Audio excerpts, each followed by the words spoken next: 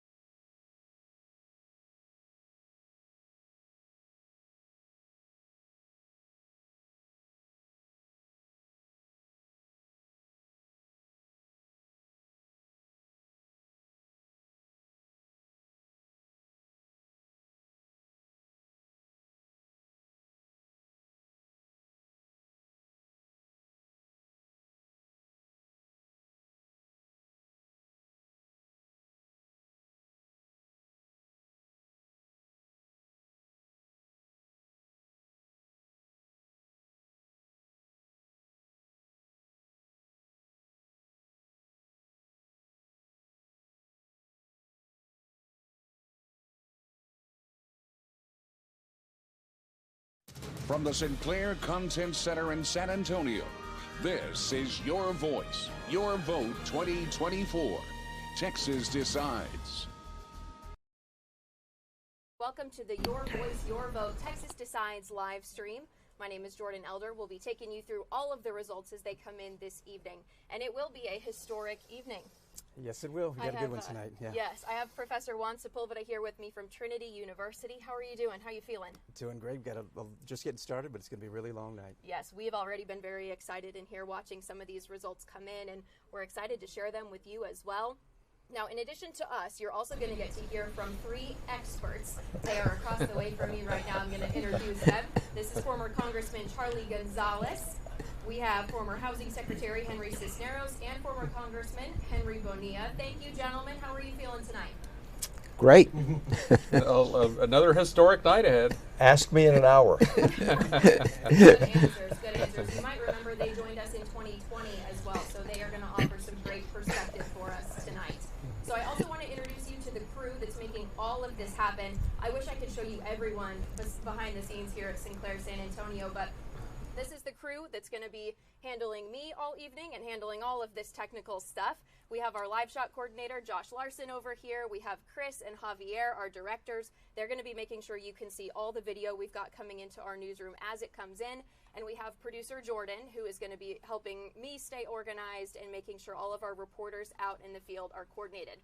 And let me tell you, we have a lot of reporters out in the field. I'm going to come over here so I can show you. They have been working on these races and following these campaigns for months now. We have people from Amarillo all the way down to Laredo watching races, whether that's mayor, city council, state representatives, and federal races as well.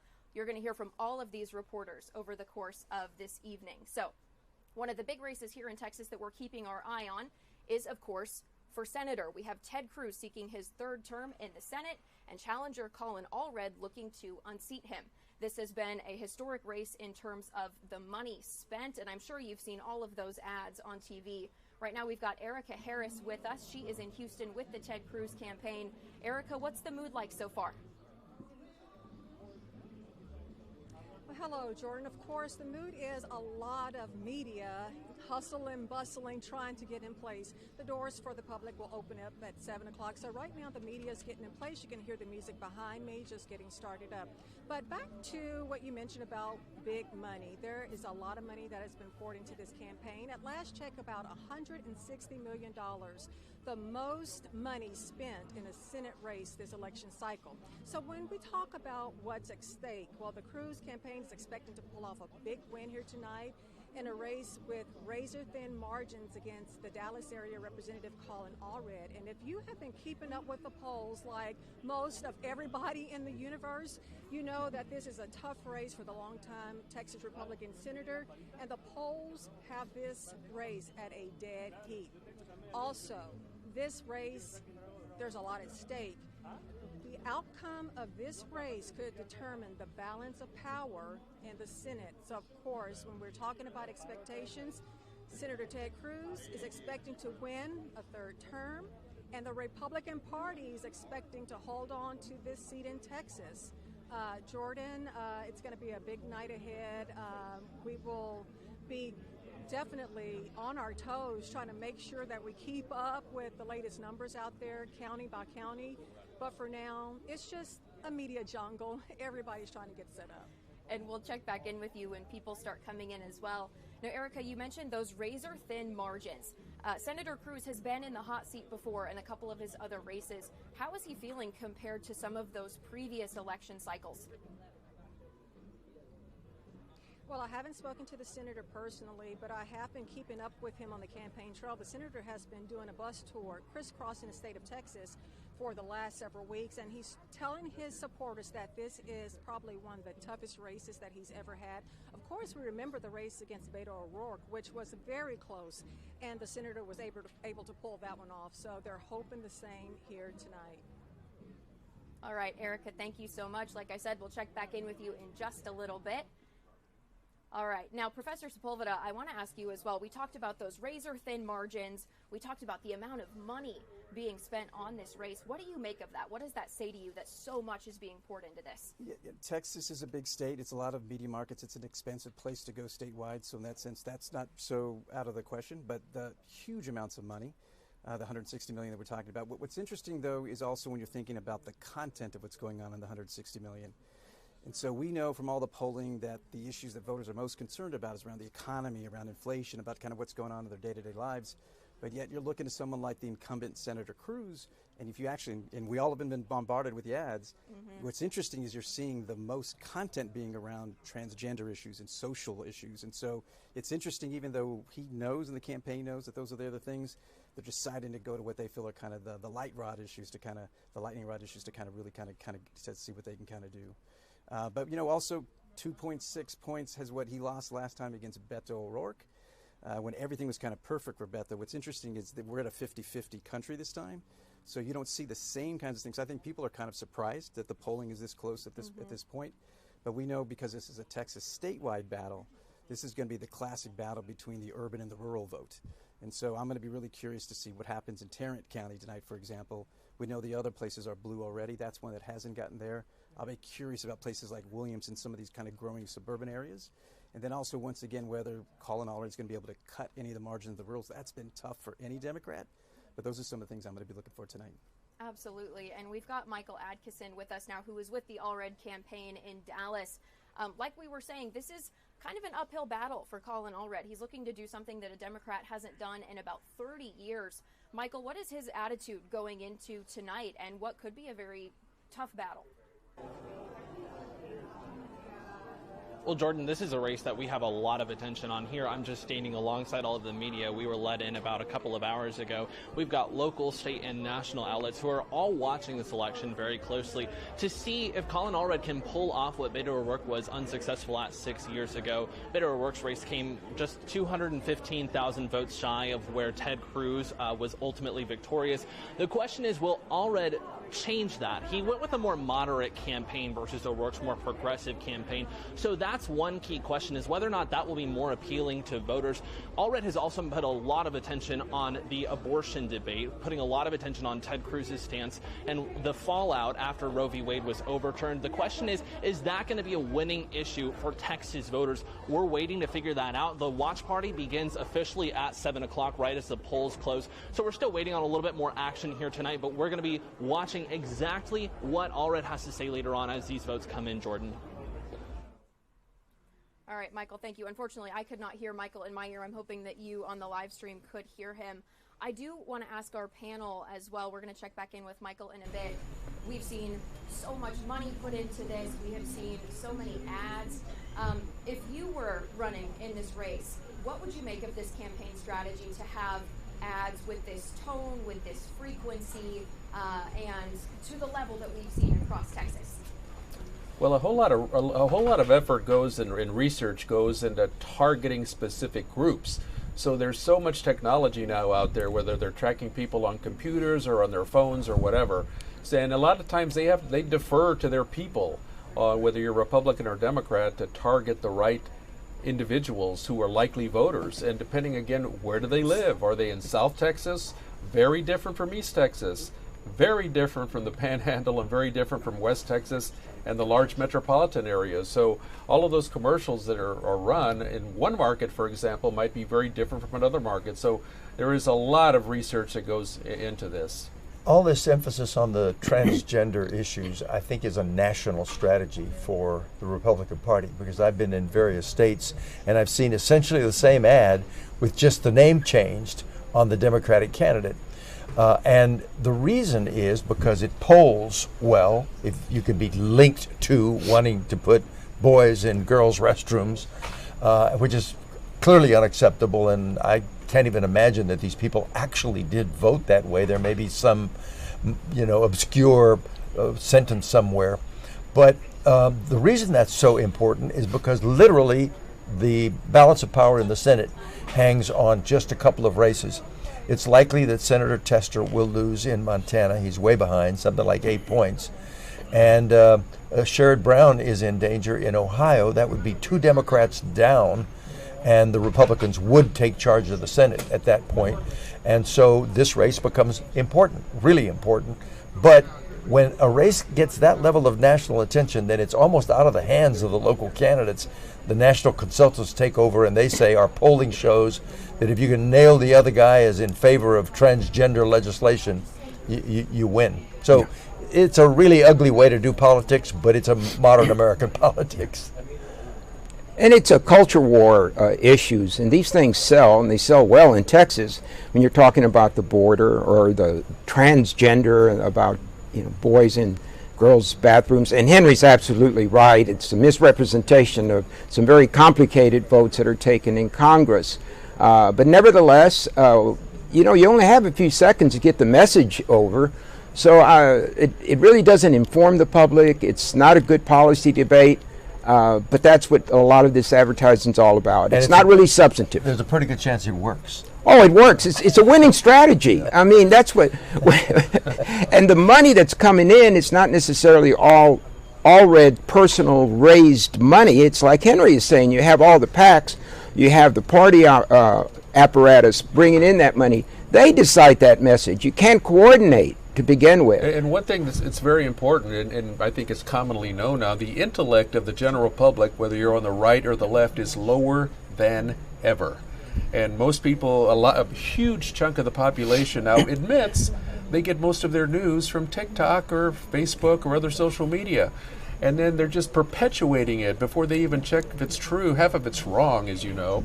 And then they perpetuate it by sending it out to 500 people on their social media. And therefore you have a dumbing down of the population that a lot of these consultants know how they need to be targeted. And so that's why you see a lot of this junk on TV. But if you believed that the most important votes a Texas senators are going to cast, which are probably about U.S.-Mexico issues or the border or economic issues, but it boils down in a race like this to whether Colin Allred voted for transgender rights or whether Ted Cruz went to Cancun during the pandemic. Those are the issues that'll decide who's the United States Senator from Texas. But why does the general public and the general voter demand more, Henry?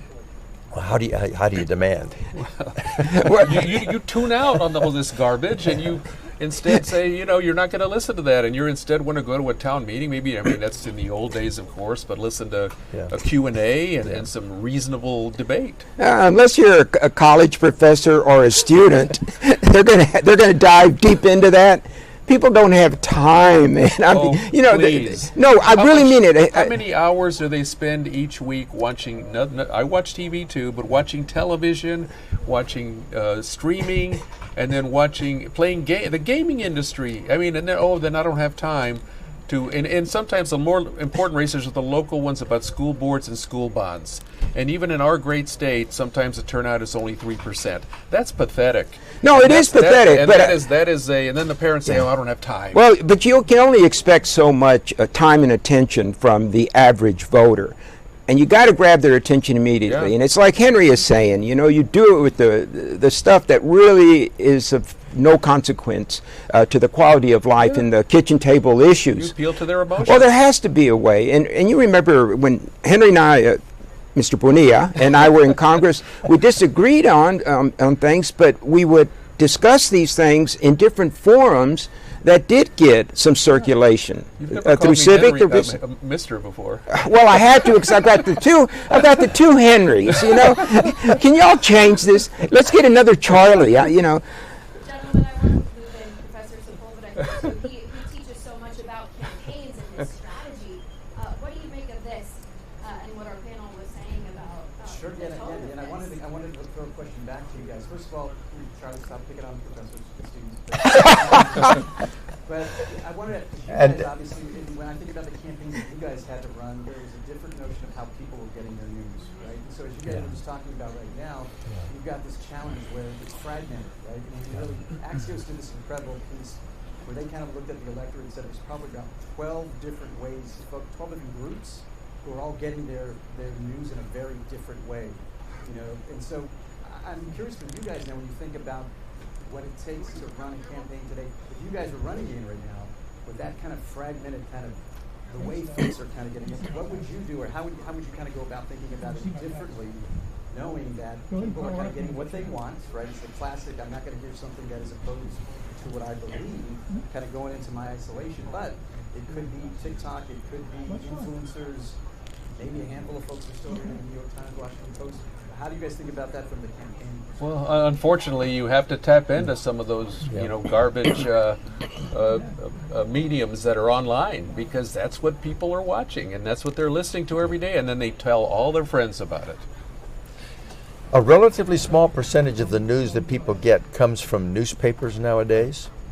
A relatively small percentage comes from the broadcast television networks. And so Charlie's right, it's TikTok and a whole lot of different things. To answer your question, a candidate has no choice but to tap those mediums, because otherwise you're left out. That is where people are getting their news, right? But from a larger perspective, a kind of sociological perspective, it's changed the way not just politics works, but actually our society works. People are atomized, listening to what they want to hear on a medium that is favorable to their view, and there really isn't a dialogue. We've got to find some solutions around that, and I think no matter what the outcome of the presidential election is, we've got to be thinking about how to lower the decibels and hear each other a little better. Well, when we ran, it was an entirely different world, and Juan may be able to add to this. The way we message now is totally different, and it's like Henry is saying, if we don't go by that particular medium, you're not going to get your message out. The problem is, how can you package it? How can you make it interesting where people, and you're putting out good information, and that we do not engage in some of the hyperbole or attention-grabbing, comments and such, because everyone's doing it. The most popular members of Congress are usually not really the more responsible ones. It's the ones that can say something that's really outrageous and get the eyeballs. And those are the ones that don't do a darn thing And it's the ones who, probably at local as well, it's the ones who are doing the work all the time and getting legislation done, whether it's city, state, or federal. And the ones that are yakking all the time on the cable channels are the ones that don't do a darn thing. And the other problem is these mediums lend themselves to malevolent actors, as we see. Absolutely. Social media hacked by Russia, China, Iran, and some of those things are actually getting into the bloodstream of the country. It's a pretty dangerous situation. We're going to have some really smart people look at this because we can do damage to the future of the country. And it's commonly known that the Chinese, where TikTok originates, do not let their kids see it after certain hours. Yeah. But in this country, it's the parents' responsibility. They just let them watch it all day. Even adults are watching it all day, and they know it poisons minds. The final thing I was going to mention for us to kind of be thinking about is the other thing you've seen that's really changed is the ability to go to scale with these kind of approaches, right? And so Saturday Night Live the other night kind of made fun of this, right? Where they, in the opening skit where they had Tim Walt's character say, "I'm leaving to go with AOC to go play Fortnite on Twitch," right? But the truth is, I can remember when AOC first came out, when she came in and for her first couple years in Congress, I can remember my son telling me to go on to Twitch and say, "Dad, watch this." And it was a really obscure event where there was someone from the UK who was doing a charity piece for transgender kids. And then all of a sudden the word came out that she was on there, and it was like tens of millions of people. And what we found out with the research was that AOC, as a freshman congressman, former congressman, had the same level of recognition as Nancy Pelosi as the speaker. Wow. In Oh, the yeah, first 2 years sure. Because of the power kind of coming through. Yeah. So just take it to a whole other level of the ability to reach numbers, but obviously with the messages that are going there, we're talking about 15 seconds, 20-second kind of pieces that are a challenge to having a real conversation. And we're going to touch on this more as the night goes on. There's so much to talk about here with this, especially in this new era and trying to reach all the age groups. I want to send it out right now. We have Yami Virgen with us in Laredo. She is standing by with Congressman Henry Cuellar, who in this race, the Texas Tribune has described this as Congressman Cuellar fighting for his political life against Commander Jay Furman. So, Yami, if you can hear me, I see that you're there with the congressman. How is he feeling heading into this race tonight? Well, let's ask him, Jordan. Good evening. Good evening, Texas. We are here in Laredo, Texas, one of the most important landlocked ports in the United States. Congressman Cuellar, the Texas Tribune has said that you are fighting for your political life. Jordan's asking how you're feeling tonight. I feel very, very good about this election. We're going to win this election with the help of folks in San Antonio all the way down to Laredo and Starr County. I feel very, very good about this race. We will win this race with the help of the voters. Now let's talk about this area. It goes from Laredo all the way through very rural parts of Texas to San Antonio, the 7th largest city in the United States. Why is this seat so important? You know, because I sit in one committee that's very key for San Antonio and for Laredo and for the rural areas. I sit as the only Democrat on the House Appropriations.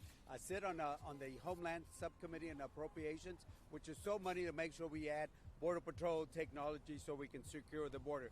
I sit on the Defense Appropriations, which is so important to the military, all the military bases in San Antonio. And then I also sit on the Military Construction / VA Subcommittee on Appropriations, which is, again, so important to San Antonio for all the military construction. In fact, Congressman Tony Gonzalez and I have been working together to construct what the needs are for the San Antonio bases. Two, a Democrat and Republican, and we've been able to fulfill most of those projects. So therefore, my committee, as the only Democrat from the state of Texas on the House Appropriations, working with my Republican colleagues on the appropriations we've been producing for San Antonio, which includes that federal courthouse building that Senator John Cornyn and myself put together. Let me ask you also, to be fair, you have Democrats, including AOC, Alexandria Ocasio de Nueva York, who was donating money to make sure that someone ran against you, your own party. Why is that?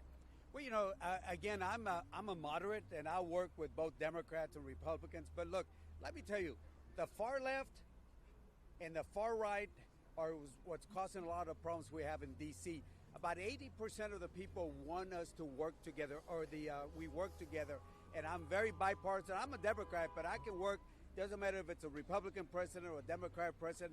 Doesn't matter if it's a Democrat majority in the House or a Republican majority. I produce. You know why? Because I treat people with civility and with respect. And that's the way we ought to be talking to each other, with civility and respect. And if you do that, you can produce no matter who is in power. Do you think there is any room for moderates in Washington, D.C. to represent the people of the United States of America right now? Absolutely. I think it's important for people that are moderates that can actually go up there, roll up their sleeves, and get the job. Look, I was not elected, and I'm not going to be elected today to go make political statements. I got elected to produce.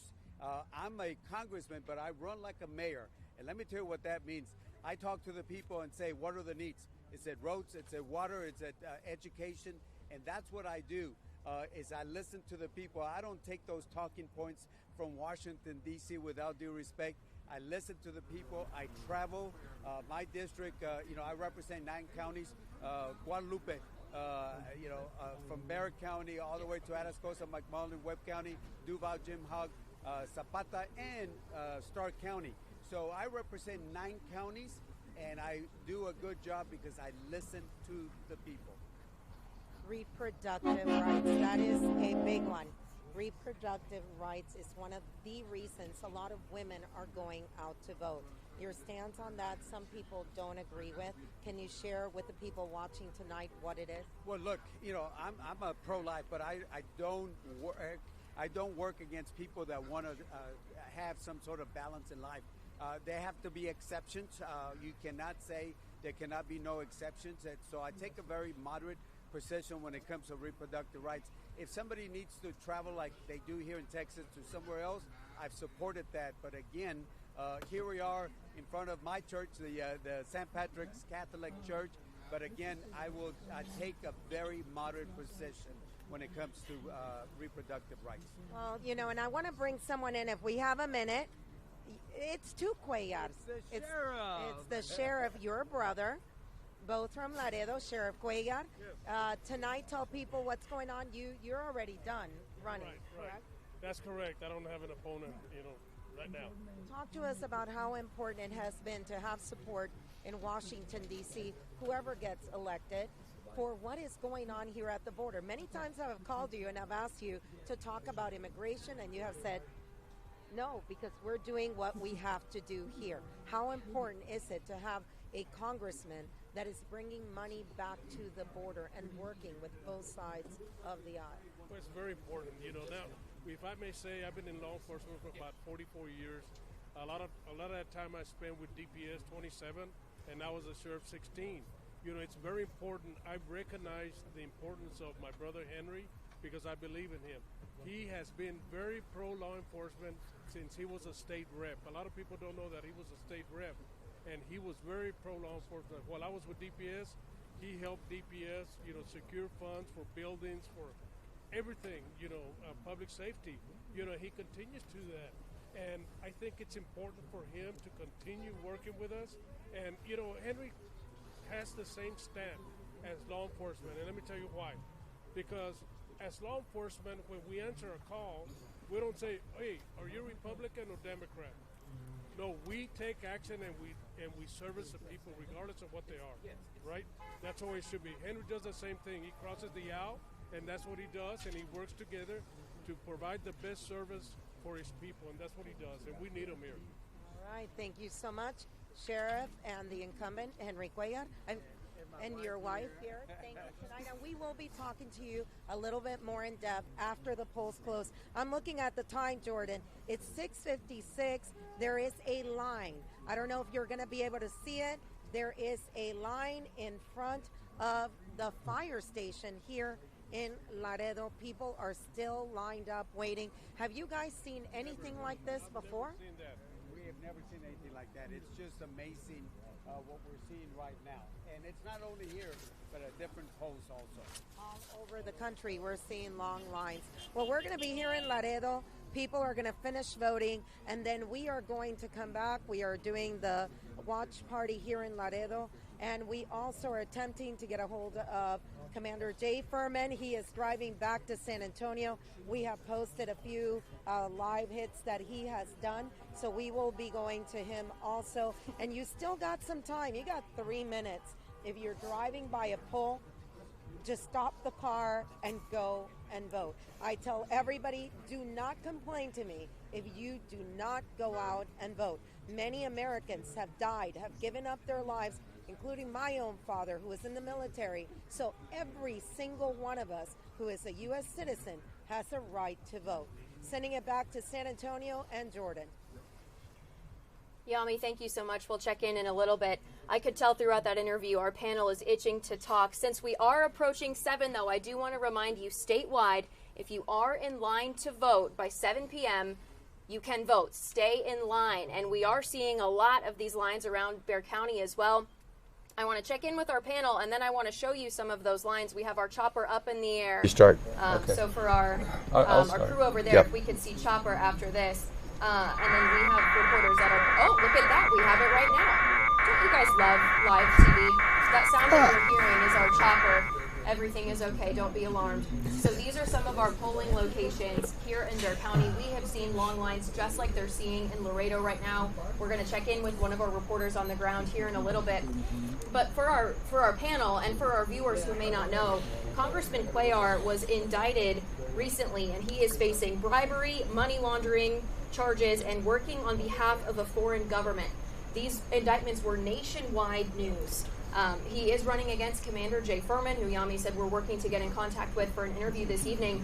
Now, based on that interview and based on these indictments to Professor Sepulveda and to our panel, what do you make of this? Do you think this is going to have a big impact on what ends up happening tonight? Yeah, no, this is obviously the toughest race that Congressman Cuellar has faced in his career. And the question I really wanted to throw to the panel was, I'm curious to see what you guys are thinking about. Obviously, the big question is whether he survives tonight. But even if he does, right, Charlie, Henry, you guys know that the party has changed. Henry Cuellar is probably the most conservative Democrat, and there just aren't as many of the old blue dog Democrats. It's changed, and it's happened on both sides of the aisle. You don't see the liberal Republicans. You don't see the real kind of conservative Democrats. First of all, I'd love to see whether you guys think he's going to survive tonight, but more importantly, how does he go back to D.C. if he does win? Is he wounded? Can he continue to move forward? And particularly as he continues to be one of the furthest to the right within the party, and at a time when there's this whole notion of who's going to take control of the House, with the House being so close as well. Given that environment, I'd love to see what you guys think is the possibility of the future for Congress. Well, all of us expect Henry to slam dunk in this, have a good win in this election. Okay. He did have his toughest 2 elections before were primary battles. Sure. Right. So, and those were down to the wire, and they were ugly. And it was an example of how there were extremists in both political parties. Tony Gonzalez was a victim of one earlier in the primary. So both parties have challenges like this from extremists on either side. But Henry is very well liked in Congress, and Henry is also very well liked in this whole region.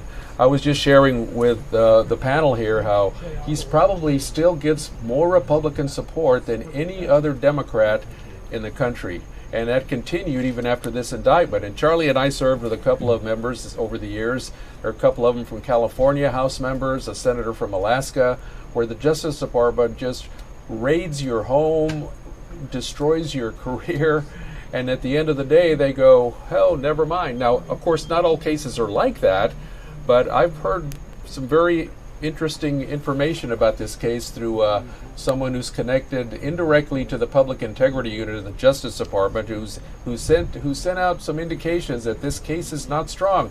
I don't know. I'm just telling you what I've heard. Sure. Yeah.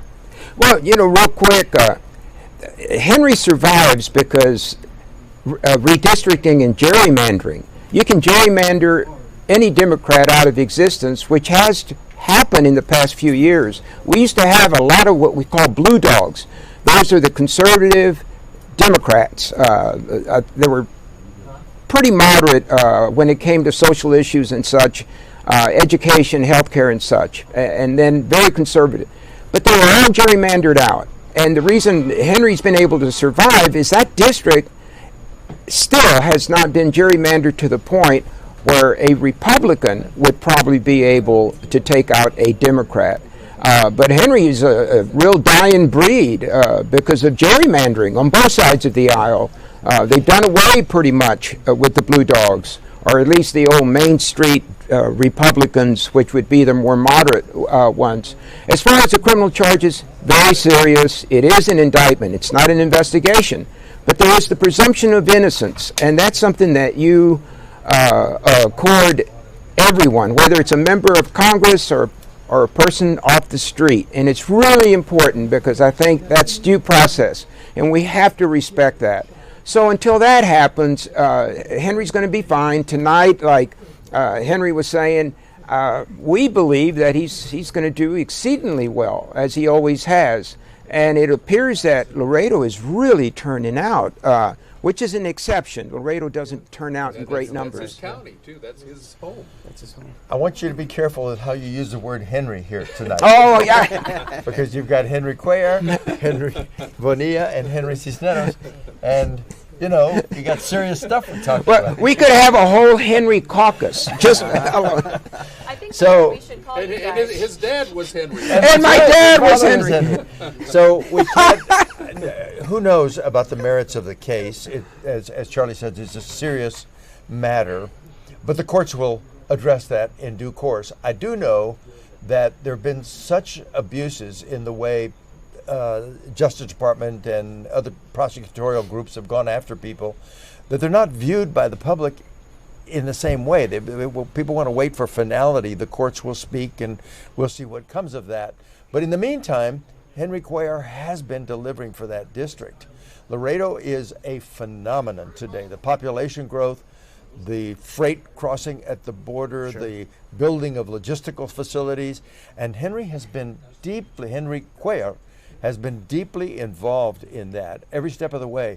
In fact, if you were to take a poll in Laredo, what individual, what person is most responsible for the economic prosperity of Laredo, my guess is the people would say Henry Cuellar first and foremost. So they're going to stick with him until the courts prove otherwise. And as a result, I think he'll win tonight handily. And I was just with him the other day, at an event in Washington, and the people that welcome him, talk to him, and all that, it's like normal. It's not like people are running from him or saying, "Hey, I can't wait for you to not be here anymore, Henry." It's like business as usual. The other thing I wanted to quickly say, just to kind of build on what former Congressman Bonilla had mentioned, was some of Henry's toughest races being the primaries. Another really interesting thing that's happening tonight is that for this current election cycle, this is the largest number from the local to the federal level of the races that are out there where folks are running unopposed. Right? So when we talk about that notion of kind of gerrymandering, creating those safe districts, it's the highest percentage of people who really don't have anyone actually running against them tonight. It tends to be in the primaries. We're seeing that being what's the trend in terms of where the toughest races are happening are within your party rather than against the other side. That's exactly And one, right. I think it's not only either no opposition, but it's also light opposition that can't hurt the incumbent. So we see Joaquin Castro with no opposition. We see Tony Gonzalez with an opponent that he likely will beat. We see Casar, who represents this area from Austin, and he has a relatively beatable opponent. So we're going to see pretty much a return of the delegation from this region to Congress, I think. And I bet no one on this program could even, without looking at it in writing, could tell you who the opponent is for Tony Gonzalez, for Casar, and for a couple of the others that are mentioned. There you go. But you're unique in that regard. Very true, though. I want to ask you all as well, Congressman Cuellar's opponent, Commander Jay Furman, has also taken some heat because he said in an interview that he specifically chose this district to run in. I believe he told the Texas Tribune he owns property up near Austin, but chose this district because of its proximity to the border and feels that he has a chance to win because of these indictments. What do you make of that and this idea of kind of choosing the district that you run in based on something like that? I have two congressmen here on my side, but correct me if I'm wrong, but this is the only office that you do not have to live in the district. You do not have to live in the district to run for Congress. Now, of course, politically, you should live in the district, but there are people who move into districts and make a career out of running from another place. Yeah, if Charlie and I decided we want to run again for Congress in the Dallas area, We could. that ain't going to work. Yes, I would not live in Dallas. Now, you really think about this. If you're evaluating your best chances, and you have to be practical, and you think those are deficits, the fact that, you're near the border, that congressman has been indicted and such, I understand the advantages that some perceive that they're going to have. Tonight will be a big surprise. There is no advantage, predicated on the reasons that he gave. I have a dear friend named Bill Richardson, who now unfortunately has passed away. But when he was a young man, he wanted to run for Congress, and he concluded that New Mexico was the best place for him to run for Congress. Wow. So Bill moved to New Mexico, ran a losing race for Congress, then ran a winning race for Congress, then became ambassador to the United Nations, then became Secretary of Energy, then became governor of New Mexico, and ran for president. So picking the district is not always suicidal. No.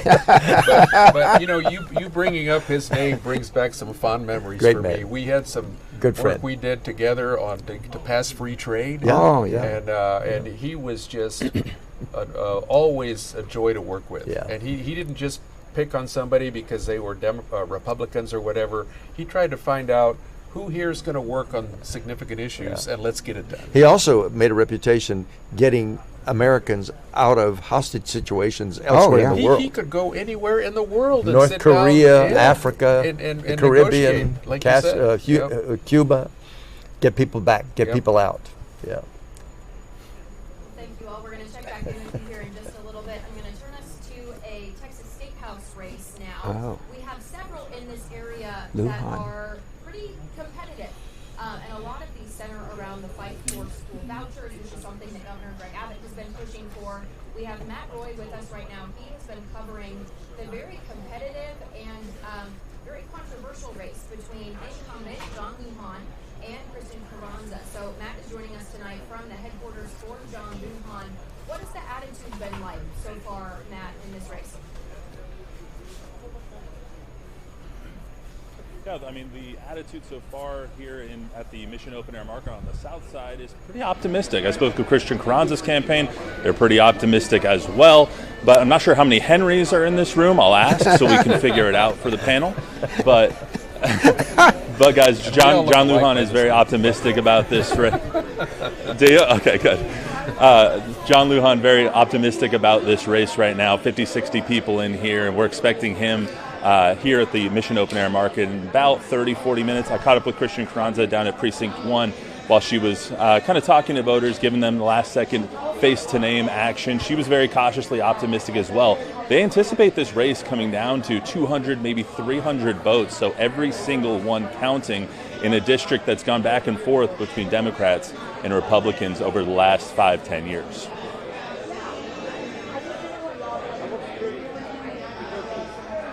All right, Matt, thank you. And we touched on school vouchers a little bit already, but that is one of the make or breaks for this race specifically.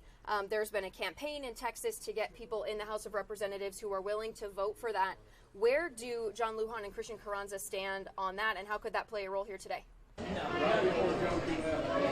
It's one of the major breaking points and differences between the two campaigns. John Lujan, a staunch supporter of vouchers. He has gotten Governor Greg Abbott's support when it comes to because of his stance on vouchers, really. Same with House District 121, when it comes to Mark LaHood. Same kind of thing here. And then Christian Carranza, on the other hand, very against vouchers, very for public education, thinks that vouchers will defund public education, take money out and put it towards private education, only further subsidizing that. So very different stances, and this race right here actually could make or break vouchers for the state of Texas. It's one of those things, if Democrats can flip this seat, that takes one number away from Greg Abbott's kind of tally that he has been keeping ever since the House voted to take out vouchers from the bill that was introduced in the legislative session last year. So it's a pretty key race when it comes to flipping. Is there going to be vouchers, or is there not going to be vouchers? This race could help decide that here in Texas. We'll check in here in just a little bit. Now, we are going to also check in with our reporter, Jay Avila, here shortly. To my crew, if we can, I'd love to take a look at our board. We have a lot of races, a lot of results coming in now that I want to show you, if that's okay. I'm going to slowly move this direction. So this is what we've got so far on our map. Now, not all of these states are 100% reporting so far, but we are starting to see results roll in. Now, this in Texas that has flipped red, it was just blue a moment ago as we're starting to get these early results in. As you can see, we've got a little over 1 million votes counted each way here in Texas so far. No specific electoral college votes assigned just yet. So we will keep an eye on that as things roll through, but I want to be able to show you kind of as these results come in, kind of how we're looking all across America at the moment. So we have got this so far. I do want to show you, we also have this balance of power for the House and the Senate that we're going to be looking at through the evening that's going to update. We'll be able to kind of see this as it shifts. We also will be looking at some of these House races here in Texas that are going to be very big for what happens for our future. Some of these districts are reporting, some not yet. So we'll be checking in on these as the night goes on as well. So I want to throw it over to our reporter, Jay Avila now. He is at the Bexar County Elections headquarters, and it's been very busy across Bexar County for this whole election. We saw long lines in early voting. We saw good early voting turnout here. Jay, it's a little past 7. The polls are getting ready to close. What are you seeing out there right now as we near the end of this? Well, Jordan, this is the Bexar County election headquarters, so it's not only the spot where they'll be tabulating all the votes tonight, it's also a voting center, and there has been a long line. You can see through the windows there, people are still lined up. So there's several high-traffic voting sites all around Bexar County that still have lines of people, and all of them are going to get to vote, even though the polls closed here just a short time ago. So that's going to delay things a little bit. We've been told that while everyone's waiting to vote, election workers have been inside here, and for some time now, they've been able to start working on the mail-in vote and votes from early voting. And so that's being compiled and tabulated first. And we're told that any minute now we might see some of those totals pop up on the county's website, or someone out here will come up and brief us. But we were told 7:15 maybe Central Time for some of these early voting period results and mail-in results. Now, Election Day results are a completely different story because, as I said, many of these sites have to wait for everyone in line to vote. Once they have everyone that has had a chance to vote, then there's work that has to be done. These election judges and the other election workers, they have to, first of all, they have to go through and look at the list of everyone who signed in and make sure that it's the same number, same amount of people as the number of ballots they have. So the same number of people voted as who signed in. If that matches, then they go through all the paperwork, things like chain of custody, things like that.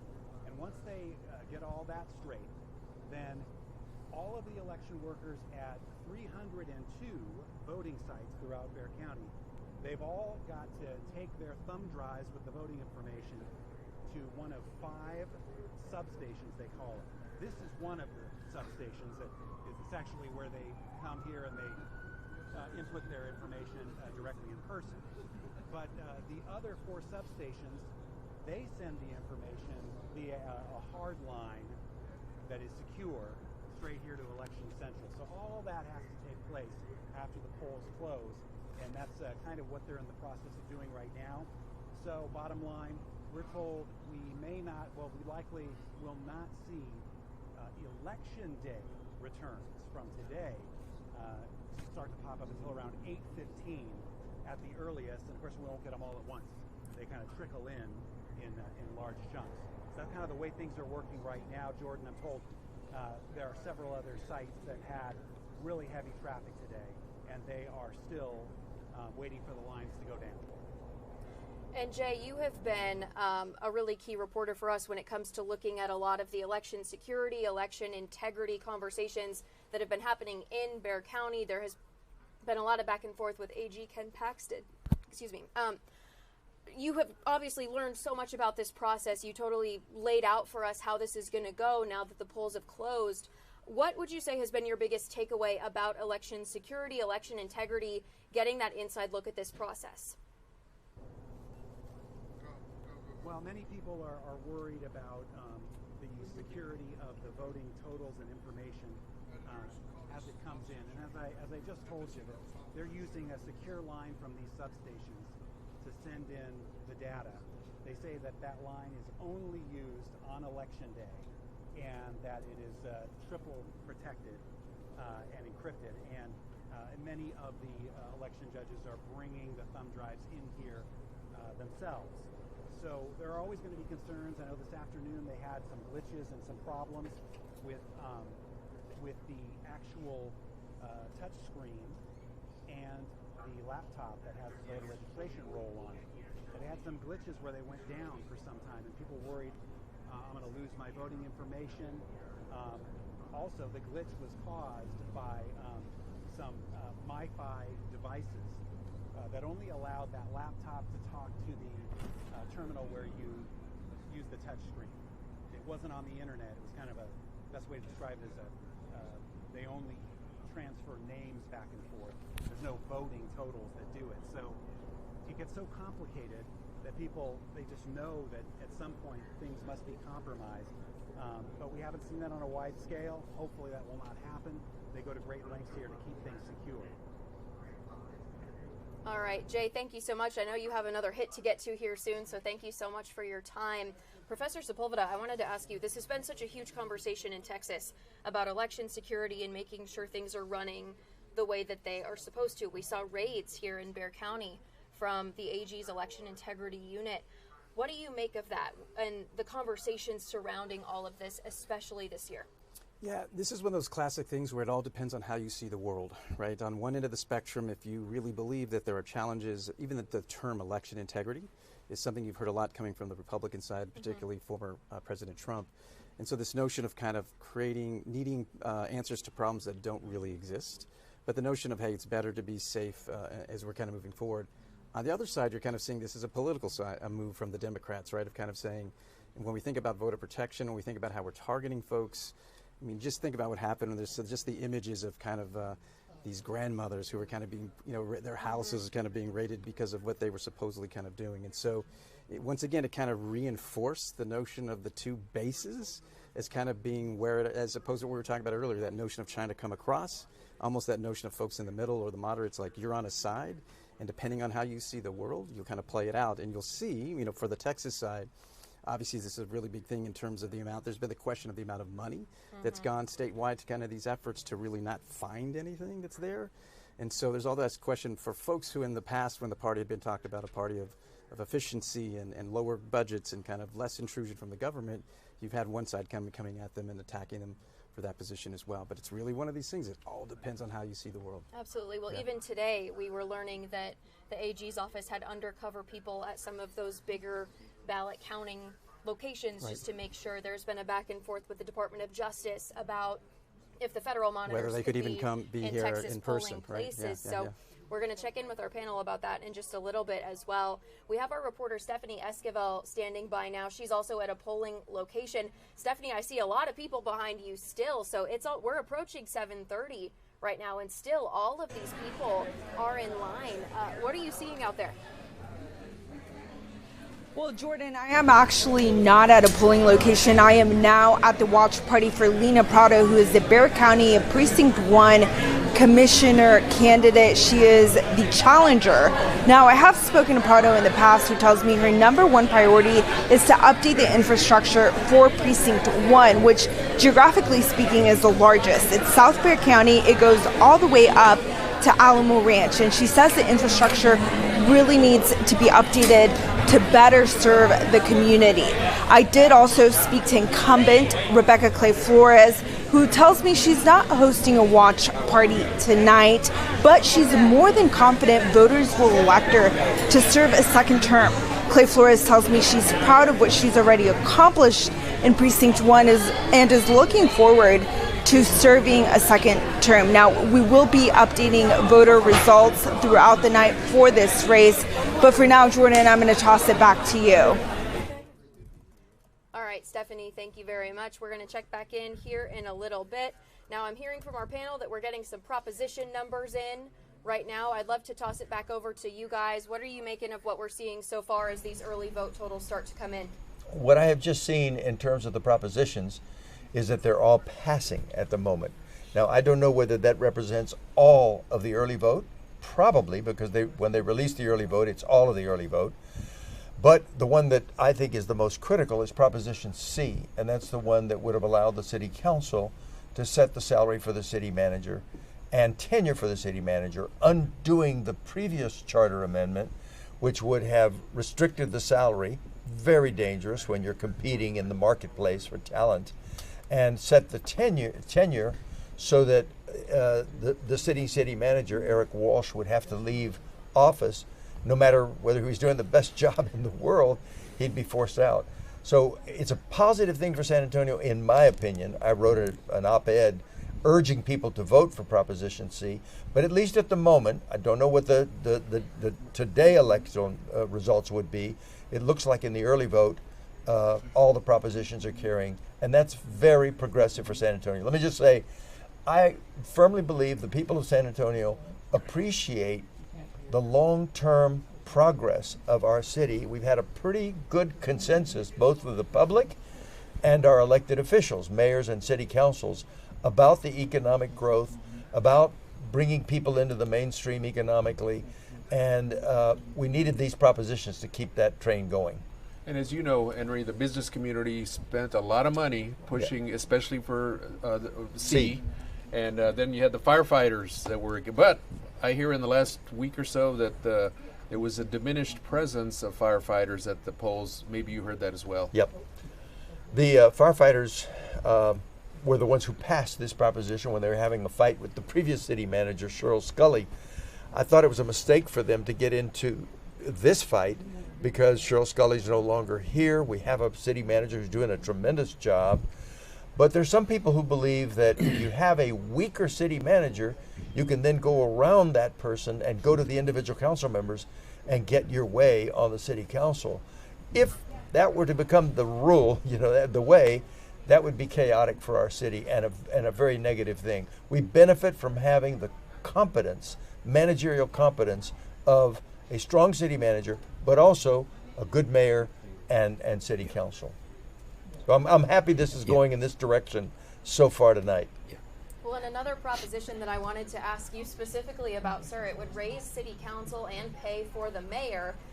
The city council salary would go from $45,000 to about $70,000.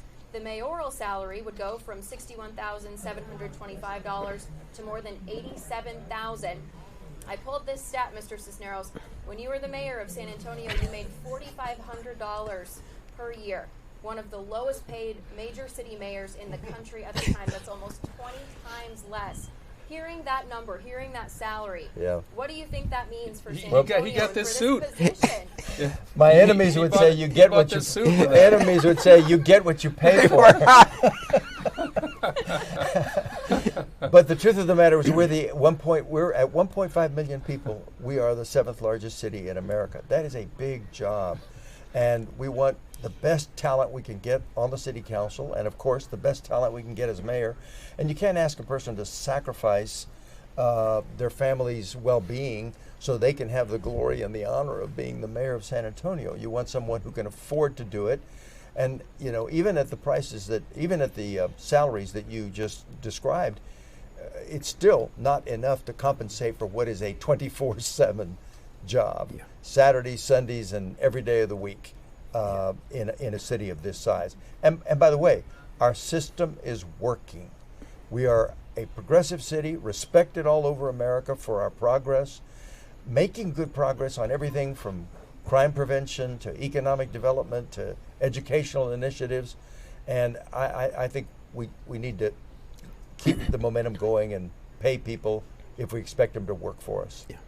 Well, at one time, Henry, it was really looked at as a part-time job, and we had a strong city manager by design. Right. We needed a professional, full-time city manager because everybody else was viewed as part-time. Yeah. But and that would work when we were, could work for a city of 100,000 people. And it all changed. But the thing to term limit a city manager, I always thought was insanity, to be honest with you. But the one thing I want to ask, the combination of those things, Charlie, you limit the person's tenure, which puts you in the market to hire a new city manager, but you tell the people you're interviewing that they can only make so much, and it's lower now than Austin or Dallas. No, it never made sense. The budget now is $3.8 billion. Yeah. And you can't have a recent college grad CPA managing that. That was just a frustration and anger directed at Cheryl Scully. Yes, I mean, if you can believe that's what happened, that's really what happened. But I want to ask former Mayor Cisneros here about changing the length of a term from 2 years to 4 years. Now, you still are going to only have 8 years. Yeah. But because Henry and I, when we ran for Congress, we had to face the voters every 2 years. So did I. Well, as council member and as mayor. But they're changing it tonight, aren't they? Yes, they are. Yes, you are. And that was a Charter Commission recommendation. I was okay with running every 2 years because I never, like you guys, I never had to gear up for the election period. I was running all the time. You were running. You're just running. The full 2 years. Not being challenging. Yeah, but and the people kind of like the idea of calling people back, if they don't like what they're doing. But we're a large city, and to put somebody in there that can learn the job, do it effectively over a 4-year span, I think it's the proper thing to do. The larger we get, the more demanding we should be of our leadership, and give them a chance to develop, give them a chance to learn the ropes. So I think it's the right thing to do. Anything you want to add on that, sir? The only thing I'll mention is this used to be one of my favorite political trivia questions, right? Where I would ask people across the country, hey, we're the 7th largest city in the country, San Antonio. How much money do you think we're paying our city council members and our mayors? And like we were saying, though, like Charlie Gonzalez was mentioning, these salaries were set in the 1950s, right? And San Antonio was a tiny little place, and it wasn't until just a little less than a decade ago that we kind of changed it. So, but there's serious implications of that, right? Of who can run, or what you have to do to sacrifice to be able to do that. If you're not wealthy, what you kind of have to go through. And so it's nice to see that we kind of continue to move in the right direction. When I was mayor, matches who we are as a city. When I was mayor, the council members made $40 a week, right, and the mayor made $80 a week. So I was just poor. Right. And I was lucky to have a wife who understood that. My daughters asked for food occasionally. Yeah, and if it was Thanksgiving or Christmas and you didn't have a meeting that week, right? You didn't get your 80. Yeah. That's true. That's true. But I was lucky. When we go to a break, I'm going to ask him if he still has trouble making ends meet. I was a university professor in the University of Texas and later Trinity. Allowed me to teach and be a professor there and be council member and mayor at the same time, or I wouldn't have been able to serve, pure and simple. Definitely. Well, we're going to keep an eye on these propositions tonight as it moves through. We're also watching several other cities and some of the measures on their ballot. I want to take you back over to our monitor here. We are going to check in with our reporter, Destiny Fuller, but I want to tell you a little bit about this Texas State House race that we're looking at now. This is District that's a pickup 80. for former mayor of Uvalde. in the Uvalde area. And that so was we have King's Don McLaughlin seat. and Cecilia Castellano.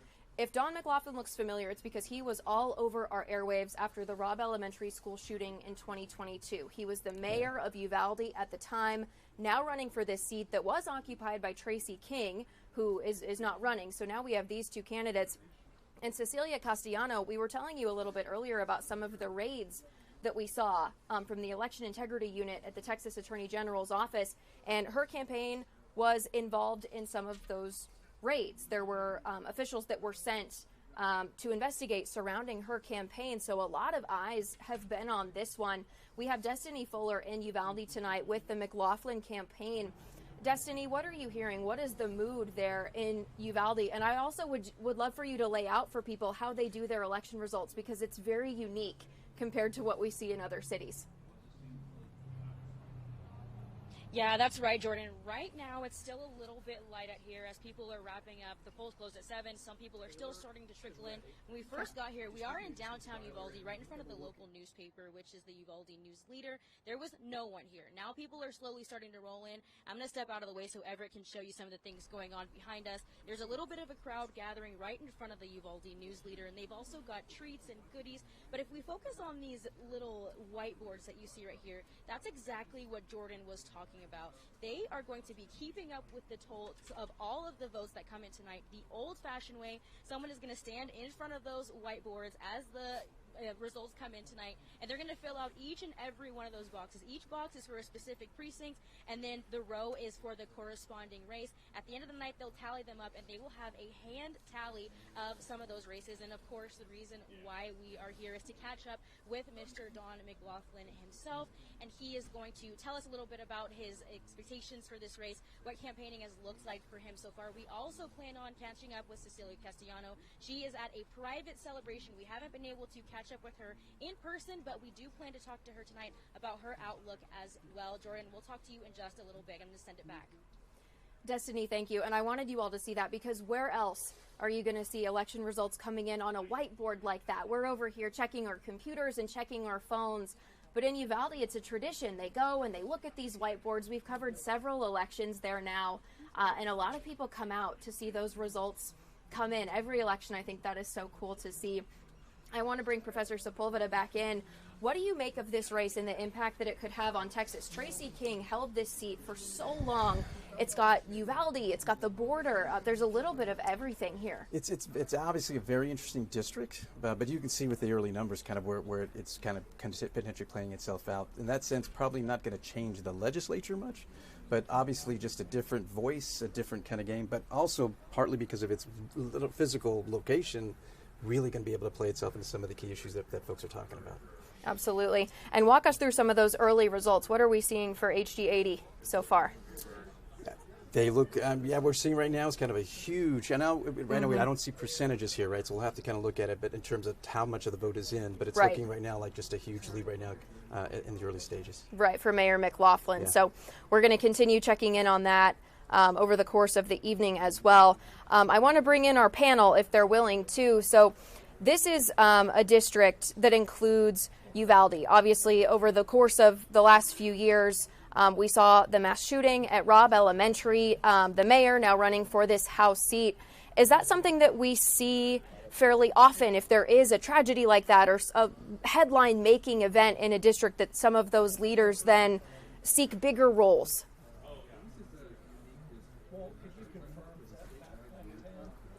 That we help Republicans that are they're pro-free enterprise. They're not far right. They don't get involved in social issues. But so we watch the races all across the state. This one is again significant, as the professor pointed out, because of it reaches, as your map showed, it reaches and goes down to the border. So huge Hispanic border area population, which is significant for the way the whole state's laid out politically, with the Republican growth that's also occurring between here and the Valley, with the pickups we had with the Representative Lopez down in the Valley, Ryan Guillen in Floresville that goes down to the Valley. And so it's part of the trend of Hispanic supporting more conservative candidates that we've seen over the last two cycles. And it is a +1 seat for the Republicans as well. I know both of these candidates. Cecilia Castellano is a very, very effective advocate for small business. She runs a small business with her husband, and she's been a major force in rethinking the procurement strategies for all of the public agencies in our region. She's a very charismatic and attractive candidate. I also know the mayor. I was in Uvalde shortly after the shooting there, and he got pretty high marks from everybody in the community for the kind of leadership that he provided. And it doesn't surprise me that, given the makeup of the district and the lean toward conservatism, that he would have been an attractive and popular figure. And he's running ahead in these early returns. Basically, a good man who did his very best in an incredibly difficult situation, which was the school shootings in Uvalde. And he also has a unique knack. He's not Hispanic, but he has a good way of communicating and embracing all the communities between Uvalde and to the border. If you go back and you start looking again, I'm going to talk about redistricting and what happens. Tracy King was really an exception to the rule, and his voting record was one of conservative, moderate. Yeah. And he probably would have survived, but I don't know how much longer, to be honest with you, the way things get redrawn all the time. And the mayor was very popular, and he handled the horrible situation in the best possible terms, disappointed very few people in his performance. So I think it'd be almost a natural fit for a Republican to have taken that seat. In my opinion, it was a Republican seat.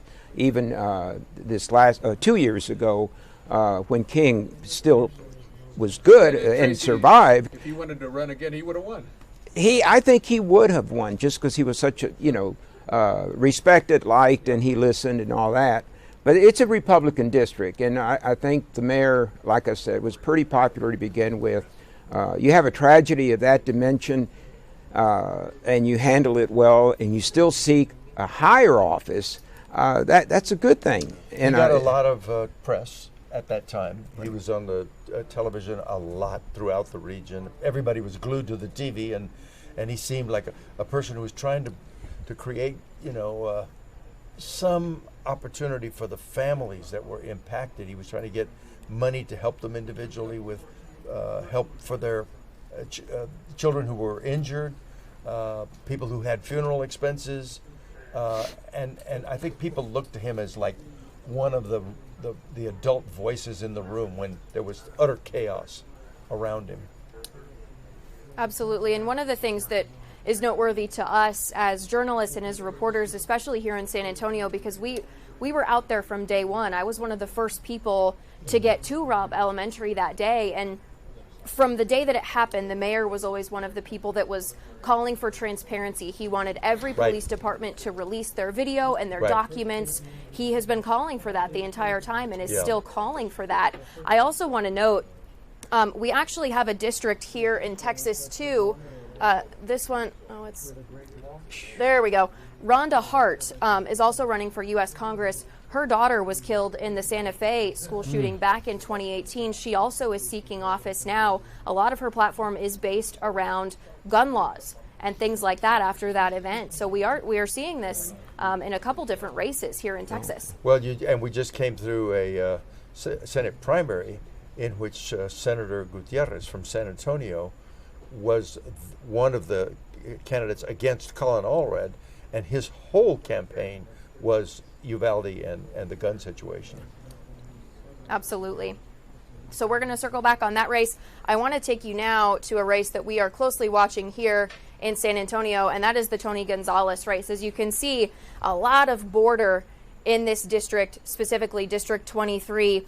Tony Gonzalez right now with the early voting numbers, it looks like we've got about 41% reporting. He is leading with 59%, 40.5% for Santos Limon. Our Taylor Whartonby is out tonight covering this race. Obviously, immigration, one of the key issues here. Taylor, what are you hearing from both sides so far about how this race is going?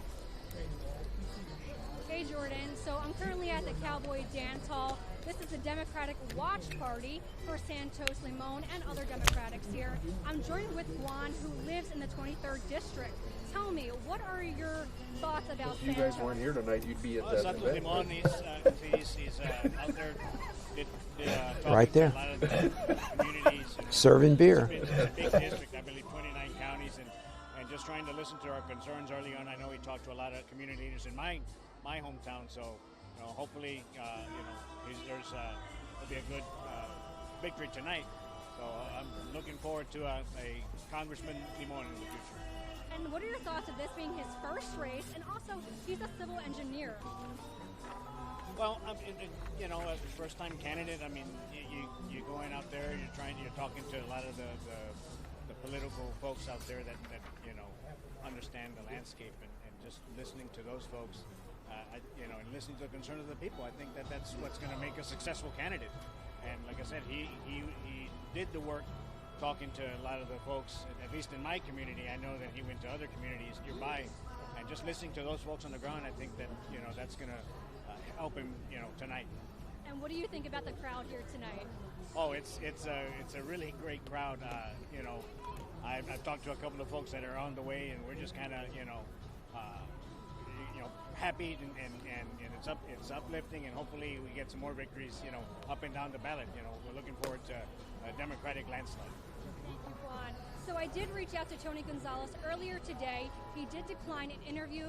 They said they will provide a statement either tonight or tomorrow. We are still waiting on that, and we'll give you some updates. But for now, Jordan, back to you. Taylor, thank you. I want to loop in Congressman Bonilla. You were District 23 once upon a time. What kind of changes have you seen in this district as things have continued over the years?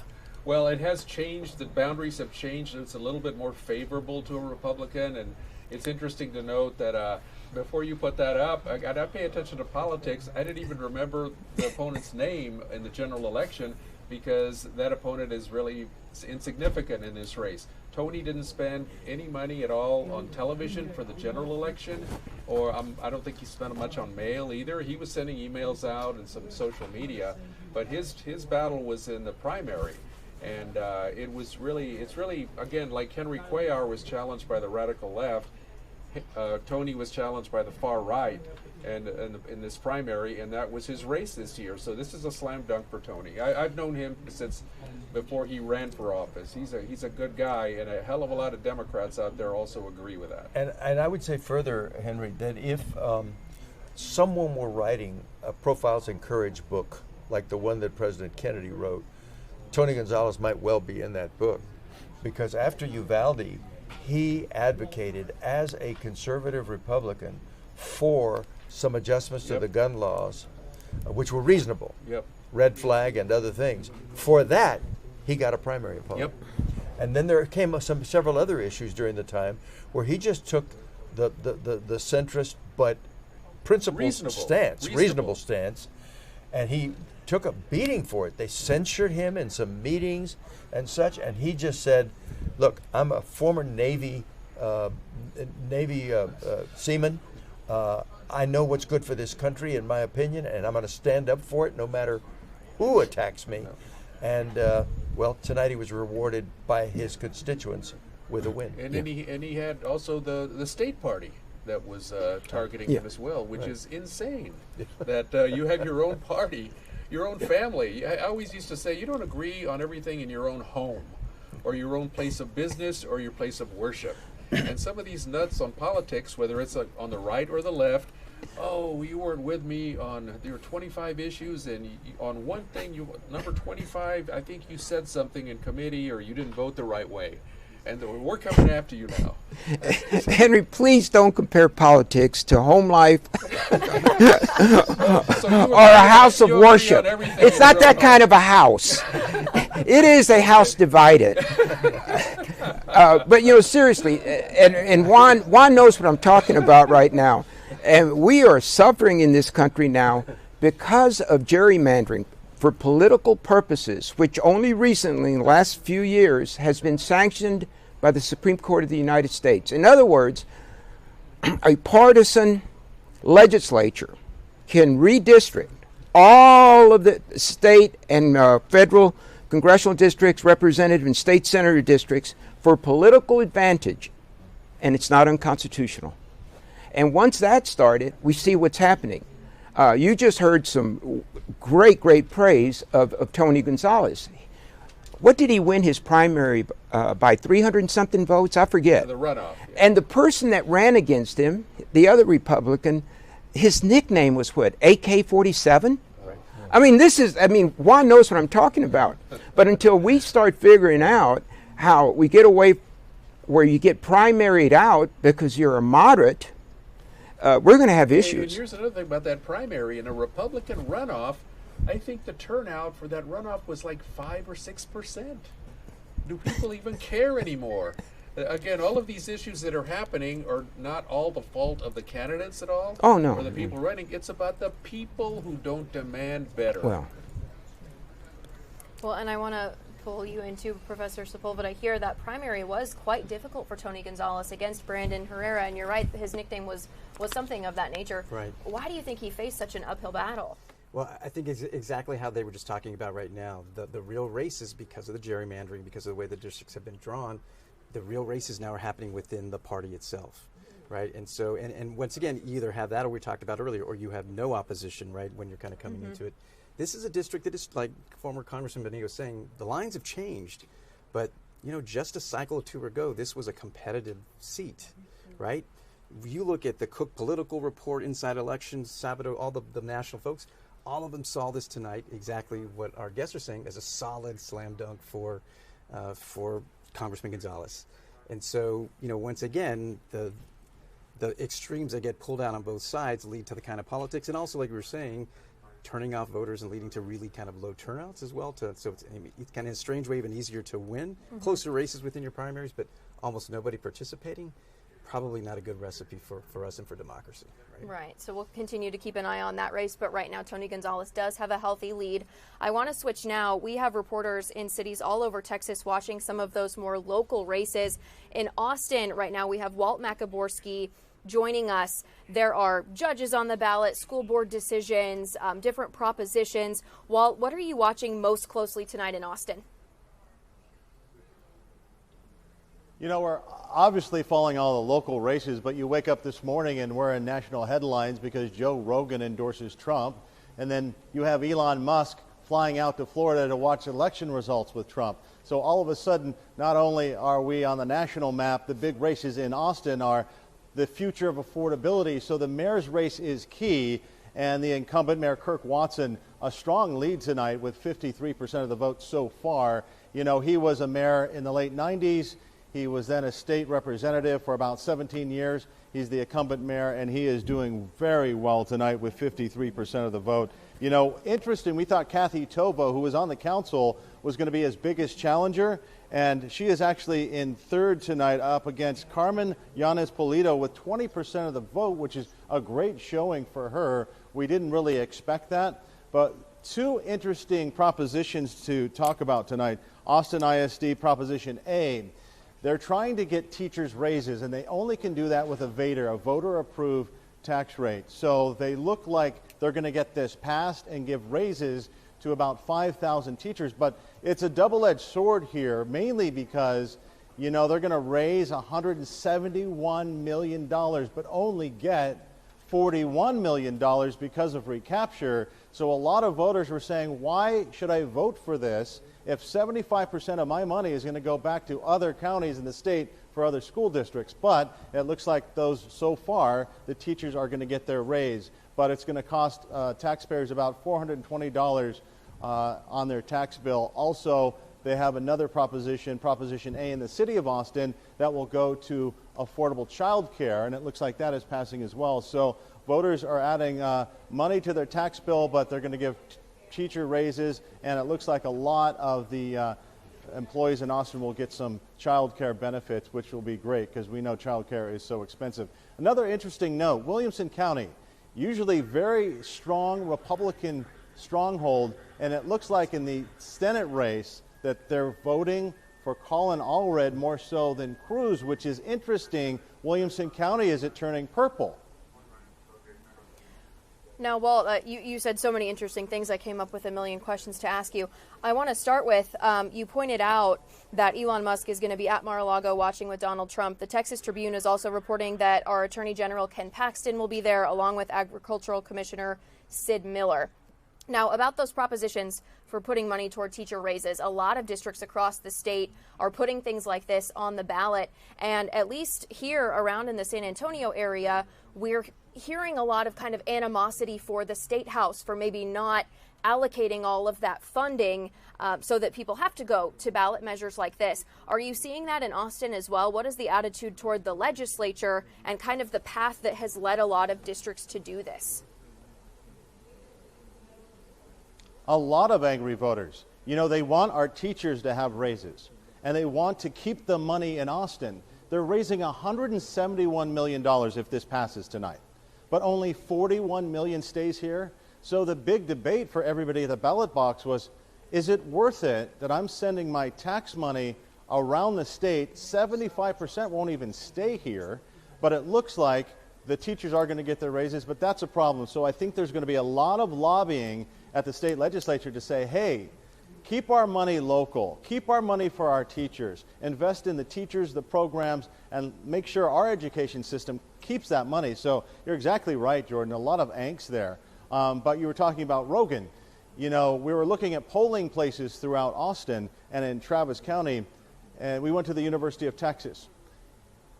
There was sometimes a 2-hour wait for students and young people to go and vote. That was basically the biggest polling spot for students and young people to go at the University of Texas. They were waiting 2 hours to do it. Was that part of the Joe Rogan effect, or was it just engaged students wanting to vote? That'll be something interesting to see. Absolutely. Walt, thank you so much. I know you have another cut-in coming up here in a couple minutes, so thank you so much for your time tonight. Professor Sepulveda, what Walt was just saying is right up your alley with young people voting. Is it the Joe Rogan effect? You work with young people all day, every day. What kinds of reactions are you seeing from them about this election and from endorsements like Joe Rogan and Taylor Swift and all these people that young people typically would look up to? Yeah, and like we were mentioning earlier, there's obviously a new set of influencers, right? A new set of folks that young folks are looking up to and kind of learning, taking their news, taking their kind of direction from them. It's going to be interesting to see if this actually, the challenge obviously is young people usually don't turn out in large numbers. And because we're not a battleground state, you didn't see that same kind of resources. When we were on the Obama campaign in 08, I remember we made it happen, but it was 4 times more expensive to kind of get a young voter or a less frequent voter to kind of show up than someone who was kind of a more consistent voter. And the other thing that you're seeing right now is that they traditionally tend to be more progressive when they're younger. So you're also seeing this interesting, we were talking about the gender gap in the presidential race at the top of the ticket, particularly with women and men. But what's interesting is that we're seeing from the polling from the Institute of Politics at Harvard that does the best youth polling, that young men are not as progressive as they typically are in past cycles. And so if you have that combination, that's obviously something that the former president is looking to kind of build upon. So if somehow he can get a Rogan to be that influencer, get him to show up and have folks who are a little bit less progressive than they had been in the past, then it's really interesting thing we saw in the data recently was at the top of the ticket in kind of the more senior voters, you had a percentage of the women who were saying, I may not want to tell my husband that I'm voting for Kamala Harris. You have the opposite going down for the young voters, where you have young men saying, I'm not sure I want to tell my girlfriend that I'm potentially voting for Trump, right? So there's this interesting kind of piece that's going on that's usually the opposite of what happens for young voters, but we'll have to see tonight if they actually show up. And from the university standpoint as well, too, is this something that will be studied in the future? After tonight is over and after all these numbers come in, is this something that people will be looking into? Yes, right. It's something that we're all very interested in. Like I mentioned, the Institute of Politics at Harvard is kind of the leader in the country. So they do the best. They have a center that's really kind of looking specifically at the youth vote. So they will do a deeper dive afterwards to kind of really see all the kind of cuts to see whether this stuff is really happening or not tonight. Wow. Yeah. And the podcast effect, yeah. I don't know if that's what they call it. That's what I'm calling it. We saw both major presidential candidates go on pretty high-profile podcasts for this election cycle. Have we seen anything like that in previous presidential races? So it's yes and no, right? So you've seen this in the sense that campaigns that are smart are going to go to where the voters are. So you've seen campaigns get in trouble in the past where it was like, I'm going to go to places where I think they should be. You should be reading these papers and you should be reading these magazines. The smart campaigns are going to go to where folks are actually getting their information. And so in that sense, this is just new tools to kind of carry that out. But there's no doubt that the explosion in the past couple cycles, it was blogs a while back, right? And kind of, but now to have these podcasts that really have such a, we talked about earlier, huge scale. And the question is, how does that kind of go hand in hand with also what we were seeing with a lot of the celebrity endorsements? Taylor Swift, Beyonce, all of those kind of things, Kid Rock on the Trump side. Do those things really matter or not? That's something we're going to kind of continue to look at as well. Absolutely. I want to continue this conversation, but my producers are saying that we have got Representative John Lujan, the incumbent, and one of our close races here in Bexar County. We're going to take that live right now so you can kind of hear that Q&A. We're up by a couple thousand, I think, almost 2,000 votes. So do you think that that's a good sign of things to come for tonight, or what do you think of that? Well, I don't know, man. I walk in here and we have a 2,000 vote lead and everybody's cheering. and they're all happy, and I'm not, because I'm looking at the numbers, right? So we can be happy right now. We might be sad in an hour or two, right? So I don't know, but I guess to start off, you always want to start off with a lead, and we took off running, and we got a couple thousand vote lead, and let's see how that holds for the rest of the night. We'll find out. You mentioned the contentiousness of this. A little bit of that comes on the school voucher part of this. Obviously, Right. You voted in favor of them in the last legislative session. Governor Abbott backed you a lot of the reason because of that. Your opponent on the other side is staunchly against them. So why do you think that's such a contentious issue? I think it's a contentious issue, and it's sad. I think it's made that way because they want to have a big fight, right? And that's not really the way we need to look at it. What we need to look at it is we're going to have, I'm all for parental choice. Now, what does that look like? That to me is the important thing. How do we rate the schools? How do we determine how the money follows the child? Those are the things that we're going to be working out. The ones that we had planned that didn't get passed, I think were solid proposals that we're going to fully fund our schools and still offer opportunity for parental choice. And I think we can do the two with our budget, but we have to be willing to invest those dollars, and I think we are. We're going to get those invested. For you, does it depend on how the bill looks, or is it I'm going to vote yes on school choice? No, mine is all about the bill, because I want to make sure that when if you're going to have true parental choice, you've got to rate everything the same, whether it's public school, private school. If we start rating them and putting mandates on certain things, and it's unfair, then then you're not having parental choice. I want it across the board fair, and then let the parents choose and make the decision. I know I'm asking you not to predict, but maybe let me talk to 10:30 p.m. Lujan that just won the election. If you win the election tonight, what does that mean for District 118? You know, what it means for District 118 is that we're going to have a mandate for workforce development, economic development. That's big in our area. Our community, East Bexar County, Northeast, South, we're poised to grow. And we just got JCB here in South Bexar County. I worked with Governor Abbott's office on that. I worked with our county commissioner, Peter Sakai, our county judge, Peter Sakai. Worked with him real hard on that, bringing that. Jobs and workforce readiness is what's really big, and that's the future of our area. The other big thing for me is public safety. The border really scares me. As an elected official, I was able to go to the border, and there's a lot of fear in my heart for what's going on, and we need to fix that. And if in a couple of hours we see that Ms. Carranza has won and she will be taking over this seat, how will you look back at this campaign and at this journey as representative for District 118? Number one, I'd be really proud. And not only that, right now in this interim, I have a lot of juvenile justice legislation, some transportation things, some vaping things, some fentanyl stuff that we're already writing up now since I'm the incumbent and I know what I know. We've got a lot of bills. I will package all that and I will take that to Carranza, and I will work with her and show her what we have, and hopefully she will carry the torch with that. I've always been like that. I'm not just saying that to be a nice guy. That's what I do, and I would do that because it would benefit our community. One of the tightest races, expected to be within a couple of hundred votes coming into today. Right. Why do you think it's that close?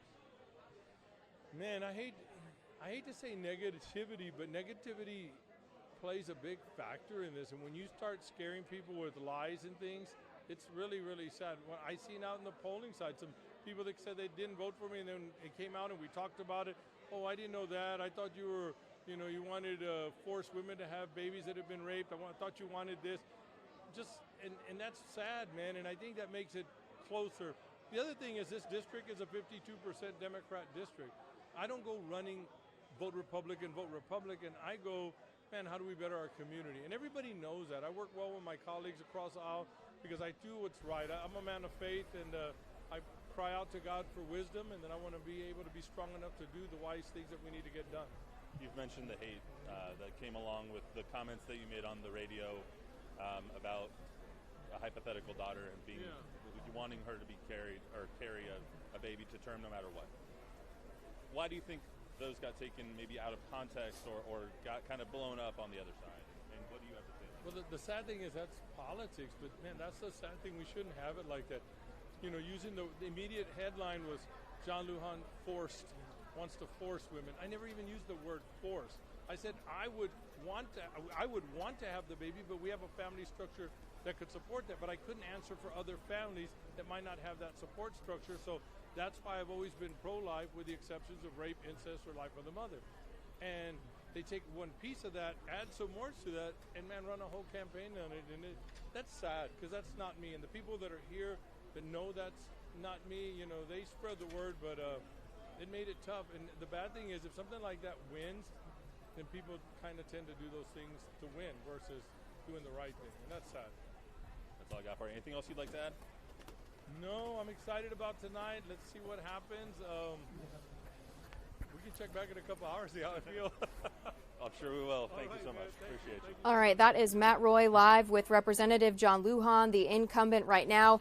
I want to touch back on something that Walt Macaborski was telling us, an interesting trend here in Williamson County, almost 91% reporting. We are seeing 49.7% for Colin Allred and 48.1% for Ted Cruz. Professor Sepulveda, what do we make of these numbers and this tilt, especially in Williamson County? No, and that's exactly what we were talking about earlier today. I was really curious if there was going to be any chance for Colin Allred to pull this off. We're going to be looking at places like Williamson. We'll want to see what's happening in Tarrant a little bit later as well, too.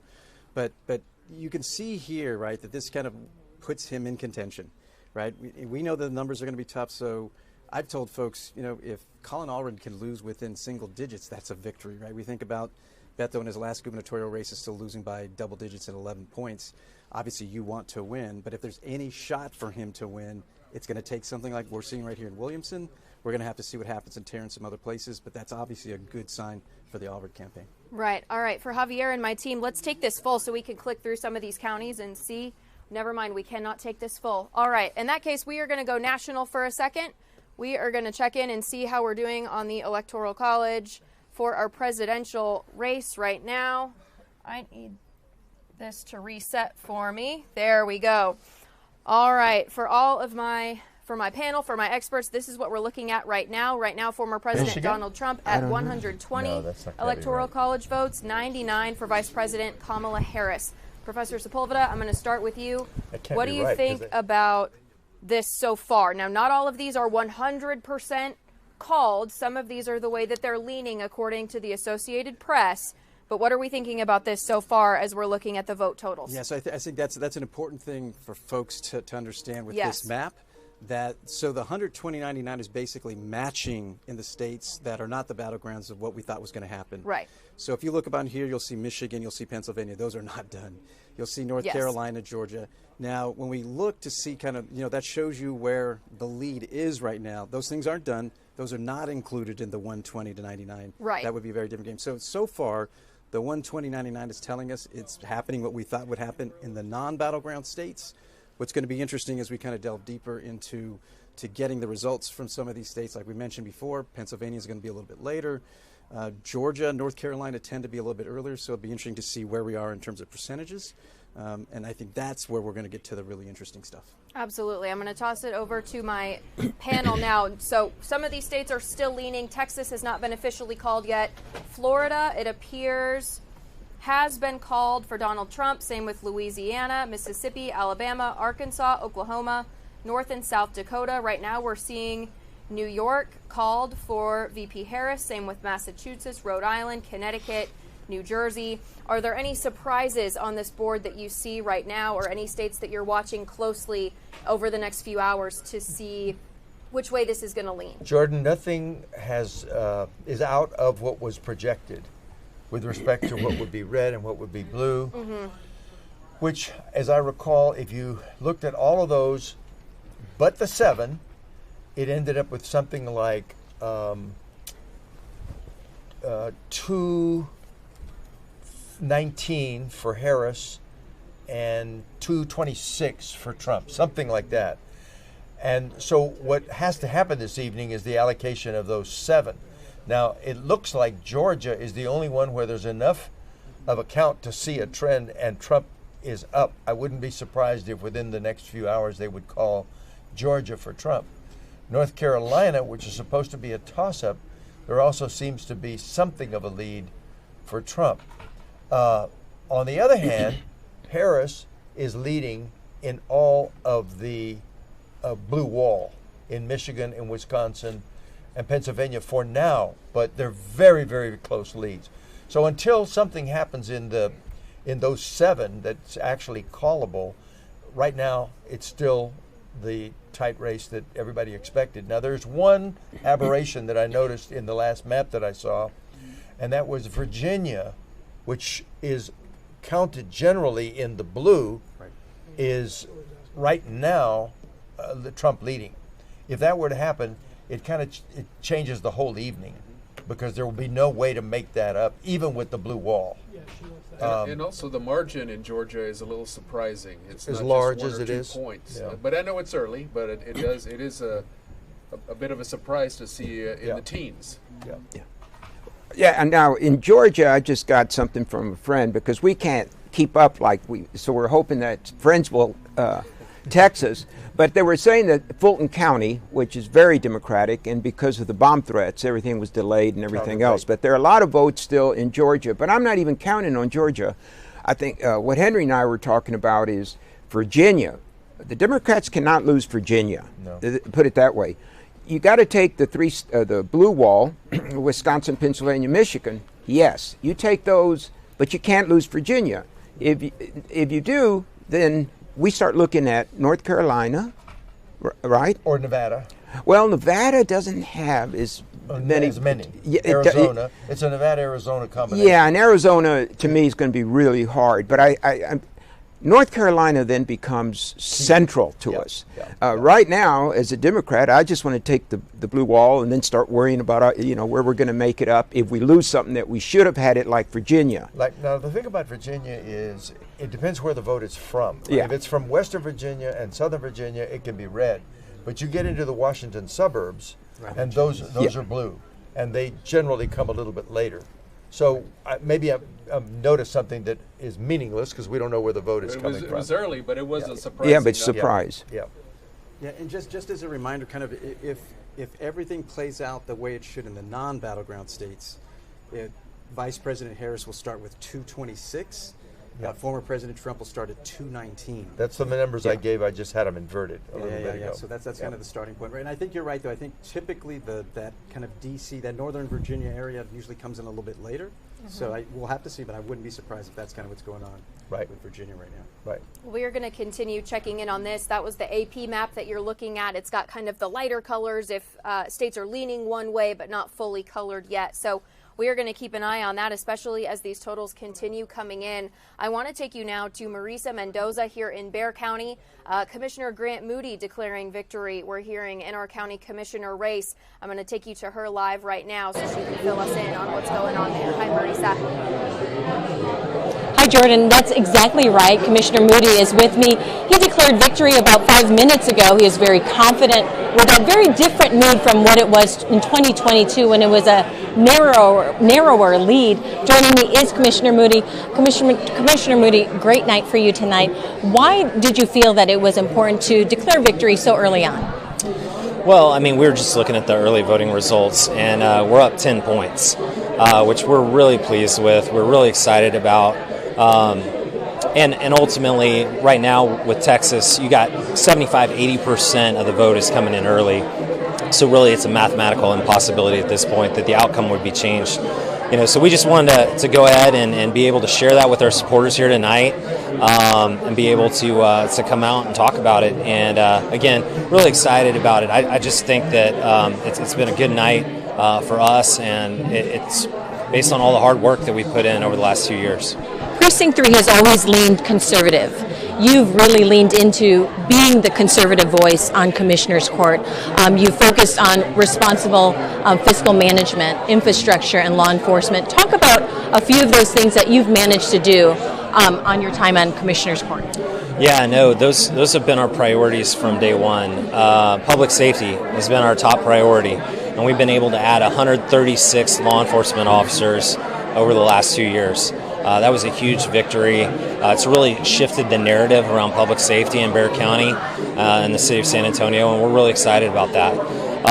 We've also been focused on property taxes and trying to make sure that we use our tax dollars wisely, eliminate inefficiencies and redundancies in county and city government wherever possible, and ultimately we got a 20% homestead exemption for Bexar County taxpayers with the hospital district. We believe that's the largest Bexar County tax cut ever. and we're really proud of that. And you were really proud of your staff that supported you, your family that's here to support you. Tell us a little bit about the other folks that are here as well. Yeah, so we have my family's here tonight, my office staff, my campaign staff. We also have just a bunch of supporters over the last 2 years, folks who've supported our campaign financially, folks who've knocked on doors for us, folks who were at the polls today holding the Grant Moody sign or wearing a Grant Moody t-shirt, just so many friends and supporters of what we've accomplished and what we've done. And, our work wouldn't be possible without all of them. And so I'm just really grateful to be surrounded by so many great people who are so committed to this cause and helping us get this done. All right. Well, thank you so much. Appreciate it. Congratulations. Thank you. Jordan, back to you in the studio. Marisa, thank you. So while we were in that interview, I want to let you know the Associated Press has not called Texas one way or the other yet. Obviously, we are expecting, at least in the presidential race, for Texas to be red. Governor Greg Abbott, though, has tweeted, "Congratulations to President Donald Trump and J.D. Vance on their overwhelming victory in Texas. Texans have spoken. They want strong conservative leaders who will prioritize economic growth and securing our border." That's a quote from Governor Greg Abbott via Twitter. I want to bring our panel back in now. The border has been such a hot topic, not just here in Texas, but in races across the country in this election. How do you think that's going to influence what happens, not just in the presidential race, but in all of the races that we're seeing in terms of the Senate, the House, and in races across the country? It's going to have huge impact, and this is one thing where you have to give the former president credit. He took an issue that a few cycles ago was not showing up anywhere in the top of the list, and has made it one of the top 2 issues in the country. And like we were saying earlier, everyone else, all the other, you see so many Republican candidates jumping on board, and so they've once again, not unlike we were talking earlier about transgender issues, to be able to take immigration and use it from a notion of fear and scaring folks has been a very successful tactic, right? So we'll have to kind of see how it plays itself out, but at least that's how it's set itself up across the country tonight. Right, and we at our station are down at the border all the time. We were there last December when there were thousands of people coming across, and we've been there over the course of the last year, and it has not looked like that, at least in the cities that we have been in, where there are thousands of people coming across. Texas has done a lot of fortification along our border as well, with razor wire, shipping containers, things like that, but we're not seeing the mass crossings that we did. And the reason for that depends on who you ask. Some people say that it is what the state of Texas is doing. Other people point to immigration enforcement in Mexico. Other people point to the executive action taken by the Biden administration. So for our experts, you all have lived in Texas for a very long time. We have former congressmen over there. How big of an issue was the border when you were campaigning and running and in office compared to what we're seeing right now? Well, I had in my district 700 miles of the border, and so we were on the front lines. It was a different time then, though. It was many years ago.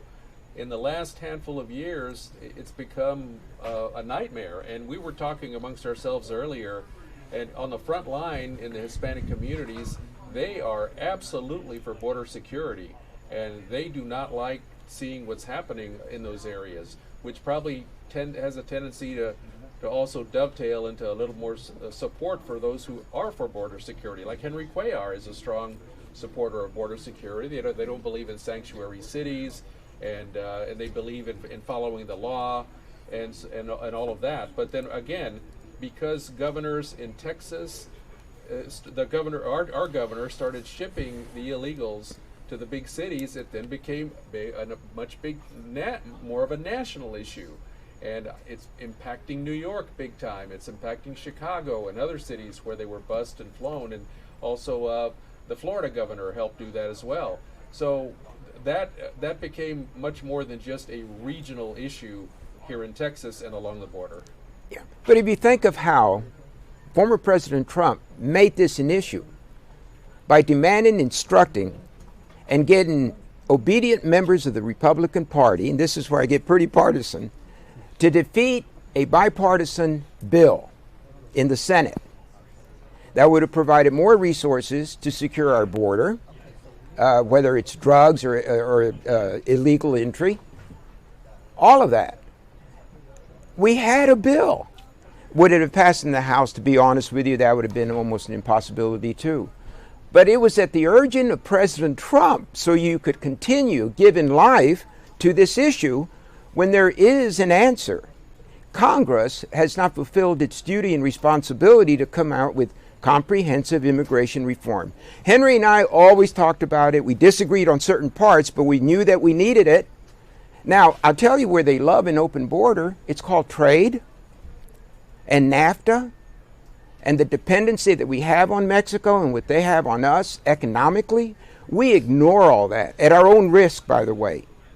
And so if President Trump gets elected, my prediction is there'll be no mass deportation.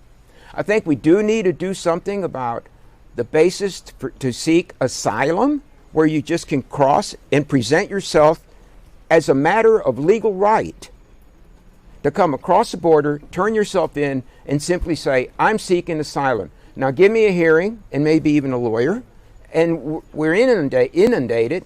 We don't do anything to streamline the process or to make it more difficult for people just to say it's economic hardship. That does not qualify for asylum in the United States of America. And so, there's so much blame to go around, but if it's getting you votes and you continue to, just fan those flames and say people are being replaced, displaced, they're taking your jobs, and they're all criminals, by the way, which is contrary to every study out there. We all know that. But it doesn't matter because it still sells. And it is speaking again to the fears and insecurities of every human being. We could get elected to any office if that was just our platform, and we never worked, and we never compromised, and never negotiated. So this was not an issue in Charlie's decision for who to vote for this year, then? It is probably one of the more shameful. In my day job, we represent employers, and a lot of regulation, a lot of rules. And the first order of business for a lawyer to their client is to say, simply comply with those regulations and such. And when you do, we can have economic growth. We can have individuals that come here on a temporary basis, not to become citizens and such. But we just don't do this in Congress, and no one demands it of their member of Congress. That's the most amazing thing. Maybe the Chamber of Commerce once in a while, Henry, but we never had constituents say, Henry and Charlie, we want to have comprehensive immigration reform. Never. They never understood how it impacts their daily lives. There's no doubt, if you look at what people are saying in the exit polls and what we've seen in the lead up to the election day, that immigration has been one of the premier issues in this campaign, without a doubt. And what was once an issue for the 4 border states has become an issue everywhere that migrants have been sent or have gone. So it's it would be an issue in the next mayor's race in New York City at the rate that it's going. The only other issue that has been raised to that level in this campaign is the economy. And that's been done very skillfully because, frankly, the economy is pretty solid at the moment. The Federal Reserve did a masterful job of threading the needle and bringing down, or rather raising interest rates to kill inflation without bringing on a recession.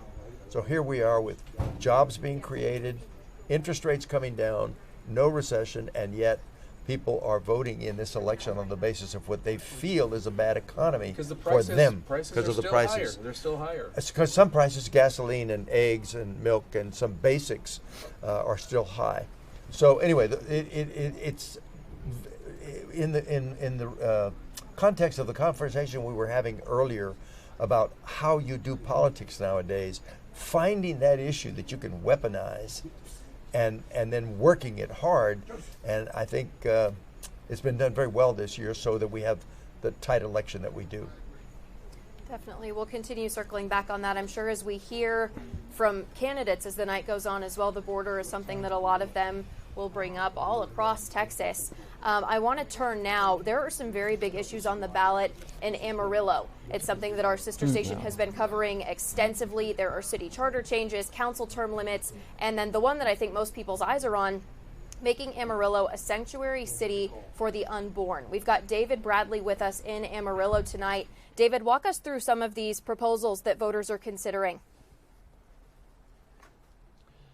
The proposition to establish Amarillo as a sanctuary city for the unborn is the one that has drawn the most attention. We got here because it came to the ballot through an initiative petition. There was a proposal from a man named Mark Lee Dixon, who's been making a tour across Texas and has had some success in having city councils establish this. Effectively, what it is an anti-abortion trafficking bill.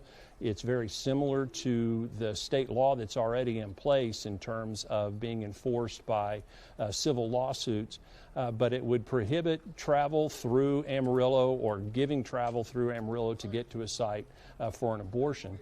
And it had been brought to the city council for the city council to try to create their own ordinance. However, the council, which is 4 members and the mayor, all white male, all very ardently pro-life and conservative, among the 5, they were not able to come up with an ordinance that they could all agree on. And there were several meetings with the city council, with public meetings that lasted several hours over several weeks, passionate on both sides with the public sounding off, and they couldn't come up with a solution. So then the group that was behind it put a petition together, and that's what brought it to the ballot.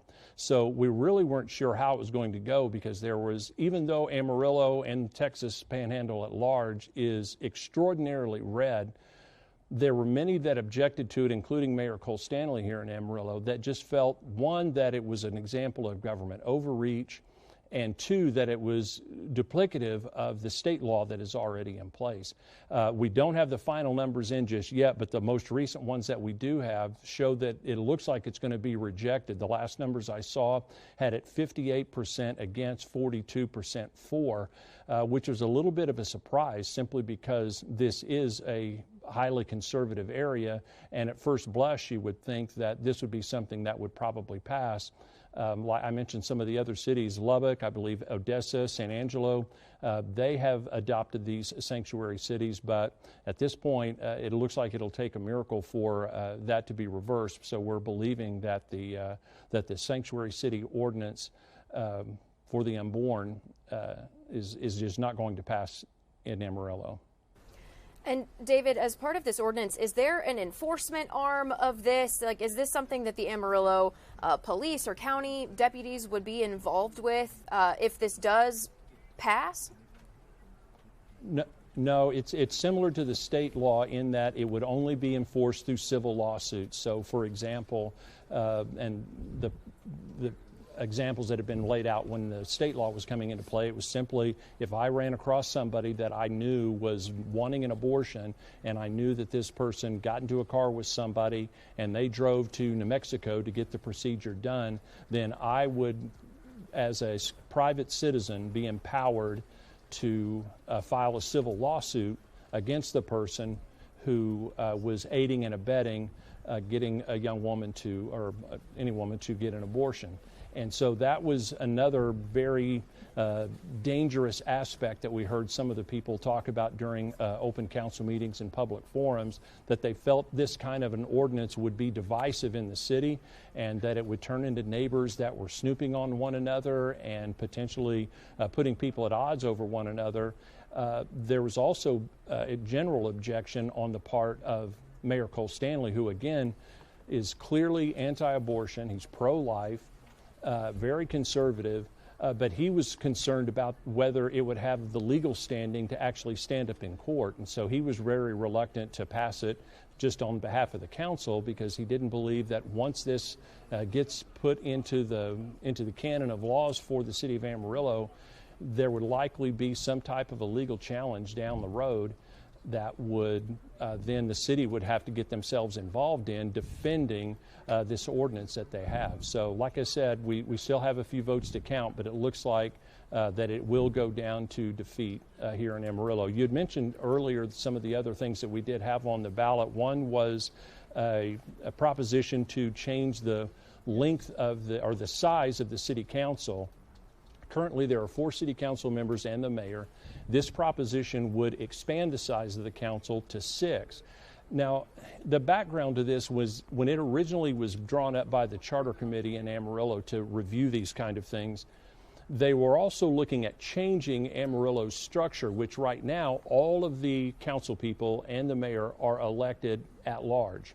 And so the expansion of the council would then change it to what they call single-member districts, where each member of the council would be elected by people in a geographic area, which is what we have with county commissioners, which is what we have with the state representatives. But on the way to the ballot box, those additional provisions were stripped away. So the only thing that this ballot would do would be to expand the size of the council from 4 members to 6. Well, in the last couple of weeks, we started getting an influx of television ads of people really objecting to this expansion of the city council. A couple of former mayors were involved, saying they felt that it was a bad thing for Amarillo.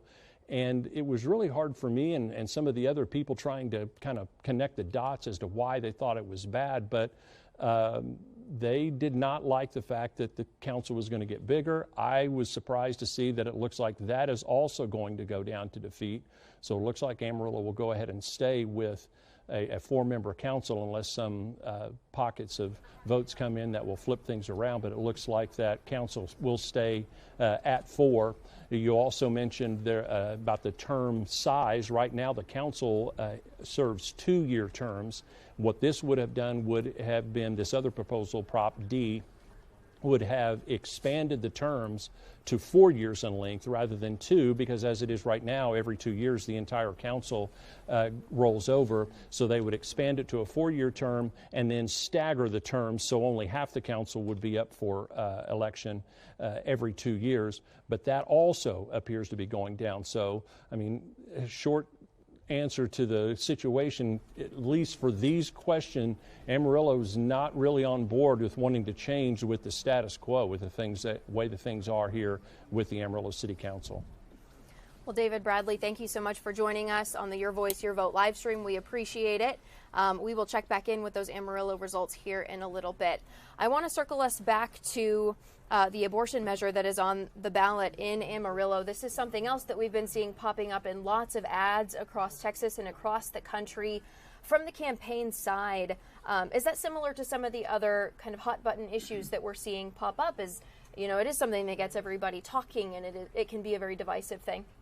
So yes, right. This is another example of what we're seeing here in Texas that's playing out nationally, and we'll see it again playing out in a couple of the battleground states in Arizona and Nevada as well tonight too. So once again, depending on the side you're kind of taking in here, but once again seeing this is another one of those. It's a social issue. It's kind of an emotional issue, and it's one that people have a real definite stance on where they are, and you're seeing playing out from the local to the presidential level in terms of what it means. All right, I am being told by some of our producers here, Fox News is calling our Texas Senate race for Ted Cruz. So we are checking in on that. Obviously, all of the networks have different ways that they go about calling these races. AP calls them as well, but we did want to let you know that. Again, Fox News is calling our Texas Senate race for Ted Cruz. We've been talking a little bit earlier about how a lot of polling was saying that these were going to be razor-thin margins, that this was going to be very close. I'll be interested to see if that's what we are seeing right now. I'll check on our map in just a second. But for a lot of people, I know that we had talked about this with the panel earlier as well. It wasn't a big surprise if Ted Cruz were to come out on top of this. Yeah, I mean, it's like we talked about before. Everything was almost perfect for Beto last time, and for him to overperform and still be down by 2.6, and with things not perfect this time around, I think that's why a lot of us were skeptical about what we were seeing in those polls. We were seeing it as a really tight race because the numbers just didn't add up, and it sounds like that's playing itself out. Now, what would be next for Colin Allred here if he does not win this race? Because he had a congressional seat that he was serving in. There are other people running for that right, now. So. And we were talking earlier about the gerrymandering. His seat is, I think, is a plus 12 or plus 13 Democratic. It is a safe seat. He could have stayed there forever, right? And so I think that's what a lot of folks were worried about for him, that as they saw him as an up-and-coming star in kind of Texas Democratic politics, he's done right now, right? And so and the question of where you go next is tough right? They're just it's tough to. He's just done it as a statewide race. It hasn't been successful, so I think it's going to be really hard to see where he can go next politically. Again, we will check in when other outlets in the AP call this race as well. To our crew over there, do we have Aaron ready to go? All right, awesome. Aaron, if you can hear me, we are excited to have you here on the live stream. I know there's a lot up on the ballot in Beaumont right now. What kinds of issues are people getting to vote on, and what kind of early results are you seeing as we're starting to see these numbers come in?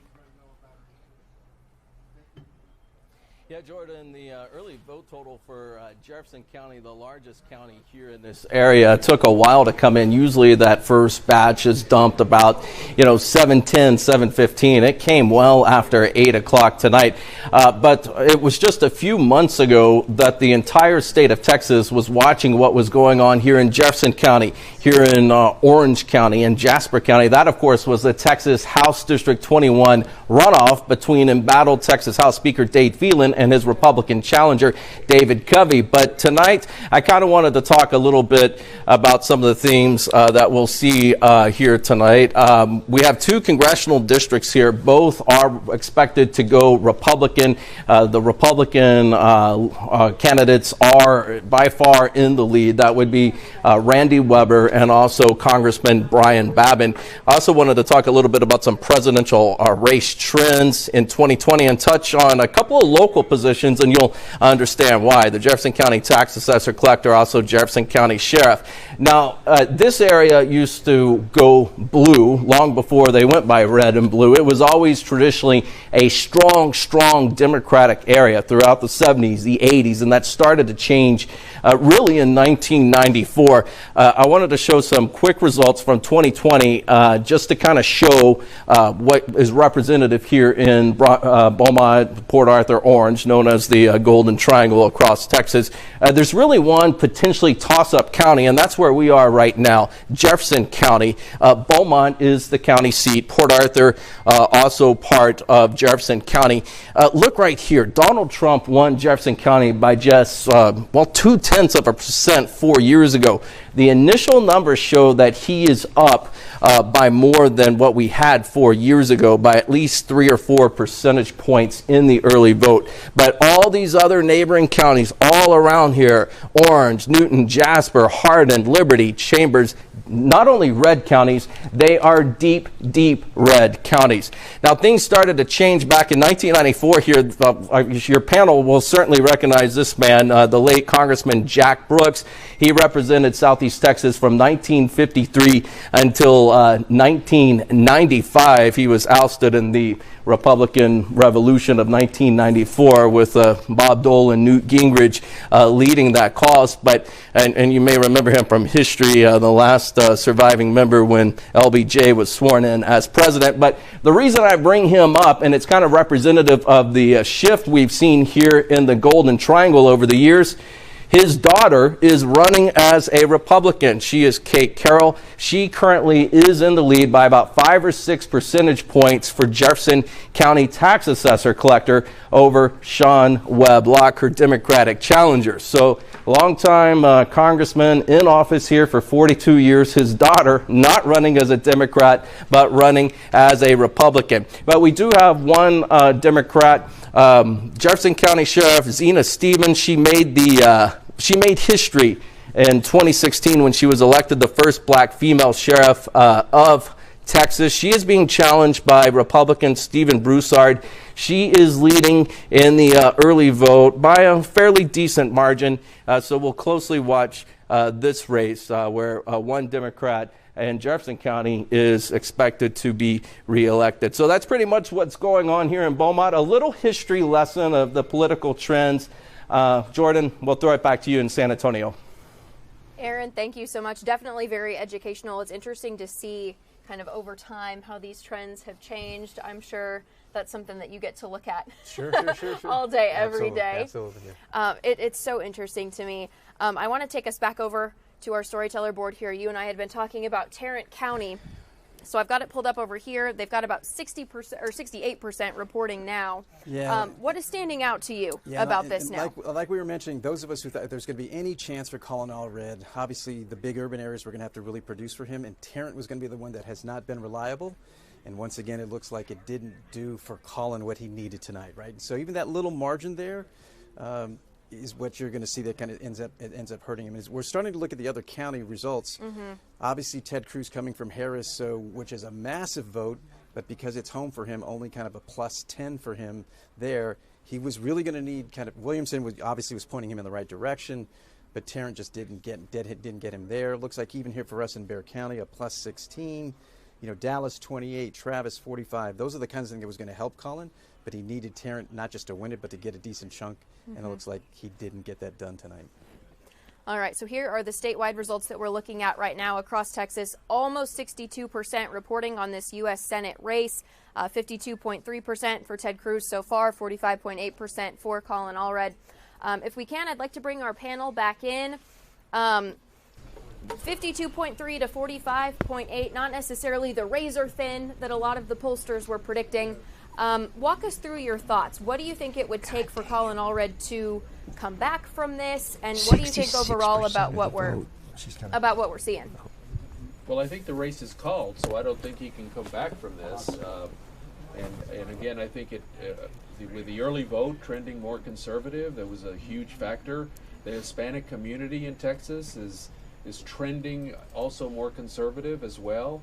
A lot of the CNN people and the MSNBC people, they think that because we have brown skin along the border, that we're going to be more aligned with some of the liberal issues. But the Hispanic community is huge in Texas, and they support the energy industry, they support border security, they support the police, and they're not woke.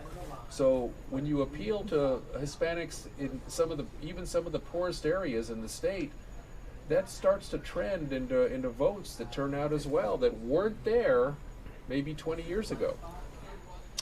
My sense would be, looking at these numbers, is that they're so large. I wouldn't have expected that kind of 52 to 45 kind of spread. Now they may close a little bit as the night goes along, but it has been called for Cruz.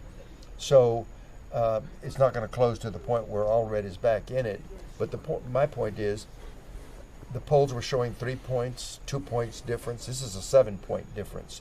Now what that tells me is that there's something fundamental going on, not just in Texas, but in the country at large. So it looks to me like Trump's lead in Georgia is a little bigger than what the polls showed. His lead in North Carolina is stronger than what the polls showed. And I don't know whether that's a Sun Belt phenomenon, maybe a Southern phenomenon, and whether it reaches the blue wall of Wisconsin, Michigan, and Pennsylvania. But I think this Texas race has to be looked at in a larger context, and I would say the context at the moment is Trump is running stronger than the polls showed, and that spreads down ballot to races like this one. It's too early to say all of that, but you just got to look for the kind of the tea leaves and see what they tell you.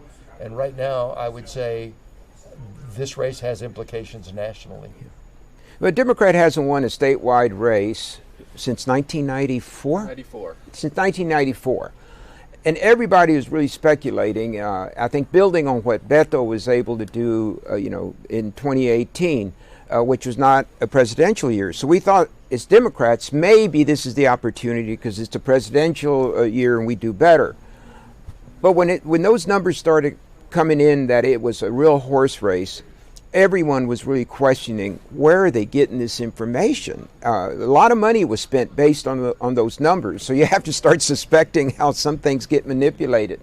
But there's no way. I thought a victory for Allred would be if he came within 3 points. That would have been almost like, you're going to lose, but you go with 3 points. That's a good showing. This is not a good showing. But the other thing is you really need to look at, in my opinion, how did women vote? Because, the whole thing, whether it's a presidential race or what's happening here in Texas, how are women voting? And suburbs. Yeah, exactly. And we always say white women, and such. And then the other thing, too, is look, we started the program with what? Discussing the ads, the transgender, the horde, being invaded and taken over at the border. And we kept... that resonates in the large Hispanic swaths. Oh, no, that's what I'm saying. And we said, well, how do we get away from that? You're not going to get away from that when you sensationalize it. It's winning for you. And I keep thinking how destructive it is when we keep having, it's a negative campaign. Vice President Harris tried to go positive and, we're going to unite and all that good stuff. I'm not sure it really inspired people anymore, Henry. I'm starting to worry that a positive message and being constructive just doesn't get the attention and instill in people something that makes them want to support you. I think if you say, I am going to protect your daughters from those boys in the bathroom, that resonates. I'm going to protect you from those criminals coming across the border. That sounds good.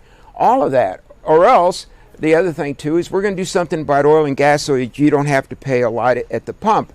You never really want to understand how gas prices are actually set. But all of that works. But it's such a negative world that we live in today. Well, the thing about our state, we're the greatest state in the nation. And usually you only throw out a major incumbent if you want change. And there are not a lot of people in Texas, the majority doesn't want change. I mean, we have the greatest economy. We have we have more Fortune 500s here than any other state in the nation. People are moving here, sometimes by 1,000 a day from states like California, because we have a great quality of life, and we also don't have the racial divisiveness that a lot of other areas have. So you have to have real unhappiness before somebody's going to stand up and go, man, I want change. And so obviously they didn't want change. Well, I want change. And so when I'm with my Republican opponent, I say, you want a better education for 90-something% of the kids in this state? You don't want to be ranked 48th in education finance.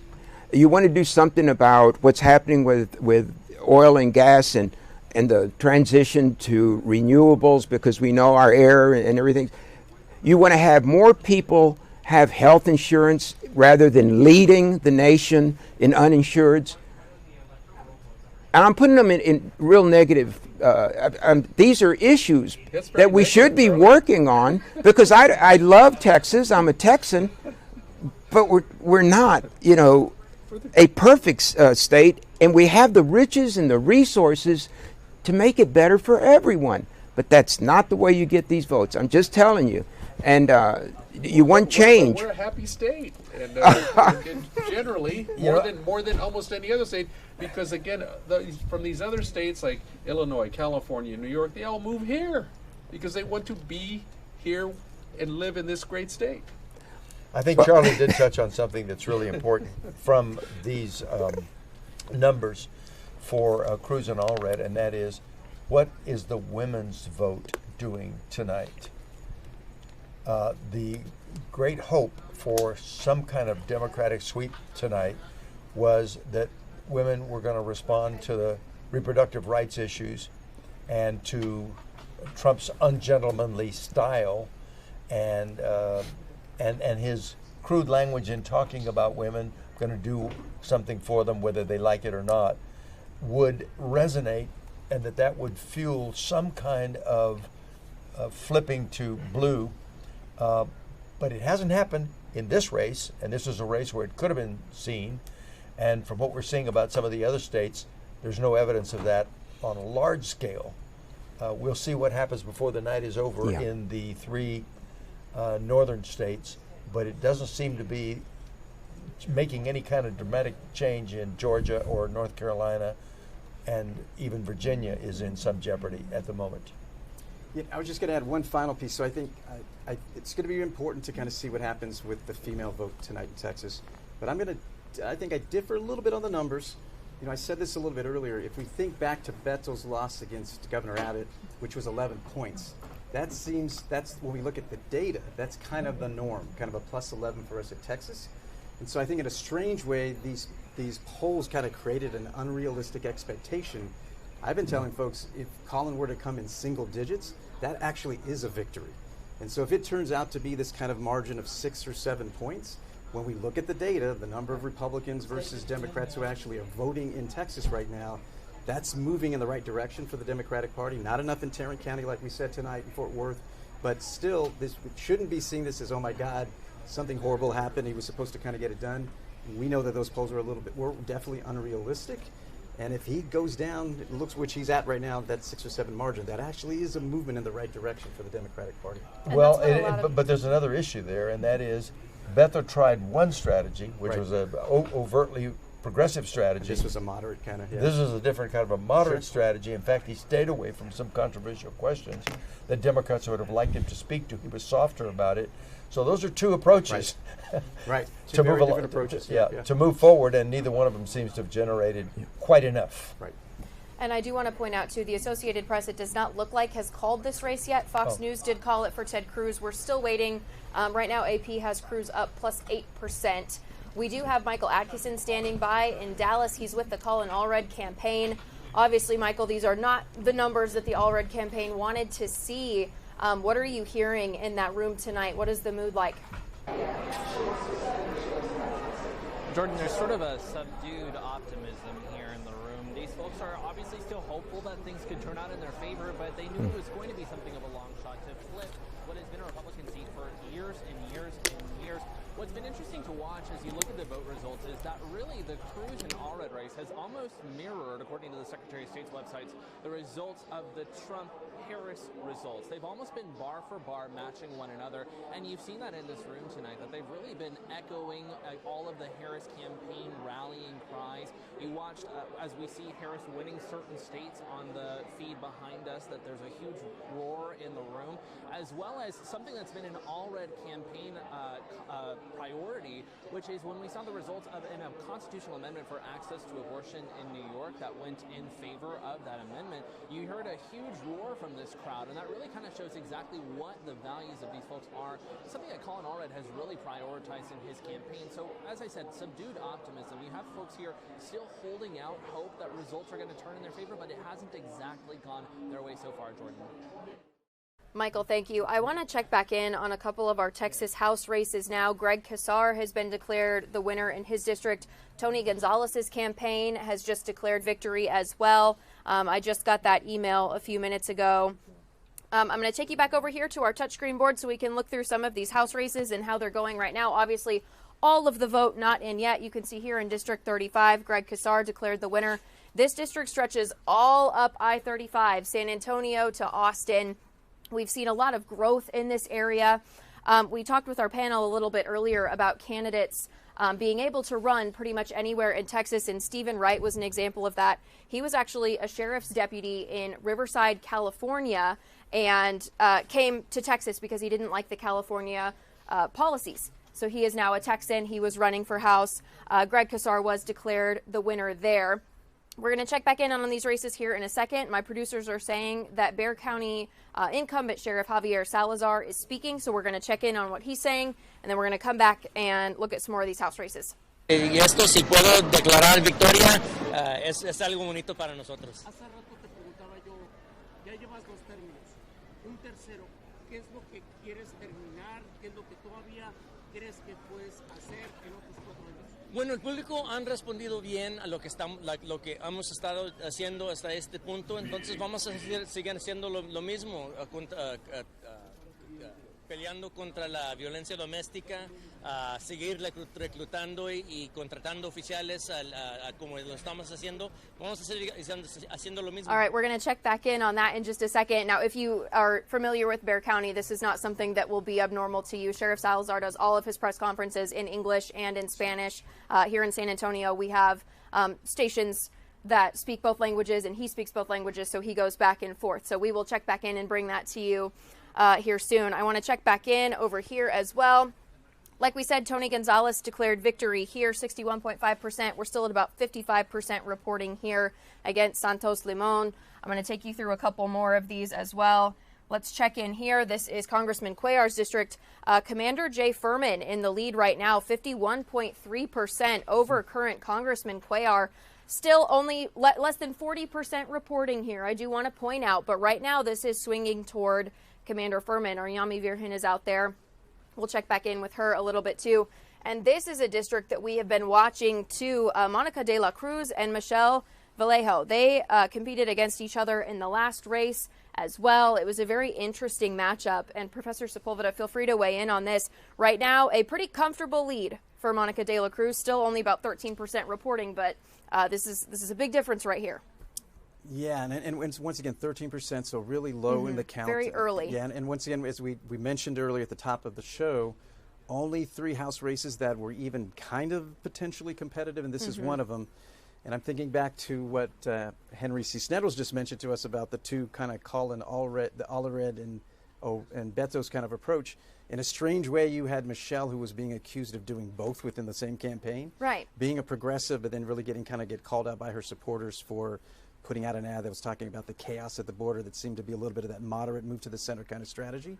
So my gut tells me this is way too early, but we'll have to kind of see, because this one is actually one of the 3 that should be competitive in Texas tonight. Right. We'll definitely keep watching that. Now this one over here, 41% reporting. This is Vicente Gonzalez versus Mayra Flores here.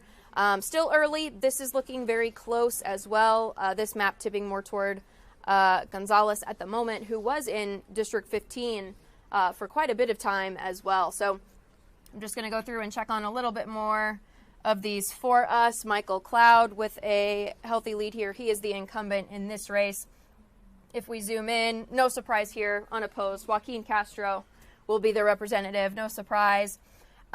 This is something I would love to talk to our panel about, too. Lloyd Doggett has been declared the victor in this race up near Austin. And something interesting about Congressman Doggett, he was the first Democratic congressman to call on President Biden to withdraw from the race. There were some questions about whether that would have an impact here tonight.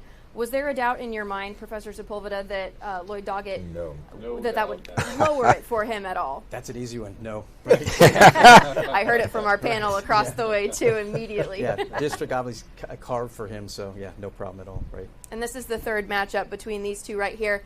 Former Congressman, I would love to hear your opinion as well on this call to action for the sitting president to not run again. Is that something that you thought that you would ever see? How did you react when you saw that announcement? It took a lot of courage for Lloyd to do that, and it made him stand out on a national level.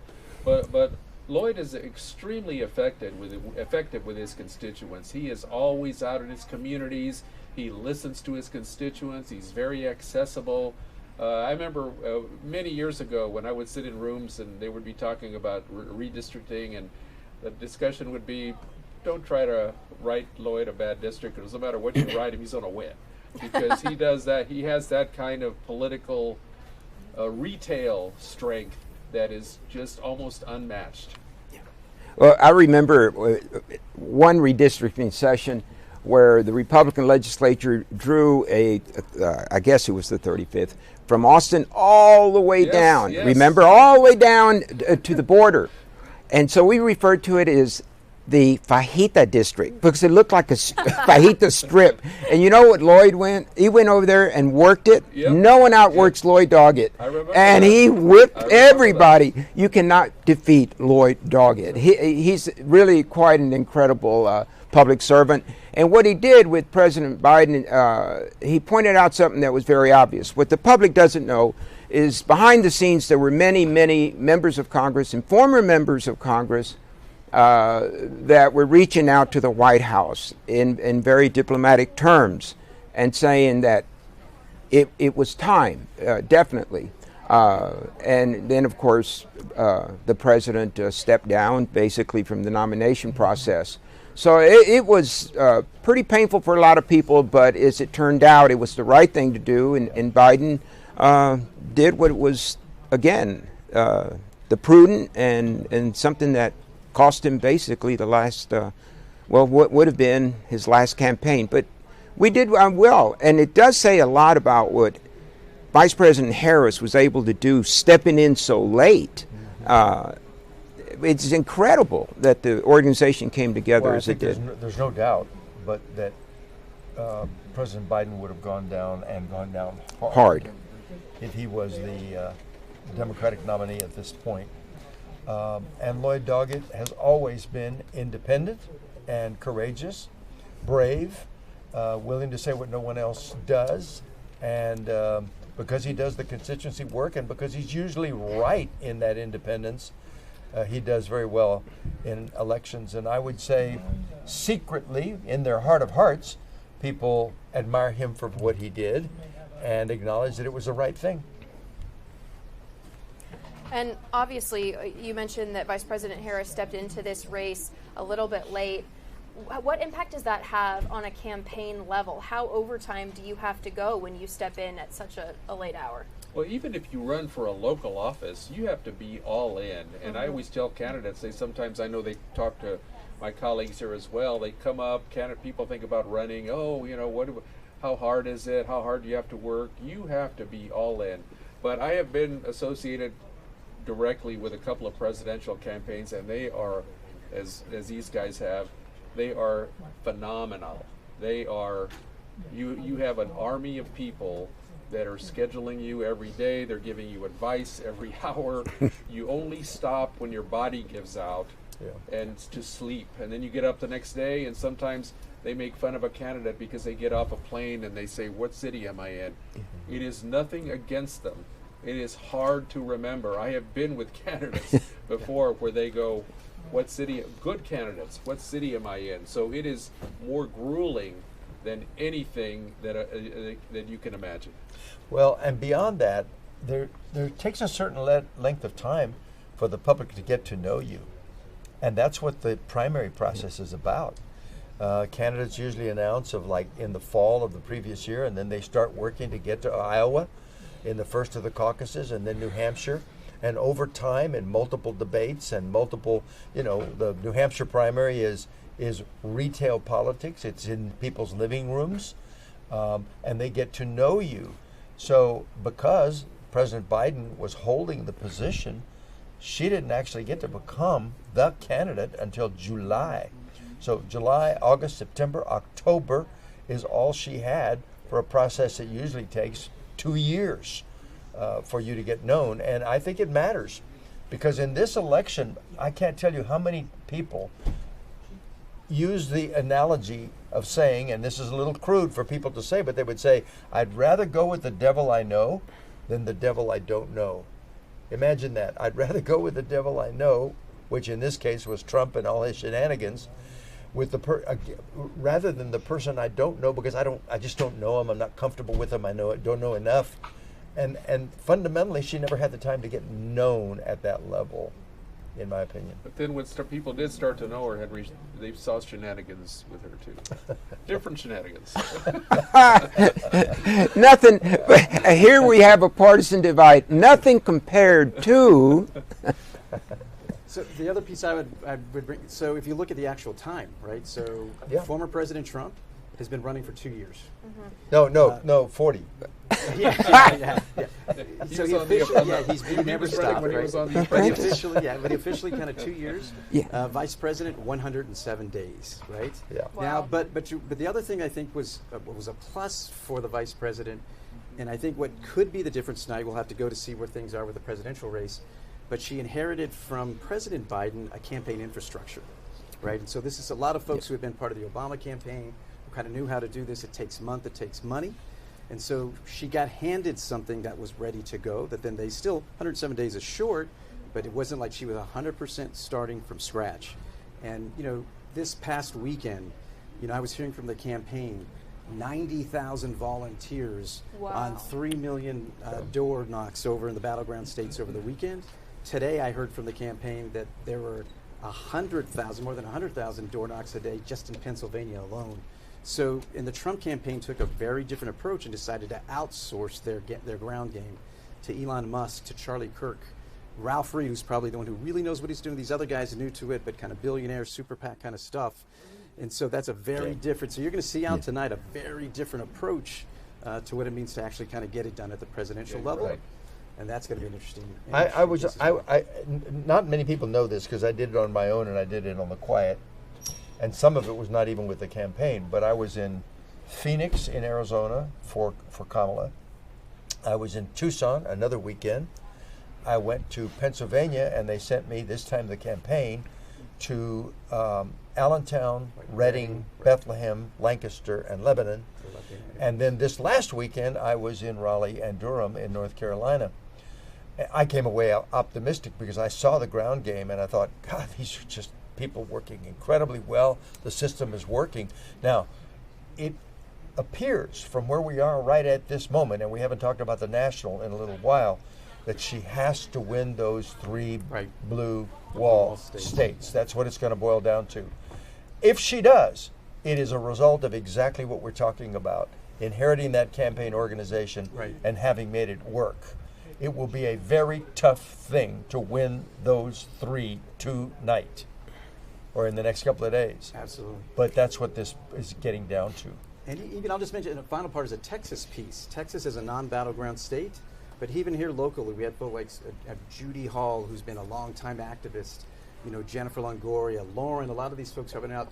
In the last 4 days with San Antonio and Texas statewide, they've made nearly, by the time they finish today, probably in excess of 800 to 900,000 calls of Texans calling it a battleground state. So you're seeing even the notion of not just the 7 states and people going there physically, California, Texas, other places that aren't in play, also being a part of that infrastructure as well.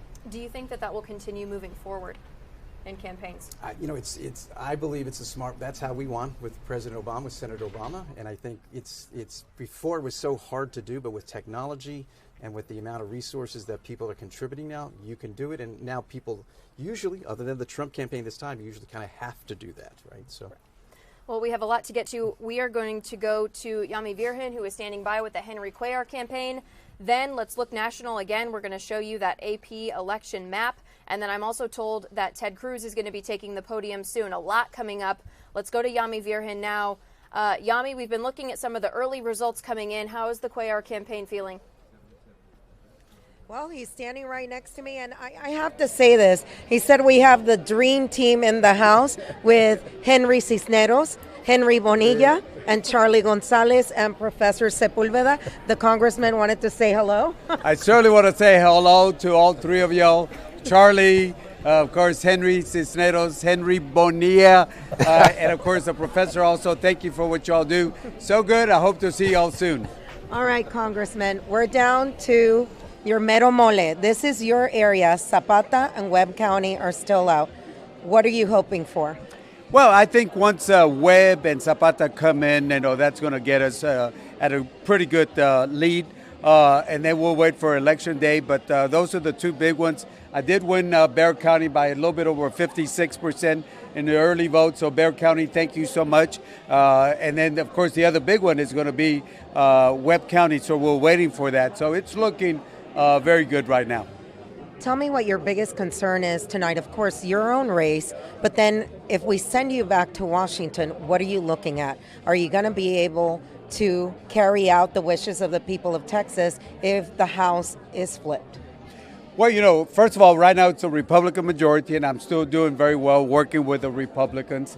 If it becomes Democratic, then it'll be a little better, of course. So either way, I work with both Democrats and Republicans. And I prefer to have Democrats, but the reality is I can work with anybody that's in the majority. What were you expecting? Were you expecting this to be a landslide tonight, or did you know it was going to be close? Well, I'll be very straightforward. Anytime President Trump is on the ballot, it does have an impact. I noticed in counties that have been blue, he won early vote in Duval. He won early vote in Stark County. So he's winning in counties that have been blue. In fact, Senator Cruz won in some of those counties also. But I, in turn, was the biggest vote getter of anybody in those counties. So the people split their votes. But it's interesting, President Trump did do very well in some of the southern counties, Hispanic counties. What's the most important issue facing the people of the 28th district because it runs from Laredo all the way to San Antonio, and it's very different. We go from here, it's a lot of, import-export. You're right at the border to San Antonio, the 7th largest city in the United States. Yeah. Well, I certainly, there's different issues. We have border security. We got transportation issues. There's so much trade that's going to be coming out of Laredo that's going to have an impact in San Antonio. Right now, we're handling 17,000 trailers a day. We just expanded, we're about to expand the bridge, the World Trade Bridge, from 8 lanes to 18 lanes. Then the Columbia lane from 8 to 16 lanes. And then we're about to add the second rail bridge here. So Laredo handles about 40% of all the trade between the U.S. and Mexico. A lot of that business goes up to San Antonio and beyond that. So I think we're going to see a lot of trade coming in. So that's why I always say it's, border security is important to me, but making sure that we continuously work on trade because that's what creates most of the jobs in my district. What are you thinking about the tariffs that former President Trump has been saying he will put back on Mexico? How will that affect us? Well, last time when we were negotiating the USMCA, right in the middle, he started talking about adding tariffs. So, that does motivate Mexico. I think the reason he said that was that he wants Mexico to do more to stop the migrants from coming in. Now, keep in mind, just recently, the current administration did that, and the numbers went down. They should have been doing that a long time ago. So I think by that thread, I don't think he'll do it because Mexico's our number one trading partner. It would impact them, and it definitely would impact the consumers on the U.S. side. But I think that's going to get Mexico to do better in stopping not only the illegal migration, but especially fentanyl, the drugs that are coming into the United States. All right. Thank you, Congressman. And we're going to be talking to you again in a little bit as we wait for Zapata and Webb County to come in so we can start seeing the numbers from your hometown. Thank you so much. Thank you. And we're going back to you, Jordan, in San Antonio. Yami, do you have time for a quick question, if you're able? Yes, sure. So sure. I would for love me to or talk for to the you. congressman? For you, ma'am. For you. Okay. So, Yami, for me. For viewers who Thank don't know, you. Yami Thank spends you. more time at the border for our station than probably any other reporter. She sees it firsthand. She does ride-alongs with sheriffs and Border Patrol, DPS. The border has been such a huge topic during this election, Yami, and I would love if you could walk people through what those border towns are seeing. I feel like there is such a narrative about what's going on at our border. What is one takeaway that you want people to know about what things are really like? Well, I have to say thank you for all of that, Jordan, but you're right there. You have come in and you have really adopted what it means to be a Texan. You and I weren't born here, but this is our home. When we go to the border, we see many different things. For the people that live on the border, it's the perception that is out there that's painted sometimes by national media of what the border is. The numbers right now are at about 250, 300 average a day in the Del Rio sector. The numbers have gone down. For many of the people that live there, they are tired of seeing people going through their property. For the ones that live right along the border. For other people, it's just there has to be a solution. At some point, people and the elected officials have to start working together. For the sheriffs that are along the border, they deal with this day in and day out. We were recently out in Sanderson County with Sheriff Thaddeus Cleveland and my photojournalist that works with me all the time, Paul Sanchez. We were out there in the middle of the night, and just to see people coming across, this is not an easy thing. The train was speeding past us. They must have been going more than 120 miles per hour, and they had all of the migrants sitting there waiting. For the law enforcement agents that have to do this day in and day out, you're not only seeing men, you're seeing women, you're seeing small children, many people are injured, and it's the human side of them that it's so difficult to see. And we have to figure something out. You're not going to figure it out just the Republicans alone. It has to be the Republicans and the Democrats coming up with a solution that works for everyone. But it is heartbreaking. It truly is sometimes, because people love their hometowns. For many people across the United States, the border is a thing that they will never see. For the people of Texas, for most of us, we have gone to the border at one point or another. I remember, and you can ask the Henrys, Henry and Charlie and the professor, many of us were used to coming to Laredo, going across to the Pink Cadillac, having drinks, going shopping, and it's something that we can no longer do because of those cartels that moved in. Many of the migrants that are coming through, they have to pay to be able to get across. If they don't pay, they're kidnapped. Many times women are raped, they're killed. Children are taken from their families. And many people say that's the risk that they take trying to get here. But how bad does it have to be wherever they're coming from to put your family through that pain of taking that trek? We have been to Darien and Panama at the jungle. I can tell you there is no way I would ever make it through there. It is just incredible to me what is going on, and a lot of it is happening here. And many people say this is not an immigration crisis. This is a humanitarian crisis that is happening, especially here in Texas. This is our backyard. We are watching this. We go out and report, and we try to get all sides of the issues so people can truly see what is going on down here in Ground Zero. Yami, thank you so much. We are going to continue watching that race between Congressman Cuellar and Commander Jay Furman as the night goes on. Thank you so much for your work on this. I know you have a show to get to here in a second, so thank you for joining us. I want to take you now to the New York Times Electoral College map. We've been looking around, finding which ones we liked the best. We liked this one, so we wanted to show it to you. So something unique about this map is they're showing the percent reporting in the states that haven't been called yet, which is interesting. Some of the states that appear to be leaning on other maps, they're showing kind of a clear picture of what they look like now. Obviously, Texas has been called for former President Donald Trump, and we're seeing some other states here as well. Professor Sepulveda, are you seeing anything here that surprises you, and what are you watching most closely now that all of the swing states are in the phase where they are counting? Yeah, no, I don't see anything that's really surprising to me. What's also great about the New York Times, Nate Cohn, who kind of helps lead them on the data side. So we were talking about even Virginia, and there's that question of what pieces are in yet. But you can see here they have something that became famous a few cycles ago. That's their swing-o-meter, right? And so even though here you still see Trump a little bit ahead in Virginia, they still list Virginia as likely Democratic, right? Now what's interesting, though, is when we go to the blue wall states, no surprise, all, even at different levels of percentages, all still seen as toss-ups. Right, so nothing there. North Carolina, likely Republican.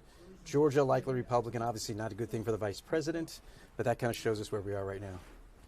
Absolutely. So I'm going to let you hang on this just for a second so everybody can see it. We were receiving word that Senator Ted Cruz might take the podium here soon. We are still working to get that shot for you. As soon as we have that, we will bring it to you. Again, we know that Fox News had called that race for former Senator Ted Cruz. I'm going to check in on AP as well. So for right now, here we are. We are looking at the New York Times map right now. The Electoral College has 109 for Vice President Kamala Harris, 198 for former President Donald Trump. Again, a lot of the swing states that we're watching this evening, those votes are being counted right now. So hopefully in the next little bit, we'll see those. I'm seeing NBC News over my shoulder here. NBC News is now projecting that Ted Cruz will retain his Texas Senate seat. So Fox News called it a little bit ago. We're now seeing NBC News reporting on this as well. So Senator Ted Cruz believed to win that race here in Texas. We've been talking about that race all night long, a lot of eyes on it. I'm sure you saw several campaign ads for that race. It was the most expensive Senate race so far this year. So again, I want to remind you, we have our ticker going at the bottom of the screen now. So if you are wanting to check in on some of your local races all across Texas, we've got those scrolling. If you don't see it immediately, keep watching. We have all of Texas on this ticker right now, so just make sure that you stay tuned for that. And again, a lot of these counties are still reporting. So obviously, we want answers now. we live in a very immediate world. Everybody wants to know right now who the next president is going to be. How long, genuinely, do you think that it will take for us to have that answer? Yeah, I think if what I'm looking at here right now, if with Pennsylvania about 51% of the vote in, Wisconsin 44, probably a little bit faster than we thought was going to come in tonight, but still knowing that you've got big places, Philly, Pittsburgh, and Pennsylvania, for example, in the suburbs, still probably going to take till tomorrow. So if everything plays out the way like it says it here, we're still not going to know tonight, right? It's still going to play out at least until tomorrow and may take a little bit of time. If those blue wall states do not get determined in the next day or two, and Arizona and Nevada are still in play, that's going to, we mentioned earlier, Nevada, I mean, you can have until November the 9th to get your mail-in ballots. And so that could take even a little bit more time as well. What I am seeing here, which is interesting, we saw that, even though no one wasn't counting on it to change, Iowa, for example, we saw that incredible poll that came out over the weekend. And here you're seeing with almost 40% of the vote, but Trump barely ahead by about 4 or 5 in Iowa. We saw this crazy 5% poll in Kansas. People, does that make any sense? Kind of a 6-point lead for Trump. So we were wondering there if once again, and it's probably going to be explained by the female vote, that these places that are even redder are less red tonight. And does that say anything? Particularly Iowa's, it's kind of, so much of it plays out in kind of a comparable to some of the counties in Wisconsin as well. So that's something we'll want to be looking for tonight as well, too. And a little bit of historical context for you here. In 2020, Joe Biden was announced as the new president at 11:26 a.m. on November 7th. Saturday. Yeah. 4 days after Election Day. Former President Trump, as we know, attempted to overturn those results. For 2016, Trump was declared president at 2:29 a.m. on November 9th, defeating Hillary Clinton. Election Day was the 8th of that year, so that came a little bit quicker. And then in 2012, the AP announced Barack Obama's re-election at 11:38 p.m. on the same night that polls closed, which that year was November 6th. So this is another interesting point. Taking longer. Yeah, and I don't think it's going to take this long, but you have to play out possibilities. Last time around, when President Biden was named the winner on that Saturday, what happens is that you then go into transition. Now, what happens is there was a simple little rule that said the government had to actually say that the race was done. And at that point, President Trump was saying, no, it's not. We won. There was a political appointee. It was called ascertainment was the fancy word. But she delayed kind of saying that the results were actually valid. So the transition couldn't start. You have a short period of time, 75 days from the election to inauguration, to kind of get the next government set up. They changed the rules. It's not going to take this long, hopefully this time. But the new rules say that if there is no winner declared within 5 days, both sides get to start transitions as they're about to take government. And so that could lead to some real chaos. that would be an interesting scenario for sure. So we're hoping it's not Sunday that we get the results. So. Right. We have Senator Ted Cruz at the podium now. We are going to dip into that and hear what he is saying, and then we're going to have our panel comment on his remarks when we return. But he learned what we've always known, that Texas isn't for sale.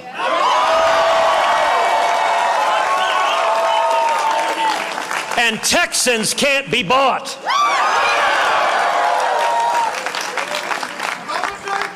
Amen.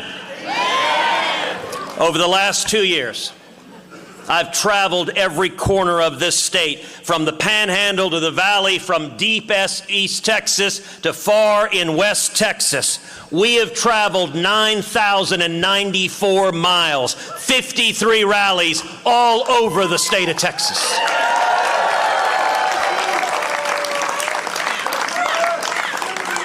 I've worn out my boots, at times my voice, and certainly the patience of my incredible political team, who did an amazing job on this campaign, and I think is the very best team in all of politics.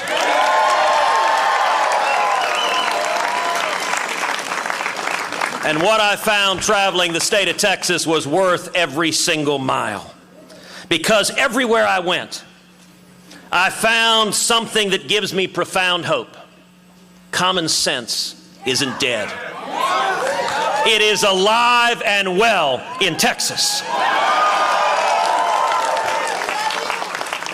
Everywhere I went, I met Texans who share a simple dream: to keep their families safe, to keep their freedom secure, and to keep their Texas values strong.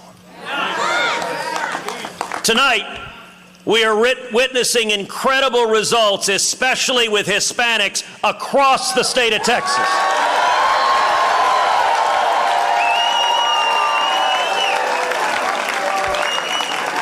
And we are seeing tonight generational change in South Texas.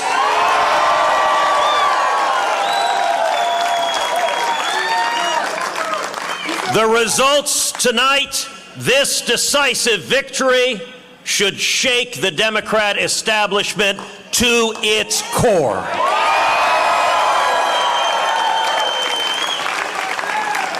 I've spent months in the Rio Grande Valley, sitting in family kitchens, visiting small businesses, praying in local churches. And let me tell you what I learned. Our Hispanic communities aren't just leaving the Democrat Party. They're coming home to conservative values they never left.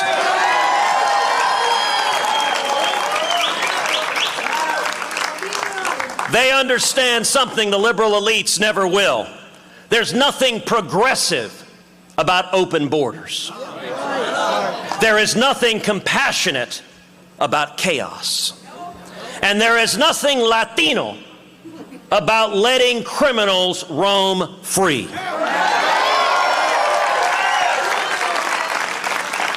And just for good measure, we're not tacos. We're small business owners who know that lower taxes means more jobs. We're parents who know that secure borders mean safe neighborhoods. And we're families who know that Texas energy independence means prosperity for everyone.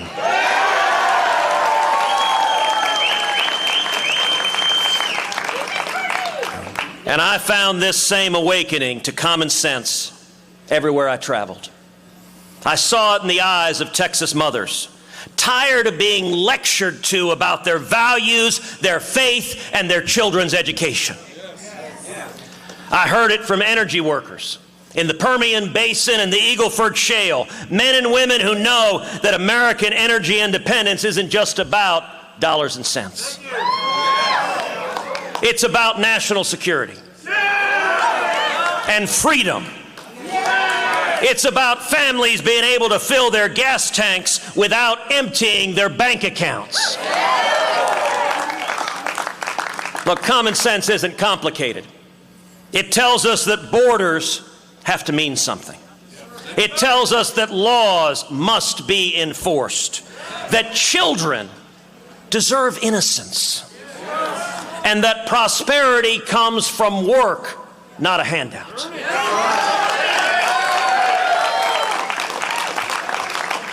And here's what common sense tells us above all, that the people who built Texas, whether their families came 5 generations ago or 5 months ago, understand Texas better than any social engineer in Washington ever will.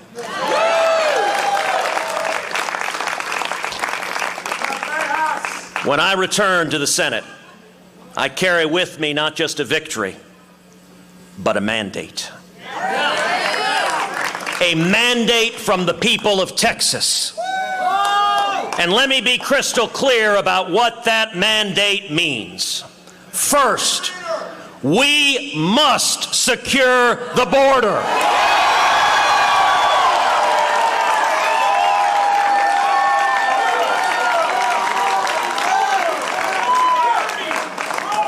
Not with empty promises, but with concrete and steel and law and order, and with the unshakable resolve from knowing we are protecting those we love.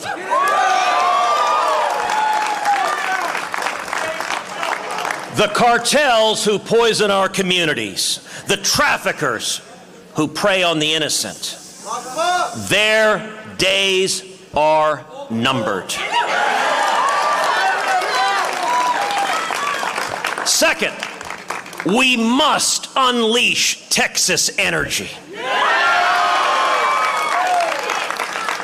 The answer to America's energy needs isn't Venezuelans, oil fields, or the Ayatollah in Iran. but rather it is right here in Texas, in the Permian Basin, and throughout the state of Texas.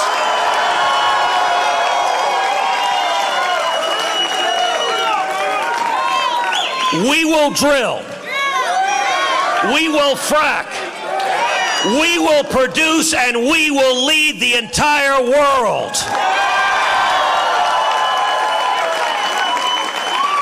And we will never again let foreign dictators hold American energy independence hostage.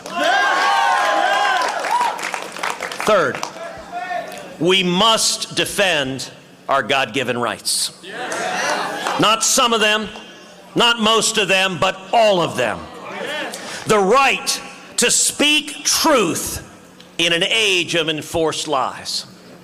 The right to worship the Lord God Almighty with all of our heart, mind, and soul without government getting in the way.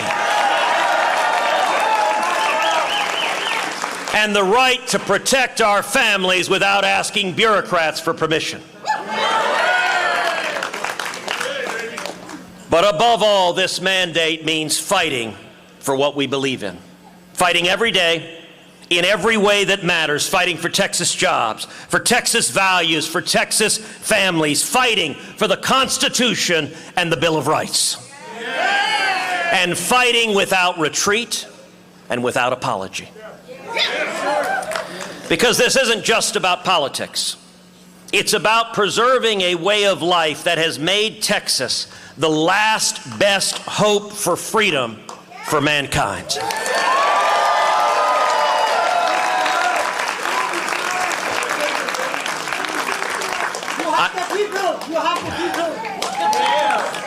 I know this in my bones. You see, this isn't just political for me. It's personal. Like all of you, my family journey makes me who I am.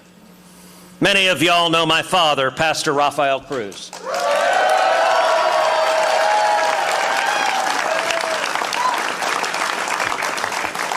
My dad arrived here from Cuba with nothing but $100 sewn into his underwear.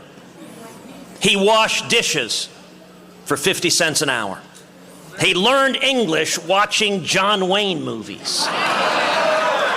And he worked his way through the university, graduating class of '61. That journey from a Cuban prison to Texas freedom, from a dishwasher to a small business owner here in Houston to today a pastor spreading the gospel across the state.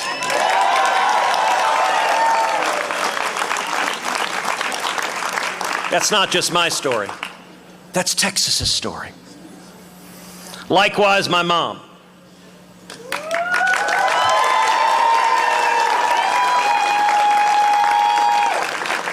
Who's Irish and Italian, born to a working class family in Delaware, who became the first person in her family ever to go to college.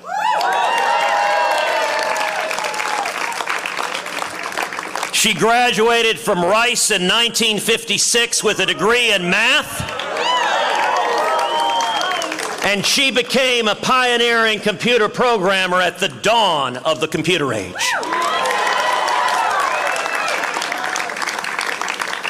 My dad is 85. My mom turns 90 this month. Both are here tonight, and I love you both very much. You are my heroes.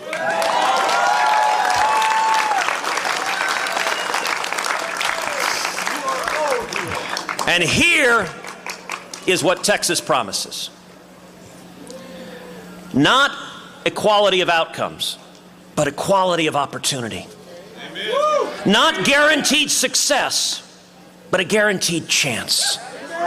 Not life without struggle, but a life where struggle has meaning, where merit matters. And where dreams that are backed by sweat and steel determination can still come true. That is the promise of Texas. That is the American dream. That's what all of us fought to preserve here tonight, and that's what I give you my word I will continue to defend with every fiber of my being in the United States Senate. Senator Ted Cruz there. He is declaring victory in the Texas Senate race over Congressman Colin Allred. Now, Professor Sepulveda, one of the things that Senator Cruz said earlier in his speech is that this is a sign of generational change. A lot of people were looking at this race as a sign of where Texas is going, how close those margins were. What do you take away from this speech and about that generational change that he's citing? Yeah, so I think once again, numbers don't surprise me. I kind of felt like, I think a lot of us felt when you looked at the actual Texas numbers, that's where it would land for Senator Cruz tonight. Another thing he mentioned I think is interesting is going to be this question. You had a national narrative of the increasing number of Latinos moving to the Republican Party and using the Valley as an example. That's going to be interesting to see because we know that the stories seem to have been a little bit more exaggerated than the numbers turned out to be. The Latino vote has always been a competitive vote, but it'll be interesting to see whether it pops past 40%, for example, and also be able to see what happens in the exit polling for the battleground states as well. But that notion of kind of you can see from his speech the continuation of the hope of where he sees Texas is going to be going. I think there's that question of whether or not it hasn't happened yet, but as the demographic changes kind of continue to move down, that how that plays itself out. Like I said from the beginning, you know, it's that classic thing about the urban areas. 5 of the 6 largest are blue, Tarrant is purple. The rural areas, if you're a Democrat and you get 30% of the vote, you're lucky, right? It's been in the 20s. That urban-rural divide, a little bit of battle for the suburbs, still seems to be playing out even as the rural communities are shrinking in numbers, but with those huge percentages makes it so hard for Democrats to make it up statewide. Absolutely. We've been checking in with reporters across Texas tonight. I now want to bring in Karina Hollingsworth, who is in Abilene for us. She is watching specifically House District 71. A lot has been going on. We want to check in with Karina now. What are you seeing so far now that results are rolling in, and what are some of the other things on the ballot that y'all are watching?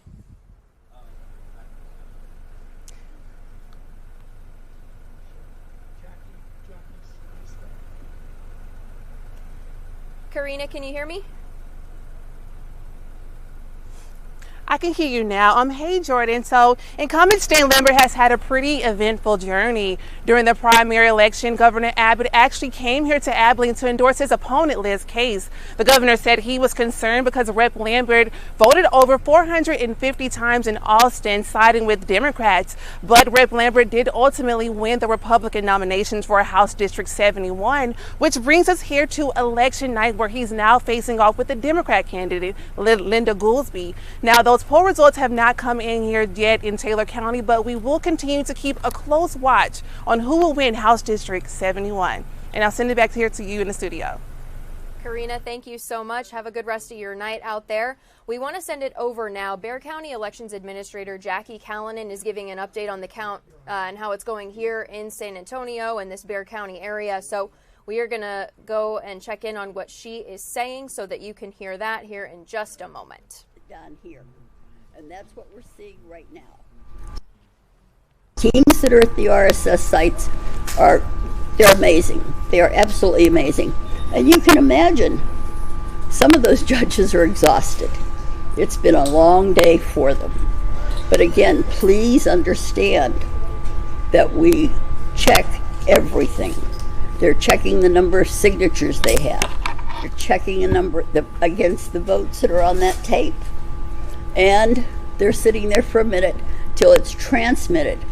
They do not leave the property where we are until we have a successful number that comes through that we have, and that's how we keep going with the messages that we're putting out.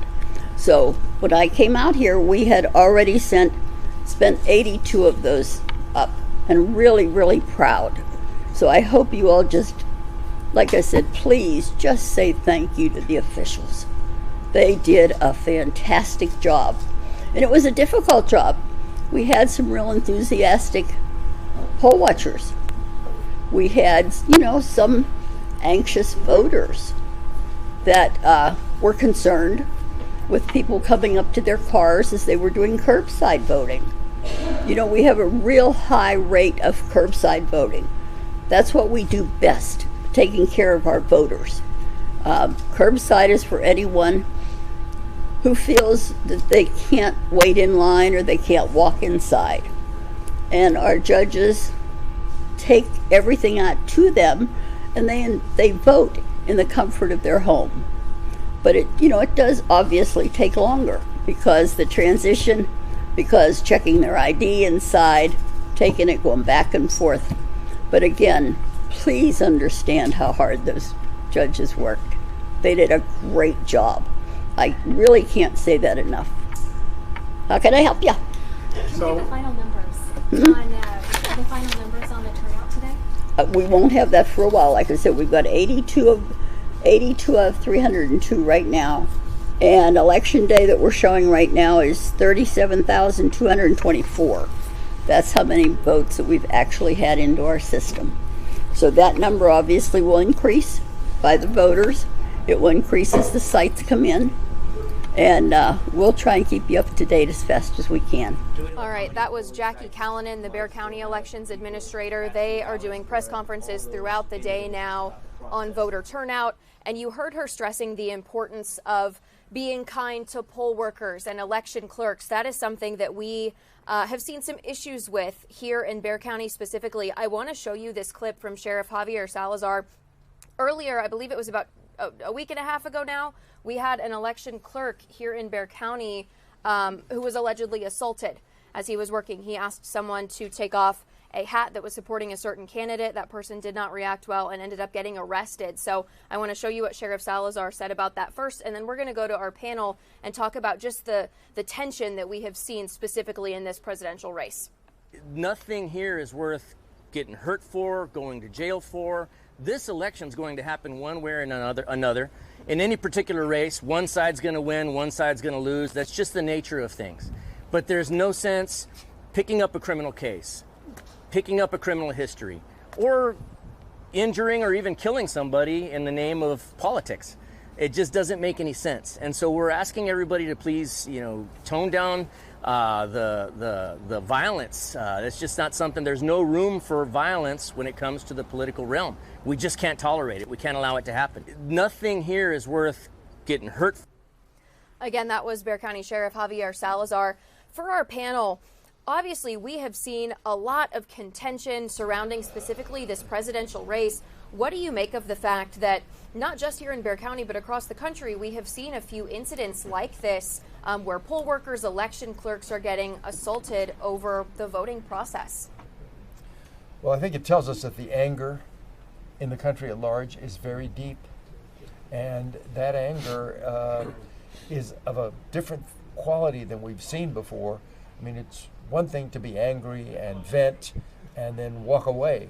It's another thing to feel like your whole existence depends upon that winning that fight, and therefore taking it to new levels, escalating it to violence.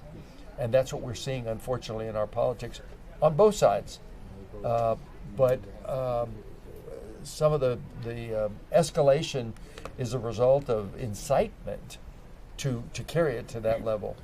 And so it's just a tragedy for our country that we're seeing that. It's just absolutely unacceptable that poll workers would be threatened, followed to their homes, threatened in their personal lives, their families threatened.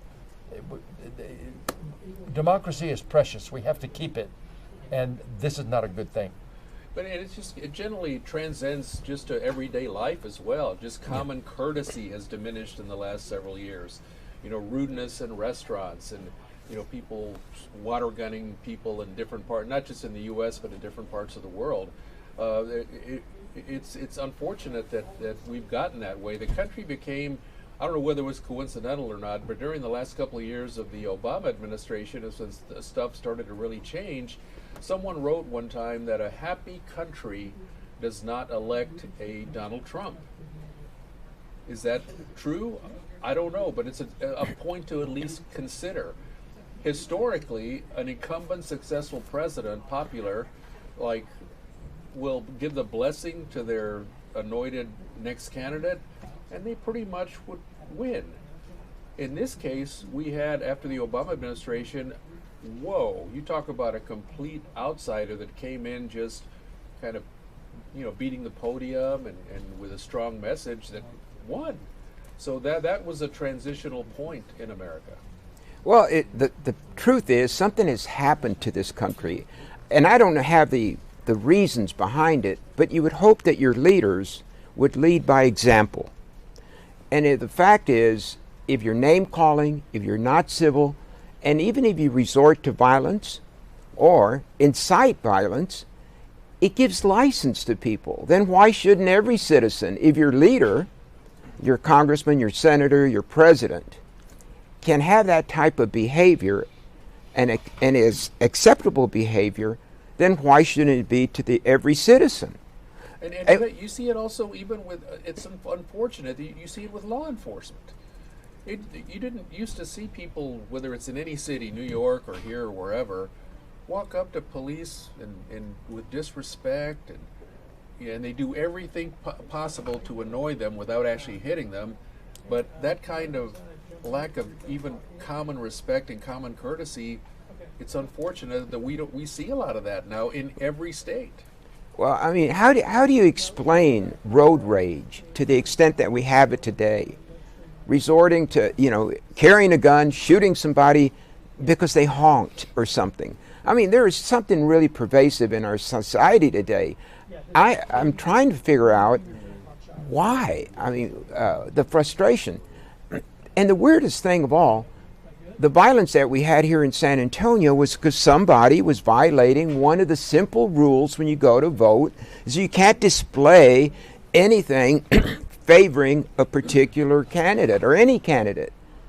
And they got so angry they punched somebody out. Now, if you talk to that person, a 70-year-old woman.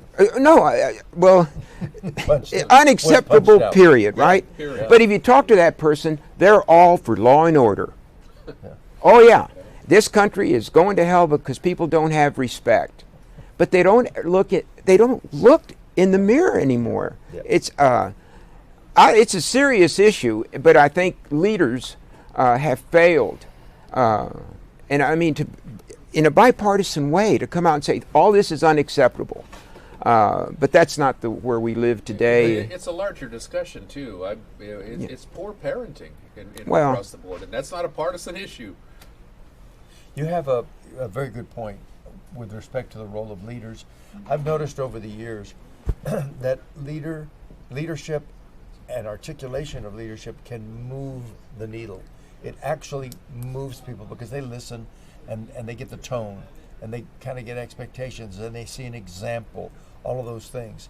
When the leaders are the ones leading the way in the incitement, and it's really hard to understand. And of course, whoever's elected tonight, the next few days as president, that is going to be a major responsibility. And I hope that if Donald Trump is elected, that he is up to the task, because what we have seen from him, including January 6th, is just truly damaging to the democracy. And gentlemen, I think about this quote all the time. Pete Buttigieg tweeted this 4 years ago, and I think about it every day. He said, leadership isn't just about policy. Leadership is about what you draw out of people. So we have seen different styles of leadership over the last 8 years. Do you think that this is something that's encouraging more people to go to the polls, or do you think it's something that is inspiring more fear in going to the polls? Yeah, I think there's two pieces there, right? So I think you've seen on former President Trump's side a populist movement, right? So it's not there's been a notion of using that to kind of be able to get folks to kind of come out. But I think what a lot of folks were worried about was when he first kind of burst out into the scene was, I know everyone was worried about, will this get normalized? And it has, right? And so the question is kind of where it's going to go from here, and depending on what happens tonight, whether the party decides to continue to say that's a successful leadership approach. What's another thing that's really interesting is you see voters on both sides who have moved beyond even looking at issues and are saying, I'm now on a team. I'm on a side, and the other side is the enemy. And you know, you heard the vice president in the past weekend, and you heard some other candidates saying we've got to get past this idea of being able to disagree with folks. What we've been hearing tonight from our experts here, and to be able to kind of have those tough conversations, disagree with you, but be okay, be respectful. But that's not the reality. And so you're hearing this notion, and even the people who are most involved in both parties not only see the other side as an enemy, but it's like, I don't want my kids marrying your kids, right? It's gone to this whole other level beyond politics, and we've got to do something about it, right? So. Right. And Congressman Bonilla, you worked in media for many years. What do you think the role of the media is here in this larger conversation about civility and leadership and what both sides are saying and the whole conversation that's going on about that nationwide? Well, some people watching might remember the icon of journalism, Walter Cronkite, from many years ago. He was widely viewed as the most respected, not just journalist, but one of the most respected people in America. Trusted. Yeah. And he never revealed his political or personal views or stirred the pot or whatever. No one knew what his political leanings were until way after he retired. Today, every cable channel is just, just spewing. They spew anger on the cable channels now, and that perpetuates the problem. It's really unfortunate. I know I'm an older guy, but in the generation that, I have a degree in broadcast journalism, and we were taught, even I worked in New York City for a while in a different era, but even then they required that we be objective. Do not bring your personal views to the newscast each night at 11 o'clock in New York that I worked where I worked. Now it's almost like everybody is doing it, especially on the cable channels. And the general population is not even demanding better objective journalism from local media, whether it's electronic or print. Newspapers are dying. And they're not dying because of what they're doing. They're dying because no one wants to read them anymore. As I said earlier tonight, everyone just wants to be on TikTok every day and on social media, and that's where they perpetuate emotional feelings, anger, a lot of it on social media as well. So what's the old saying that the fault, dear Brutus, lies not in our stars but in ourselves, that we are underlings or where we are today? It is our fault as a society. And obviously, in 4 years, we're going to have another presidential election. We've seen the role of things like TikTok and Instagram Reels that have played here, especially with things like generative AI. Where do you see us in the next presidential election? Because we're going to be facing a lot of these same issues with how people are getting their information. We've touched on this several times tonight in different ways, but I'm convinced that this is an existential problem for the country and for our system of democracy. We say we have to get a handle on it, but there really isn't a clear sense of where the handle is. We just know we have something we need to work on. If you look at history, there have been any number of times when there was a dominant force in the world, a nation that was an empire, or a nation that was just the one that was the leading exploration, taking on land and responsibilities. It was a global force. The United States has been that place since the end of World War II. There is no guarantee in world history that a great nation must stay great. There is a point of inflection where nations come apart. And I think some of the things we're dealing with today are of that existential character. We cannot function as a democracy. We cannot function as a unified nation. We can't make decisions. Our Congress is stalemated because of some of these things. And they are not only the incivility and the way we treat each other, but even the way the systems that we've created keep us apart. People talk about social media as an atomizing force, meaning it takes us to basically know each other. Know just ourselves, because we can watch everything we want to one-on-one, and we've lost our ability to socialize, converse, listen to other people, understand differences, ameliorate them, and because, our lives are the way they are. People are in their office, if they go to the office at all, drive their car, drive into their home and put the car in the garage, go in and listen to the channel that appeals to them, reinforcing what they already believe. These are really serious questions. Yeah. But the digital age, they're structural and they're personal. You know, you look at how we communicate, how we entertain and everything, and with the advent of the digital age, what happened is you had a lot of players without any sense of responsibility because there is no liability. If you were a traditional newspaper, traditional TV station, traditional radio station, and you printed something, or you broadcast something that you knew wasn't true or incited violence, you actually could get sued. And I believe without liability, there will never be accountability. And the law shields everyone out there because they just say, well, we didn't say it, we just put it out there. We're aggregators, collectors, and then we send it out there, we create everybody's little silos, and then you belong to a tribe. And you just get this constant feed, and we all do it. I mean, I was looking the other day as to what I subscribe to.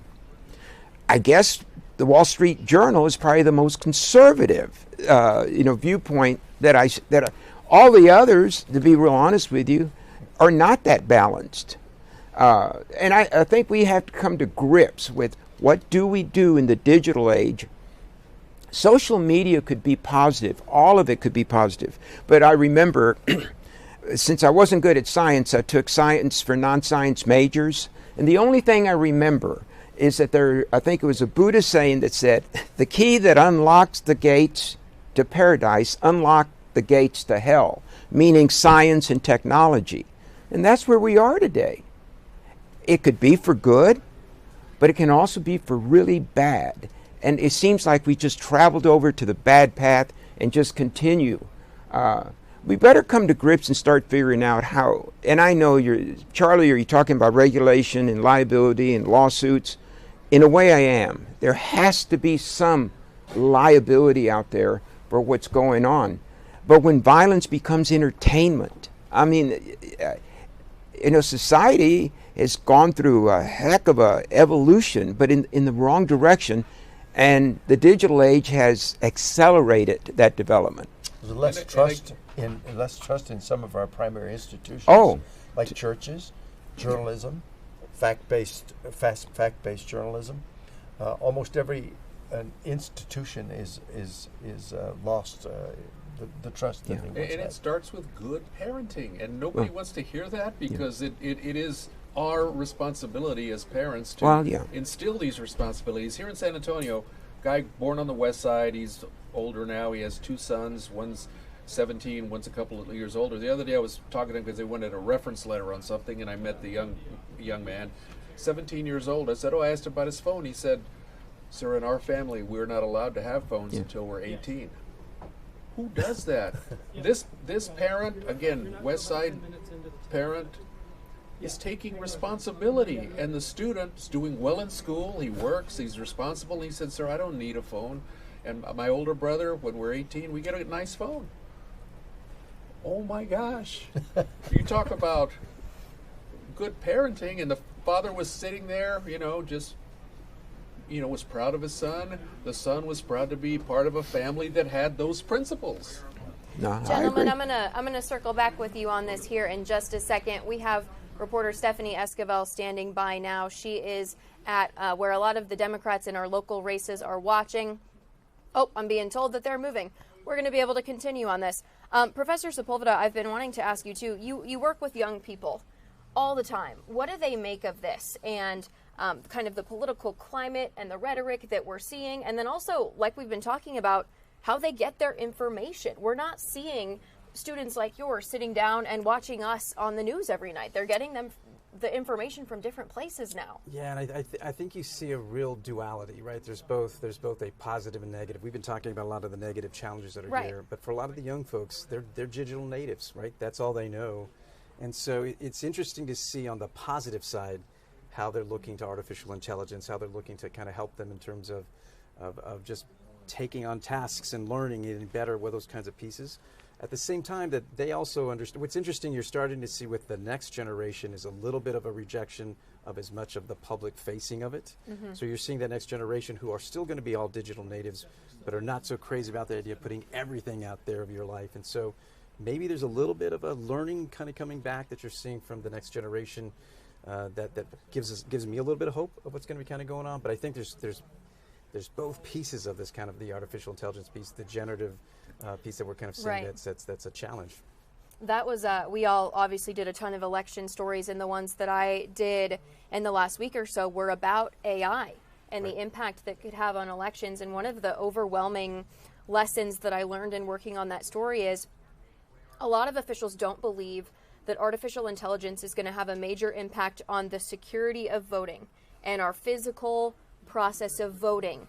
But it is going to have an impact on how you think about candidates and how and where and why you choose to vote. We saw deepfake videos of both major presidential candidates. We saw deepfake photographs here in Texas of House Speaker Dade Phelan. Overwhelmingly, I feel like people are getting better at knowing when something is a lie, but they're not as good at picking out what is the truth. And that could be a dangerous thing. That could be tough. Yeah, there's definitely a need for media literacy that isn't taking place for young folks, and they're struggling with it themselves, right? Because they're doing exactly what they're saying. They're going to the things that are the way they see the world. And so we know that's going to be a challenge for kind of how people actually learn to navigate. And it's I remember years ago working with some folks from MIT, and they told us that almost everything that comes out of our mouth is an opinion. There are very few facts in the world. This has just exaggerated that notion, right? That there's a sense that there's actually no real set of facts that people have to kind of deal with because they're dealing with the artificial intelligence piece. But at the same time, you also see campaigns doing really interesting things, even going back to us in the Obama campaign, but even now today, in terms of trying to inform voters and going to them again. We were talking about podcasts earlier, but also the notion of literally putting ads into video games, putting ads in other places, and trying to once again, things that years ago we wouldn't have thought of. Right. So once again, you see the potential there. That could be a helpful kind of piece. But we're still struggling with where's the line of really being positive versus the negative. They're hand in hand, and I'm hoping we can figure out a way that kind of moves it in the right direction. And campaign-wise, there's not a lot of overarching regulation on a lot of this right now. Texas does have a law that within 30 days of an election, deepfake videos are banned. There are punishments for that, though it's not clear if those are widely enforced. But we do have that law. But nationwide, there isn't anything yet that is in play. Yeah, and the United States is one of the few countries that's actually playing around with this notion of what is truth, right? And so, you think about Elon Musk and taking over Twitter, which is now X, and him kind of loosening up the rules and not kind of going after folks in the same way that we saw some of that happening during COVID. And so, but there's that real question of, and it's been more of an American question than the rest of the world, of what is free speech? Right. And what is misinformation? What is disinformation? And where do we draw the line? No one has figured that out yet. And that's going to be interesting, especially as we deal with generative AI and what that looks like 4 years from now, because you can still kind of tell right now, usually, but eventually maybe we won't be able to. So that'll be interesting to see. We have Matt Roy standing by with us right now. He has been covering one of the really tightly contested races, John Lujan and Christian Carranza. I'm seeing on my board that live shot just went down. This is live TV, folks, or live online version of TV. Gentlemen, I would love to get your thoughts on this concept of generative AI and the role it plays in elections. This is most likely something that you did not deal with as you were campaigning or running or in office. What challenges do you see this facing for people who are already elected and for people who want to be elected to have something like this playing a role? I think it's pretty early to know what the implications of AI will be in the electoral context. AI essentially is a machine-assisted learning that allows the machine itself to learn and has some positive aspects in certain fields. In medicine, for example, it is possible to see 100,000 results of a diagnosis that a doctor makes, as opposed to the number that he can remember from his own career and his memory, and use that mass, the theory of large numbers to come to a better diagnosis. And there are other fields where it lends itself.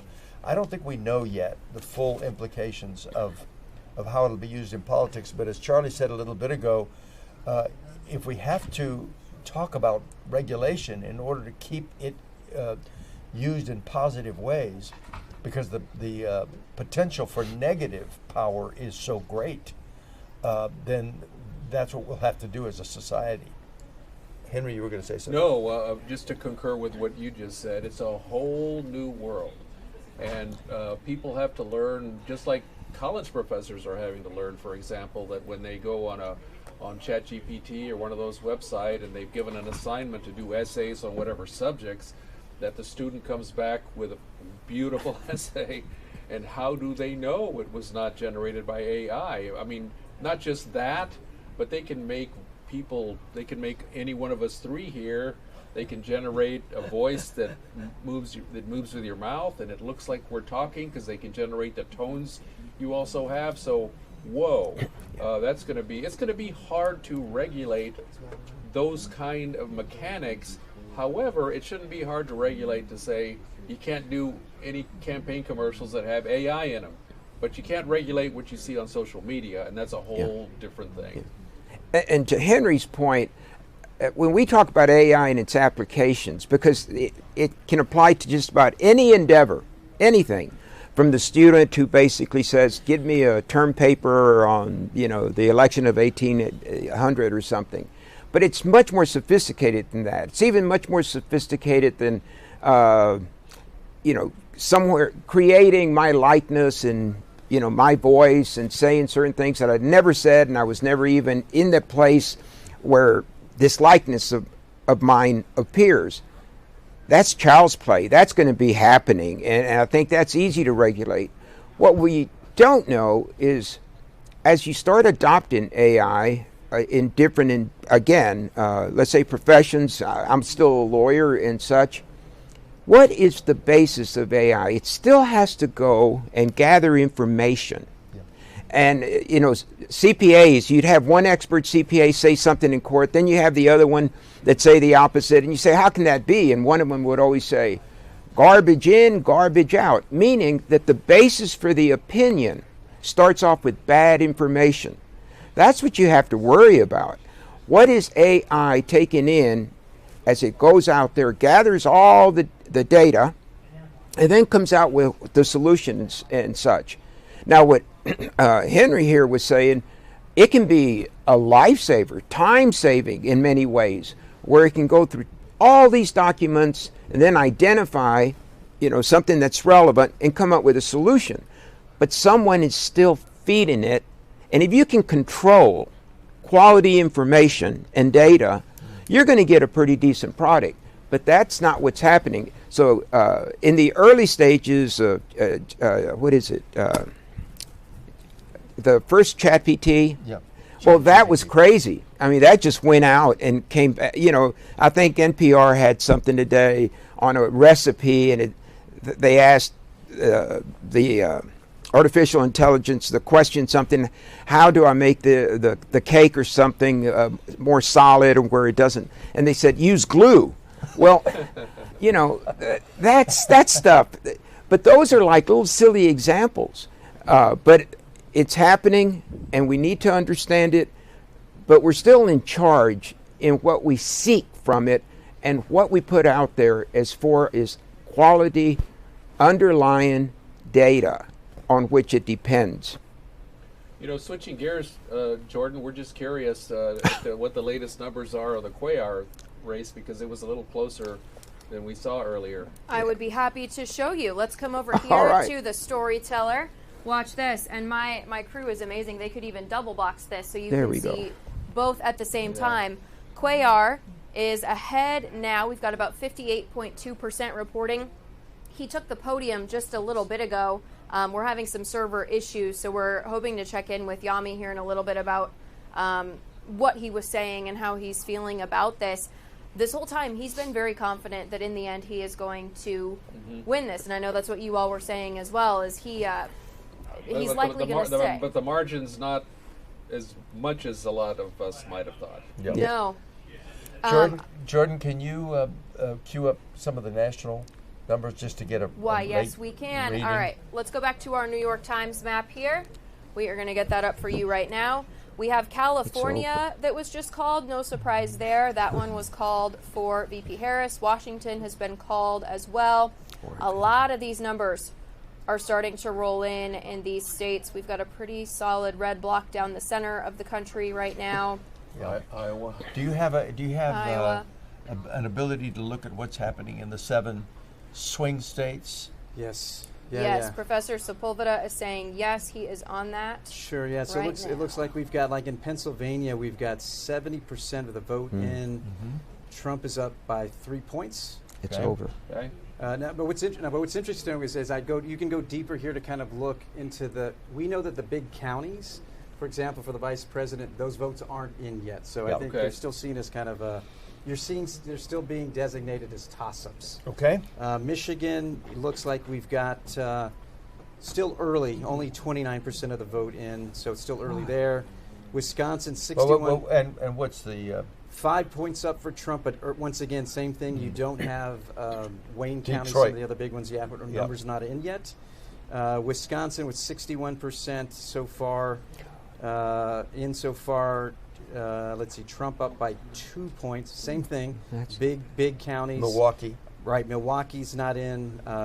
Dane County, which is Madison, those are not in yet at the full level. So you're still seeing them all being kind of. And what's the latest on Virginia? It's not one of the traditional swings, right. But it was in jeopardy earlier tonight. Sure, let me pull it back up again. It was when I looked at it a second ago. It looks like so in Virginia we've got. Come on back. I'm just trying to get the latest numbers. It says that it is leaning Democrat at this moment. Again, Right. not everything called yet. It has Kamala Harris up. She's up by 2 with 80% of the vote in. So once again, like we were talking about, some of those kind of northern kind of counties are starting to kind of come in. So it's listed as very likely Democratic. So why not on the blue wall?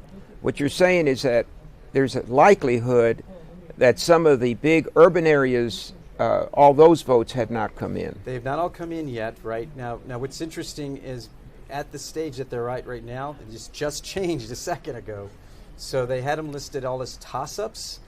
Still, Wisconsin at 62%, Michigan at 30%, and Pennsylvania at 72%, knowing that some of those votes still aren't in, but they've just moved them from toss-ups to leaning Republican. Okay.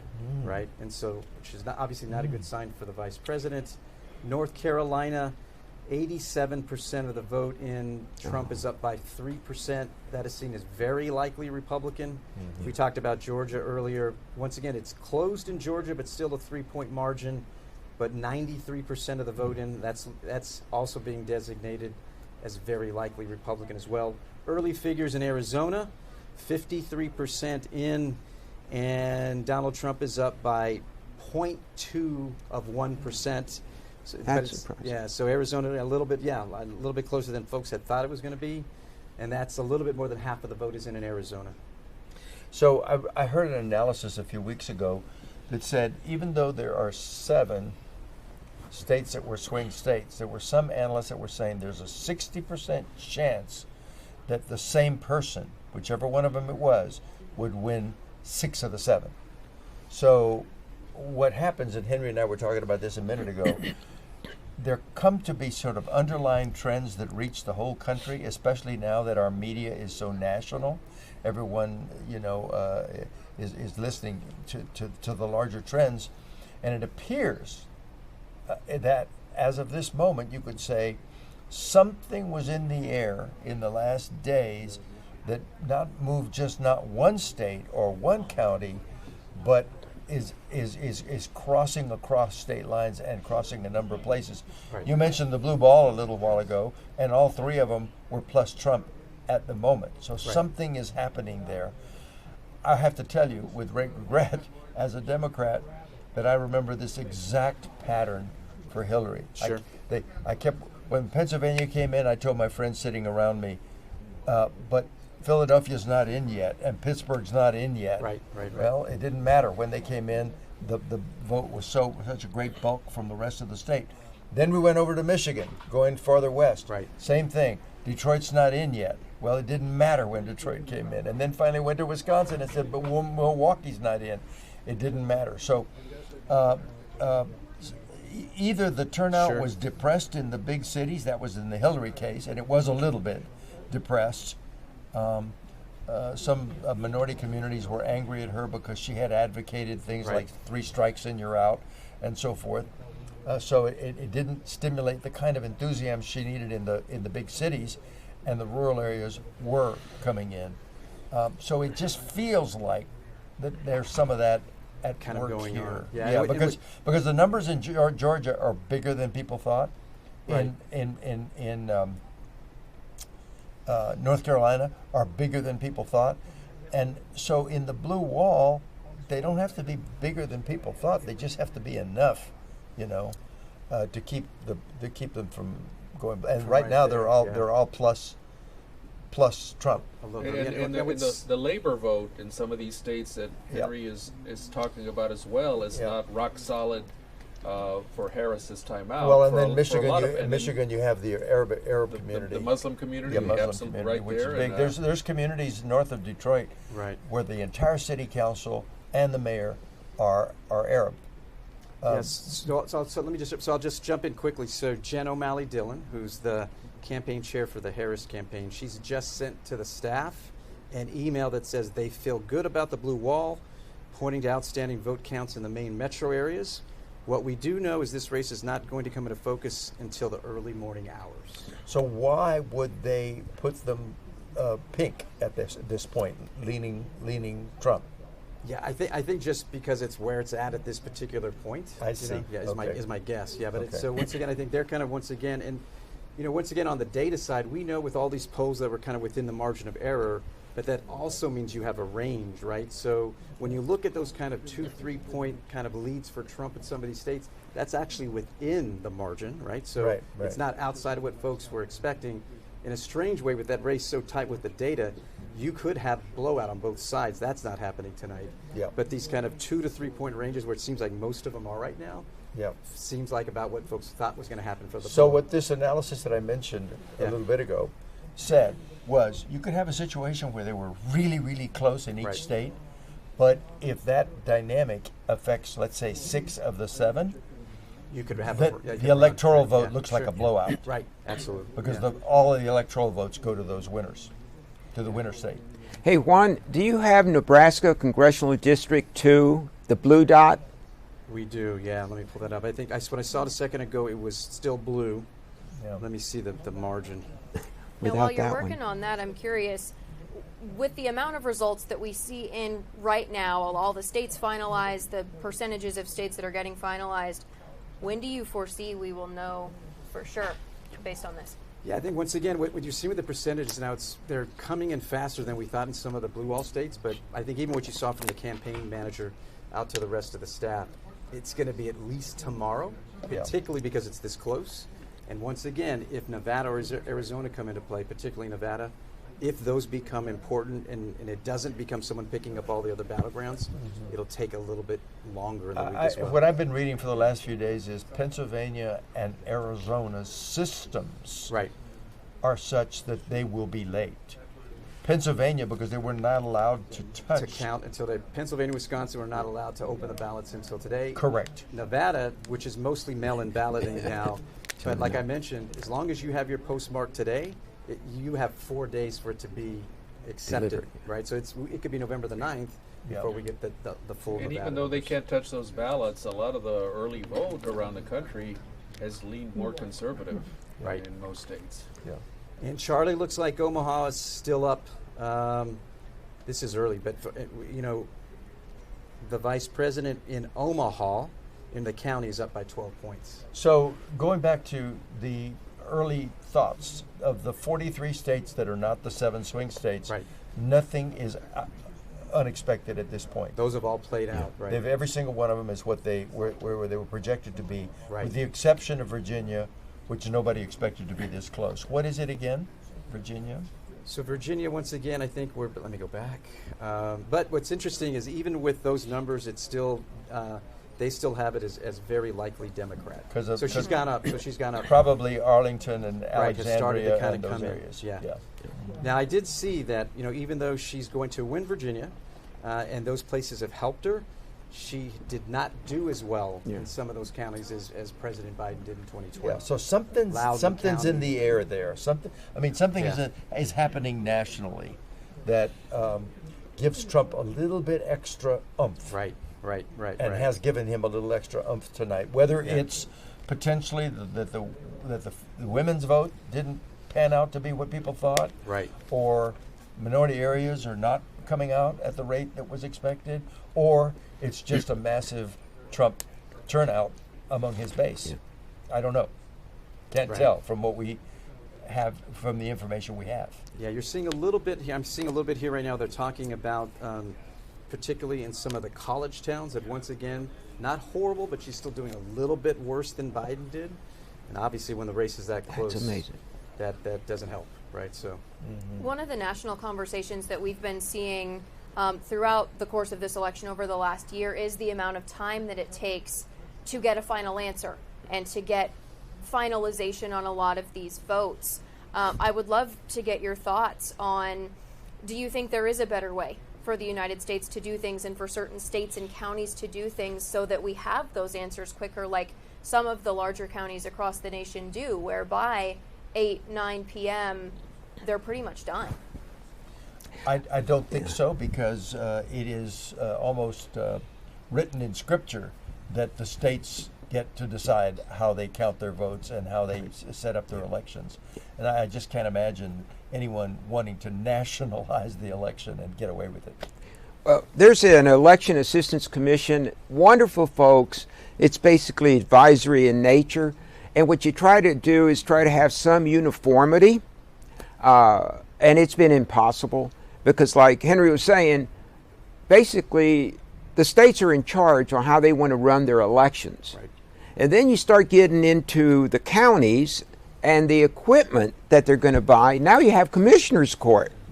I mean, you can't get, I think there is probably, where you have a printed ballot and it goes through and you have paper, you have a paper ballot, but you electronically vote on it, and then it's, if we went back just to a paper ballot and you marked it and then a machine went through it, I'm not sure. By most accounts, we have come a long way. Back Oh, in the yeah. days of Duval County, I remember we had some colleagues in the southern states, in Alabama one time, where one of our former colleagues, Charlie in Washington, said, down in Alabama, I said, not too long ago, when we called to see what kind of vote came in from a certain county, the answer on the phone was, how many do you need? And so at least we're not like that anymore. We have technology. Or Chicago. Right.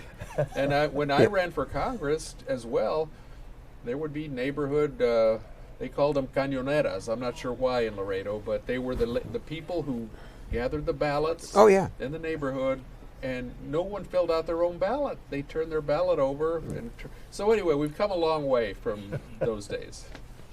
yeah, and the other thing I'll point out quickly is, no surprise, because the country has become so polarized, you have states that are dominated by red or blue, and no surprise, so you have two systems now nationally.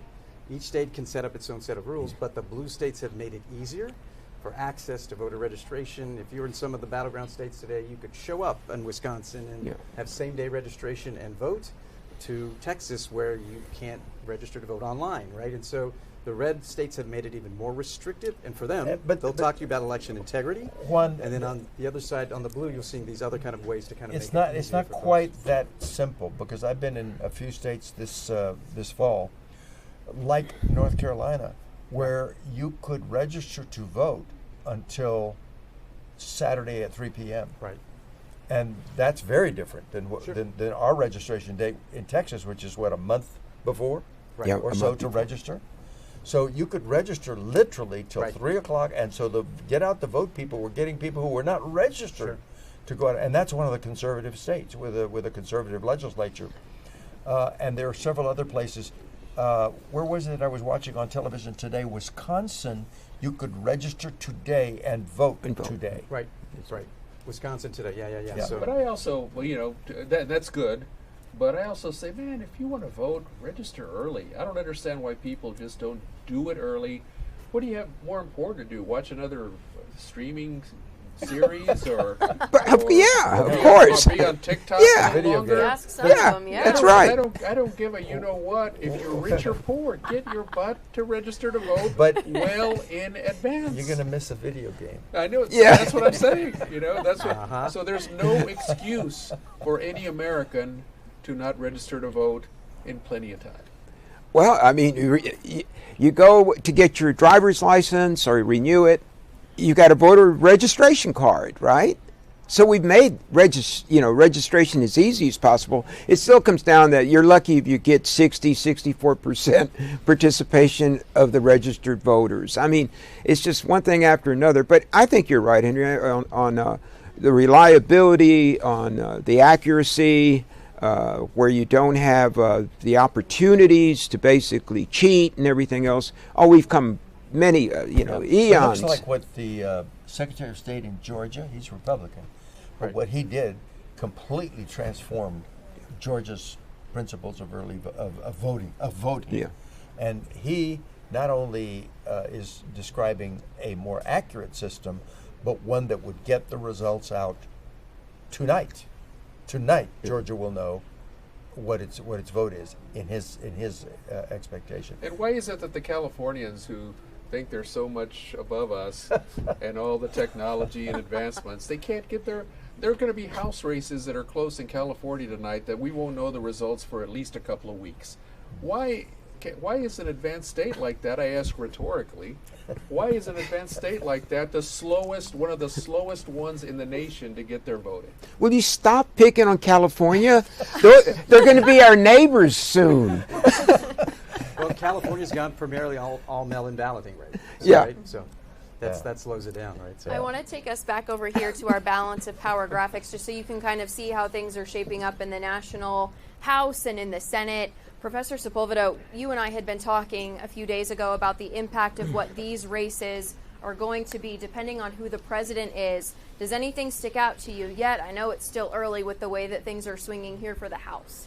Yeah, and I think we'd have to look behind what these numbers actually are. But once again, this has been a theme we've been talking about all night.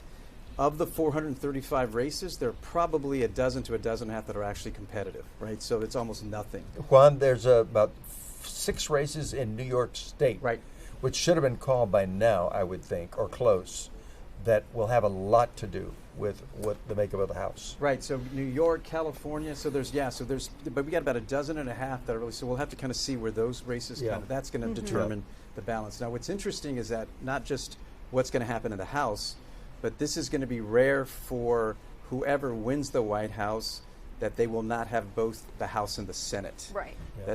That's kind of a typical trend that has happened, and so it's very likely. I mean, you're looking at the Senate; it looks very much like we thought was going to happen. Is that the Democrats are not going to be able to hold on to the Senate? Right. I was looking a second ago. It looks like Sherrod Brown's in trouble in Ohio. That's forget about. Tester in Montana was always going to be a bad one, but they were kind of counting on Sherrod Brown. Tammy Baldwin, Jackie Rosen out in Nevada to kind of make sure at least kept it close. And the independent, in Nebraska. Is the Tester race done? No, it's not done, but it was not. It's still early, but we know that was always going to be one that unless something dramatic. He was down about 8 in the polls. And Henry was just asking another one I was curious about too. Nebraska, is that done?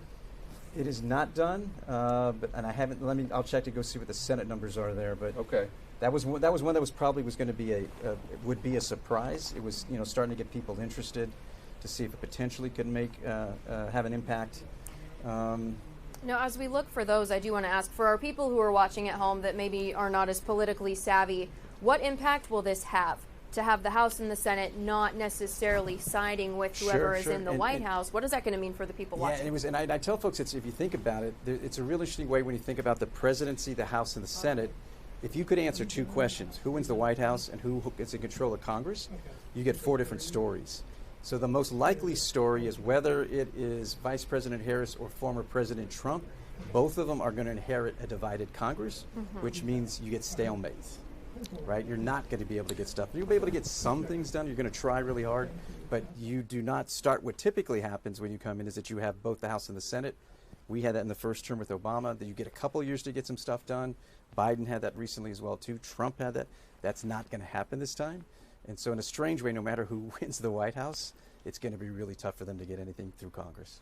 Absolutely. And then for all of you watching at home, that could mean, too, a lot of these promises that are being made on both sides of the aisle, things you might be excited about, you might not see them at the rate that you're hoping for, because if you can't get it passed, you can't get it passed. And that might be a good thing. Yeah, and for you guys, that's a whole nother. So 64% of the vote in Nebraska. Osborne is up by barely, by 0.2%. So actually it is less than 1%, right? So that's 64% of the vote. So he's the independent? He's the independent, right? And so Deb Fischer is she's down, right? So, but 64% of the vote, it's almost tied right now. Yeah. Here, just to get a sense, another important race that we wanted to hear about in a battleground state. Almost half of the vote, 49% of the vote in. Ruben Gallego is up by 7 points.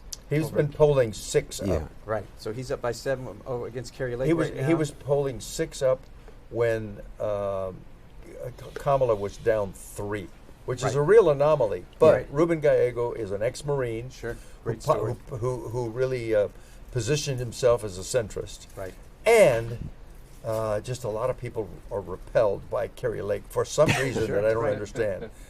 But it was just everybody you talked to just instantly said absolutely not, cannot support her. Yeah. So it looks like Ruben is in a good spot right now. Here's the one I think a lot of people were a little bit surprised at right now, and it's getting close to the end. With 91% of the vote in Ohio, Bernie Moreno is up by 5 points over Sherrod Brown. So that's, I think we knew it was going to be a tough one, but he wasn't doing that poorly in the poll. Well, remember Vance is from Ohio. Yeah. And they're super enthusiastic about having the vice presidency, and so supported Trump, and there'll spill over to the Senate race, I'm sure. Absolutely. Pennsylvania is another tight one. 76% of the vote in. David McCormick has a 2% lead over Bob Casey. Whoa. Wow. That was another one that we knew was going to be a tight one there. Tight. McCormick is thought to be a serious candidate, not just a... Right, he's not Dr. Oz. Yeah. Michigan, that's still early, only 32% of the vote, but Wisconsin with 67% of the vote. This is all kind of mirroring the presidential. Tammy Baldwin is down by 2 points, right? And so with 67% down to Eric Hovde. So, playing out, kind of matching what's happening at the presidential level, but still a good chunk of the vote. And Michigan, what's the Senate race in Michigan? Alyssa Slotkin. This is to kind of to replace Debbie Stabenow's seat. So it's really early. It's only a third of the vote in, and Mike Rogers is leading by 5 points. That's really early, and I think a lot of the big parts of the state, Wayne County, places like that, not in yet. But that's that other. I'm thinking of any other of the big tester stuff is so early. It's only 7% of the vote in. He's down by 18, but it's literally 7% of the vote, so it's just kind of starting to trickle. Yeah, he's going to get out west. But those are the big races kind of on the Senate side. I do want to take you all through. We're getting some races called for Texas congressional representatives. Michael McCall in District 10 has been called the winner of that race. Not a big surprise. August Pfluger in District 11 was running unopposed. District 12, Craig Goldman named the winner, a Republican there. Randy Weber has won over Rhonda Hart, who we talked about a little bit earlier. District 15 has not been called yet. That is Monica De La Cruz and Michelle Vallejo. De La Cruz is up 54.8% right now. Michelle Vallejo has 45.2%. So still about 67% of those votes coming in, but that is one of the key ones that we're watching for you. Yeah, and Goldman in Fort Worth is a significant one because it's being vacated by a very senior member who's retiring, Kate Granger. It was a former mayor before being a member of Congress, and very well respected by not just Republicans but by both sides. And that was a she was a great mayor too. Yeah, tough primary. Yeah. But can you go back to the San Antonio propositions? We haven't looked at them in a long time. Let me work on those. Yes. We knew what they were when the early vote was in, but I haven't seen anything with the rest of the votes. And after that, Jordan, maybe Lujan. Yes. We had a live shot from Matt Roy up a bit ago. We're having some issues with the live shots right now, but we can check in on the polling for that. Let me work on these charter amendments. All right, so Proposition A, what we're seeing right now, that is the Ethics Review Board proposition. That is going more in favor. What is the percentage of the vote count? That percentage, check right here. Hopefully there's something a little bit more updated. What I'm Right. still seeing it's just the early vote numbers. Yeah. Wow. Wonder why it's so slow. And I think they had mentioned, Jackie was talking earlier, they thought the numbers were going to come in later this year. Mhm. So I don't see updated numbers yet. Okay. So they've got a ways to go. Right. We're looking at that right now. It's those same early Yeah, vote it's all early totals vote, from what yeah. I'm seeing. We don't have anything more 53,000 for Proposition C. Right. Yeah, 53%. Yeah. To 46, yeah. But once again, it's a lot of votes that still need to come in. Yeah. Let me check on that. All right, I'm going to go back to Lujan. While we check for that, we're going to see how he's doing. And LaHood. And LaHood, yes, Right. we can get that as well. Okay. 77% of the vote in, Mark LaHood at 52, Laurel Swift at 47. Okay.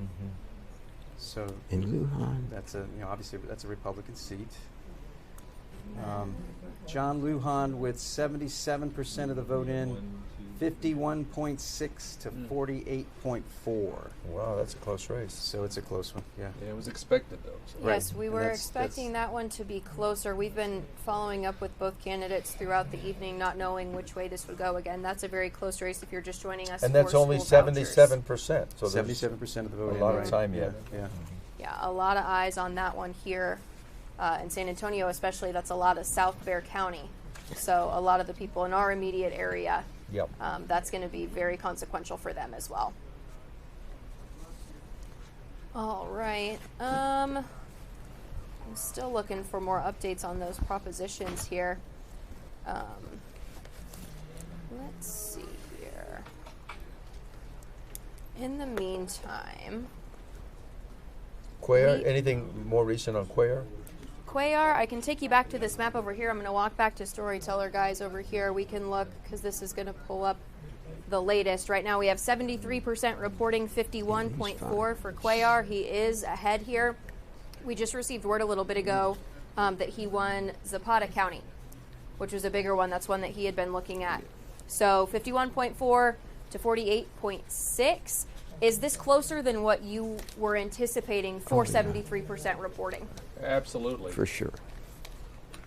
What do you think that it's Unless the last indictments or turnout? Like, what might be causing this? Well, 73% means that 27% is not in yet. That's a Right. whole quarter of the vote. Yeah. So if all of that is Webb County, Yeah. then it's not going to be close in the end. And he was up at the podium. We're working on getting that sound as well. But yeah, definitely consequential there. We can check in on.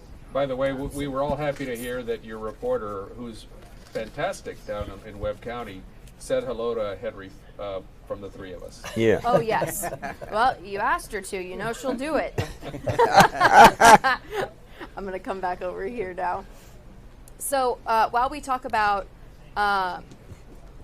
Representative Lujan and the Christian Carranza race, that's one of the key ones for school vouchers. If my team can, we actually did a whole story about the impact that this election is going to have on school vouchers, which is something that we've been talking about in Texas ever since the last session.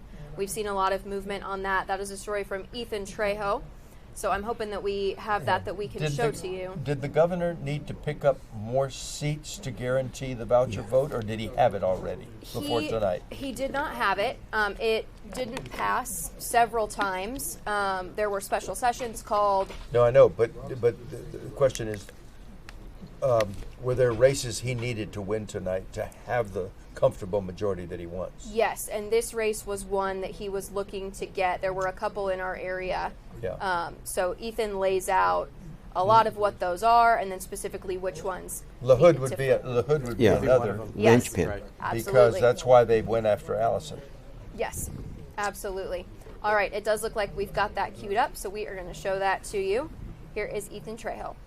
It's a controversial topic. Texas officials have been going back and forth to determine whether or not to adopt the school voucher system. Neither side has been reluctant to give up their stance, but with the upcoming election, we could see all of that change. 4 districts, 44, 80, 118, and 121, are all in play for politicians looking to claim their stance on the future of education. Give people a coupon of $8,000 of value that you would then apply to go to a private school or to basically a non-public school. Professor of Political Science at UTSA John Taylor says the major seats up for grabs could set Governor Abbott with the majority vote to get his system passed.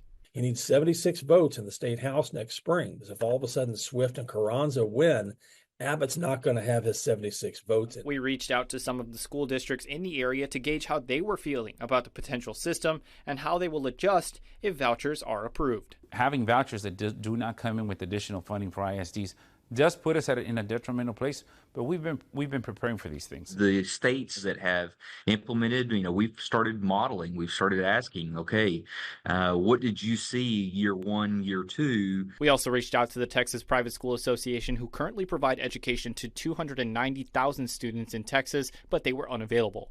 On our News 4 website, we asked you how you felt about school vouchers, and the reaction was split as well. Some were against using tax dollars for funding private schools, while others expressed their feelings about spending their money how they want. The ultimate decision will fall on the general voter. It's what you think is best for your kids. Ethan Trejo, News 4, San Antonio. Again, that was Ethan Trejo, and we already know Governor Greg Abbott has called a press conference tomorrow specifically about school vouchers. We're going to have a better picture as we head into tonight about how that's going to go. It's been such a hot topic here in Texas recently, so it'll be interesting to see how that plays out. For our local House races, that has been the key issue. Yeah, and it's one of those things where the governor needs, it's a strange kind of partnership between Democrats and the rural Republican legislators, and he took a number of those out in the primaries. So it's going to be in San Antonio, the 2 seats play into that as well.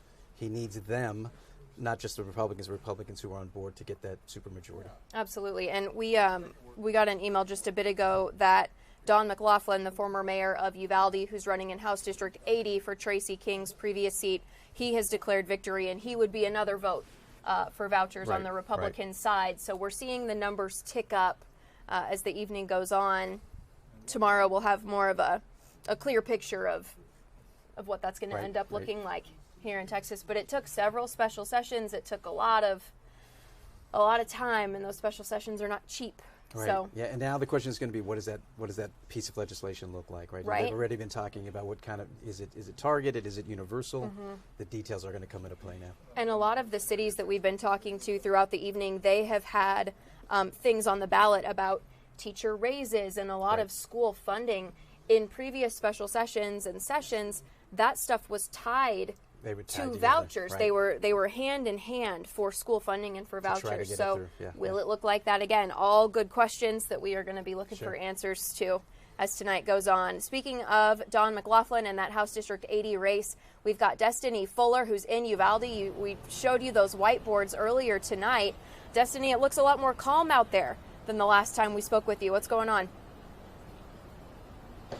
Calm, Jordan, try empty. This place has cleared out. We've got a couple of people who are straggling in because they've left the whiteboards up for the night for people who are wanting to see the results of that election where Don McLaughlin declared victory. He had well over 50% of the vote. Last we checked, he was sitting at 58%, I talked to him a little bit before those numbers came out, and he said, plain as day, that this vote and this election, he plans on representing all people no matter what their party affiliation is, and he's ready to get to work, and that will start on January 14th. And Destiny, is there anything else that former Mayor Don McLaughlin told you? I know that he has been one of the really key figures after the Robb Elementary School shooting. Do you think that will also play a role in the way he goes forward and how he represents in the Texas House? Yeah, Jordan, I actually asked him that specifically, using his experience on a bigger scale. He mentioned some of the things that have happened in Uvalde as his time. He mentioned things like COVID, a snowstorm, the loss of one of the large plants out here, and ultimately, who could forget the Robb Elementary tragedy. He says that he plans on using that and also his experience as a businessman and a business owner to bring people together and to go and demand things in Austin. He says specifically that he may not get 100% of what he wants up in Austin, but that the people in Austin also will not get 100% of what they want while he's around. He says he plans on being a voice for all of the people in South Texas and specifically in District 80. All right, Destiny Fuller from Uvalde tonight. Destiny, thank you. Get back here safely whenever you are cleared to get back here. It's a very interesting case. We talked about Tracy King and how long he held that seat, right, and how he was kind of the exception to the rule when it came to a lot of things. Do you foresee any challenges for his successor in a seat like that? You know, I think, as we were discussing earlier, just because of, it reminded me a little bit of Henry Cuellar's seat, where you've got someone who's known by the community, and in this case has gotten a lot of attention in a positive way of trying to kind of work in a really tragic situation. That's going to play to your favor. And the district itself is kind of a little bit trickier compared to some of the other ones. But with that kind of a turn, what we saw in terms of the actual end results, I think I don't think it will, to be honest. I think because it sounds like he fits the district. We talked about, you know, Tracy kind of being a little bit more of a moderate to conservative, and so this seems to kind of play right into that as well. Absolutely. We are waiting to circle back with Matt Roy, who is with the Lujan campaign. We are waiting to see his live shot when that happens. We will let you know about that. Now, as of right now, just kind of checking in on what our Texas officials are saying online. We've been following kind of what they have been posting tonight. We know that Attorney General Ken Paxton and our Agriculture Commissioner Sid Miller are actually in Florida at Mar-a-Lago tonight with the Trump campaign. Neither of those candidates have addressed the nation yet. We will bring it to you if they do here in the next little bit. But like we were saying earlier, both campaigns are kind of waiting for this to be a longer evening. They're not... Nobody has called victory yet. And I did want to ask if that surprised you, because we know we saw former President Trump declare an early victory in 2020. In relation to now, what time was that? And are you surprised that we have not seen something like that tonight? So that was kind of early, kind of the next into moving into in Wednesday morning. And once again, he was in a different place. He had started in a stronger piece, and as more mail-in ballots were coming in, he was starting to lose. You have the opposite happening this time. So that doesn't mean he still won't do it, but I'm sure his campaign is saying at this point, we're actually looking okay. There's no need to kind of go do this yet. Play the numbers out a little bit, and we'll kind of see what happens. But there's no doubt that if the numbers really do shift back to the vice president, that seems to be a tactic they've been teeing up for a while and preparing to do this. So the question is going to be when it happens. And from a campaign standpoint, what is the strategy there if you've got both sides that feel that they have won and are declaring victory when maybe not all of these states have been called? Yeah, I would be shocked if the vice president would declare victory, right? So I think that's going to be the norm, right? This plays back into, once again, we were talking about earlier how former President Trump has put so much of an emphasis on election integrity, and kind of, you know, over the weekend saying they're already cheating in Pennsylvania. So setting up to kind of be able to challenge the numbers that are coming out. So that seems to be part of the strategy, right? And so you'll see the two campaigns, once again, have very different responses to the current state of the race. All right. Well, it looks like we do have Matt Roy now. Our live servers have been kind of going back and forth, so we do have Matt Roy with us now. He is with Representative Lujan. Matt, what's the update from out there? What are the results looking like? All right, yes, absolutely standing with Representative Lujan and some of his family here. Guys, let's make some noise here. We got a good race going on. So Representative Lujan. You asked for noise. Yeah, I mean, I did ask for noise, you're right. We got 30, 40 people still here. Representative Lujan winning by about 2,300 votes right now, with about 150 out of 302 precincts reporting. How are you guys feeling at this point in the night? Well, of course, I'm feeling good right now, and I was real thankful when we came in and we had a lead in the early vote, and then just to continue to carry that, I'm excited about it. But the night's not over yet. We have a tough district, and I want to recognize that. So it's tougher for me because everybody's excited, everybody's happy, and everybody's congratulating You gotta me. remain calm. But I got to remain calm because I got to feel it myself. And right now, I'm still waiting. So you've made a point of saying that this is a 52% Democratic district right now. Right. You've had this district, control of it at least since the special election in 21, won it again in 22. What's that say about this district and you as a candidate to win a Democratic district? Well, I think what's helped me win a Democratic district is not so much playing the R and the D against each other, but just doing the work and saying, man, I want to work for our youth, for our families, for the elderly, for public safety. Those things are very, very important to me, and that's what really resonates very strong in our community. And people recognize that when I get emails and stuff that I'm the only Republican they've ever voted for, things like that, that means a lot to me because it means I'm doing the right things and I'm not just playing party politics, and I think people are getting tired of that. The main differences between you and Ms. Carranza were really two things, came down to women's rights and abortion, something that you said on the radio back in September, I believe. Do you want to address those comments that you made and the kind of the outcry that the Carranza campaign made out of it? Well, see, and that's the thing that bothers me the most. When we have these contentious issues like that, I was always wondering, man, why didn't they talk about all the juvenile justice stuff where we work, or the fentanyl poisoning and awareness, the laws that we passed on that. We had fentanyl moms here, angel moms that have lost their loved ones to that. Things like that to me are what's important. And then when you start putting and saying, okay, we're going to do it on an abortion issue, and you said this, and then misconstruing what I say, and then politicizing it, that's what people are tired of. And it's bad because not only is it bad for our community, but it's not the example that we want for our community, especially we want to better it. You were also very different with Ms. Carranza on the voucher issue, the ESA issue. You voted for it last session, something that she is staunchly against. It's a very, very divisive issue in the state right now. So can you just, for once and for all, state your stance on the voucher issue and how you might lean in this upcoming session if you do win? Well, I've told everybody, they know where I stand. I'm for parental choice. I want parents to have that opportunity to choose where they send their kids to school. I want to make it fair because I'm a big public school guy. My children all went to public school. I went to public school. I want to fully fund our public schools. We have enough money to fully fund our public schools and then have the parents give them that choice and that opportunity so they don't have to put their kids into failing school districts. And I have adopted boys, and I had that happen to me where I had a failing school district, and I had to move my boys elsewhere, and I want other people to have that same opportunity. You guys got a couple more precincts to close before you really celebrate, but you're feeling okay right now? I'm feeling good right now. I'm feeling good. I'm not going to lie. I feel better than I did even when I first came in. We had won early voting, but we had no boxes in, and now with half the boxes in and we still got a good lead, I'm pretty confident. Thank you so much, Representative. Thank you. Jordan, back to you. All right, Matt, thank you very much. And you heard it there, Representative Lujan saying that if he does end up winning this, which as of right now it appears that he will, he is a vote for vouchers. We've been talking about what that's going to mean for the Texas State House, what it's going to mean for public schools. We have a couple things in the pipeline for you. We are hoping to hear from Jay Avila, who is at Bexar County elections. We are hoping to hear from Congressman Cuellar, who I believe has declared victory. We're going to check on that for you.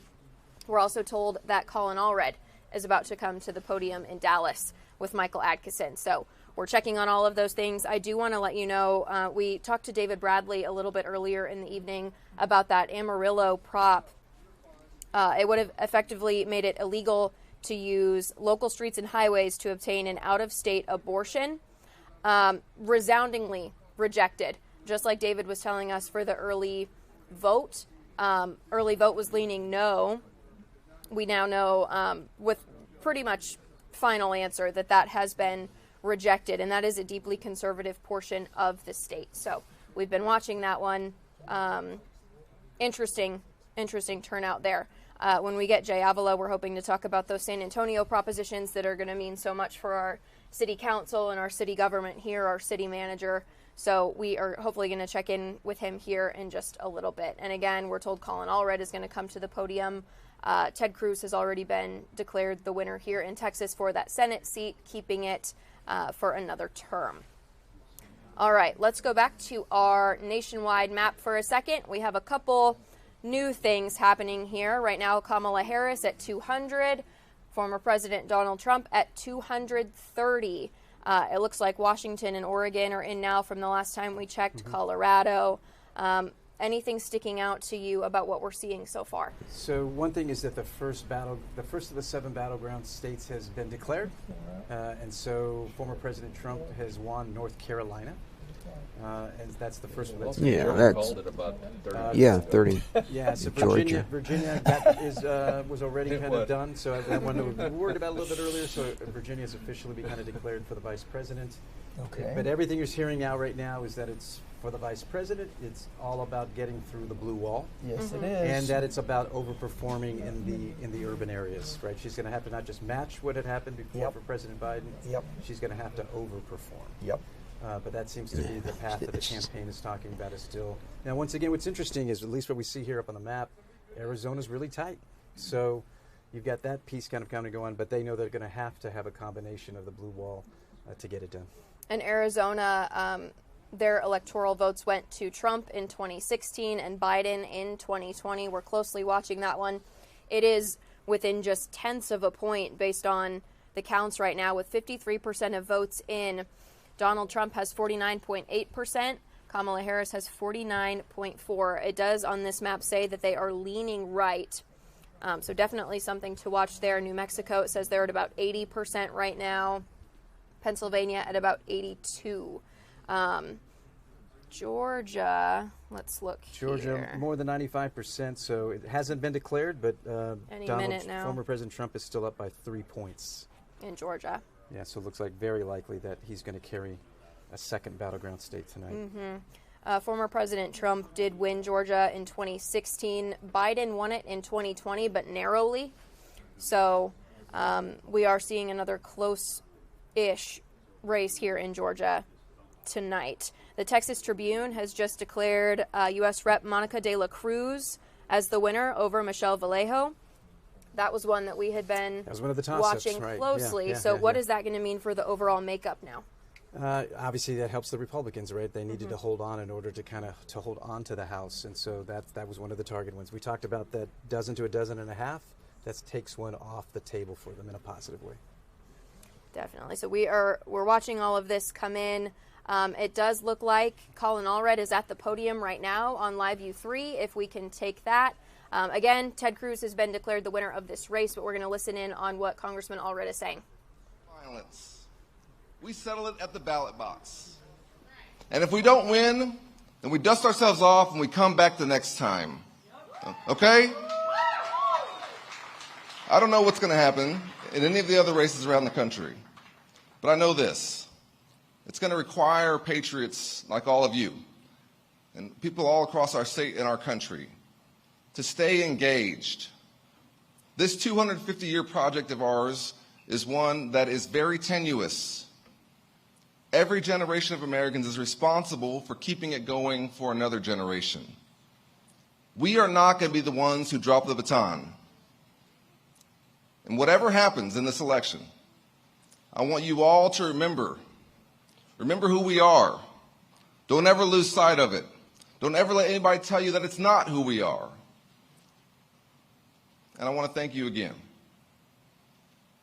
God bless you.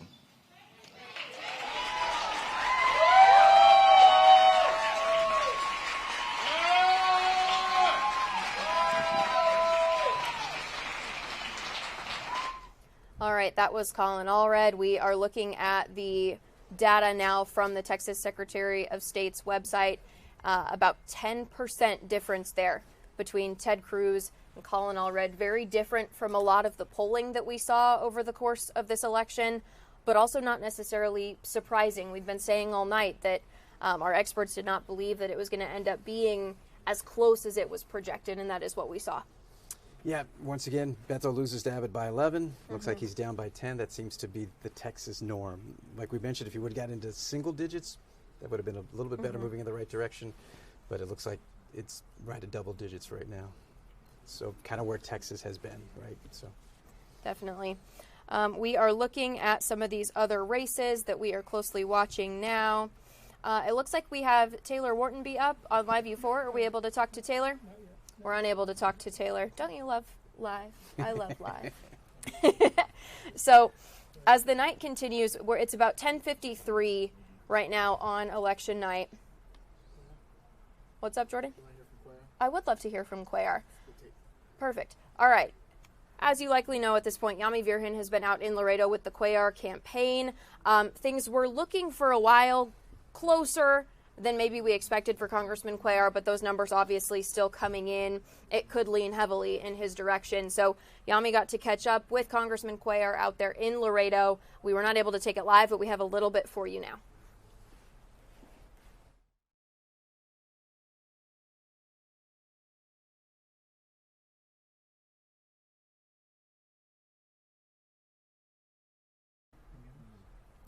All right, well, you could see Congressman Cuellar. We could not hear him. We will work on that for you.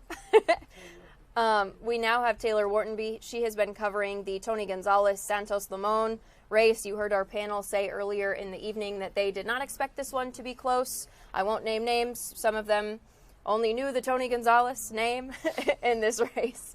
So, Taylor, I wanted to ask you, so the Gonzalez campaign didn't necessarily want to interview tonight. I know they sent out a statement about this victory.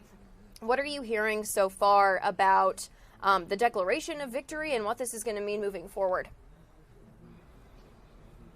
Yeah, like I said earlier, we weren't able to get an interview with Tony Gonzalez. We reached out to their campaign, but they did provide us a statement, and they said that his message has been clear, and that is to protect the freedoms of Americans. And he's looking forward to going back to Washington and putting that to work. So that's all that we have right now, and I'm going to send it back to you. All right, Taylor, thank you very much. It is now 10:55 p.m. on election night. We still have results rolling in. So what I want to do right now, for our panel across the room from me, from Professor Sepulveda, obviously results are going to keep rolling in.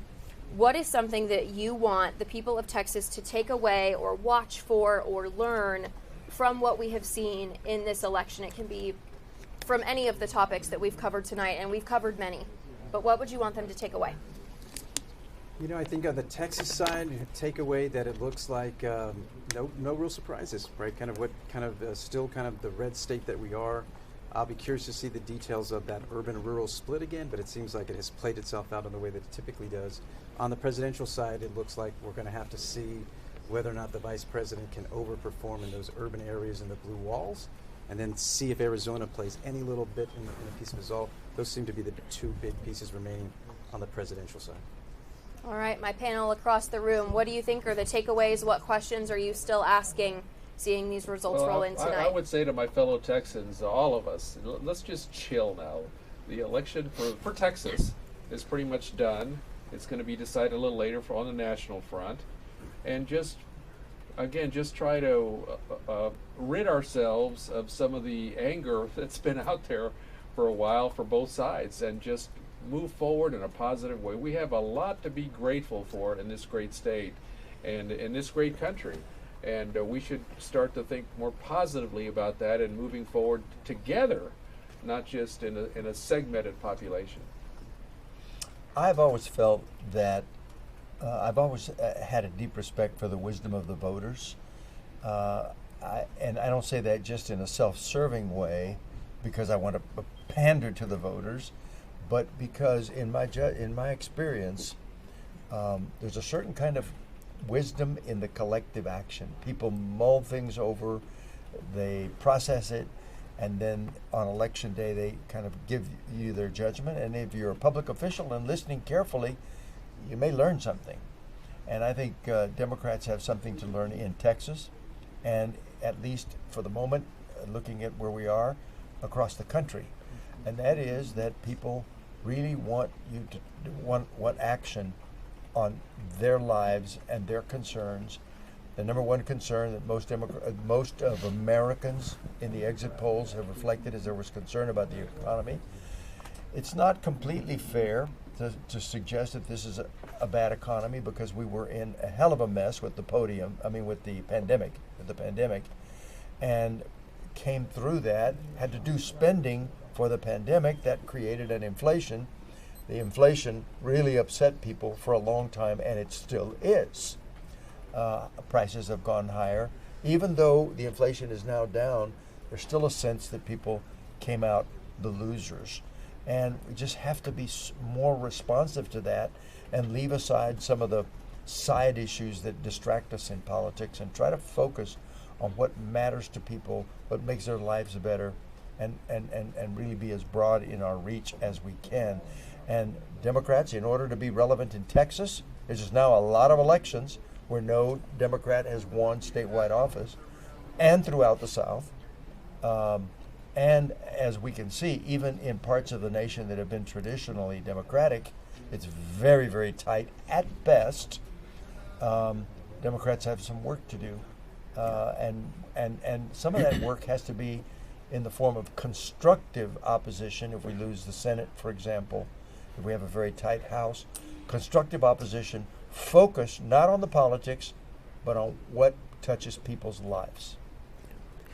I think if I was asking anything of the voter or the citizen, is that somehow we've become a grievance society.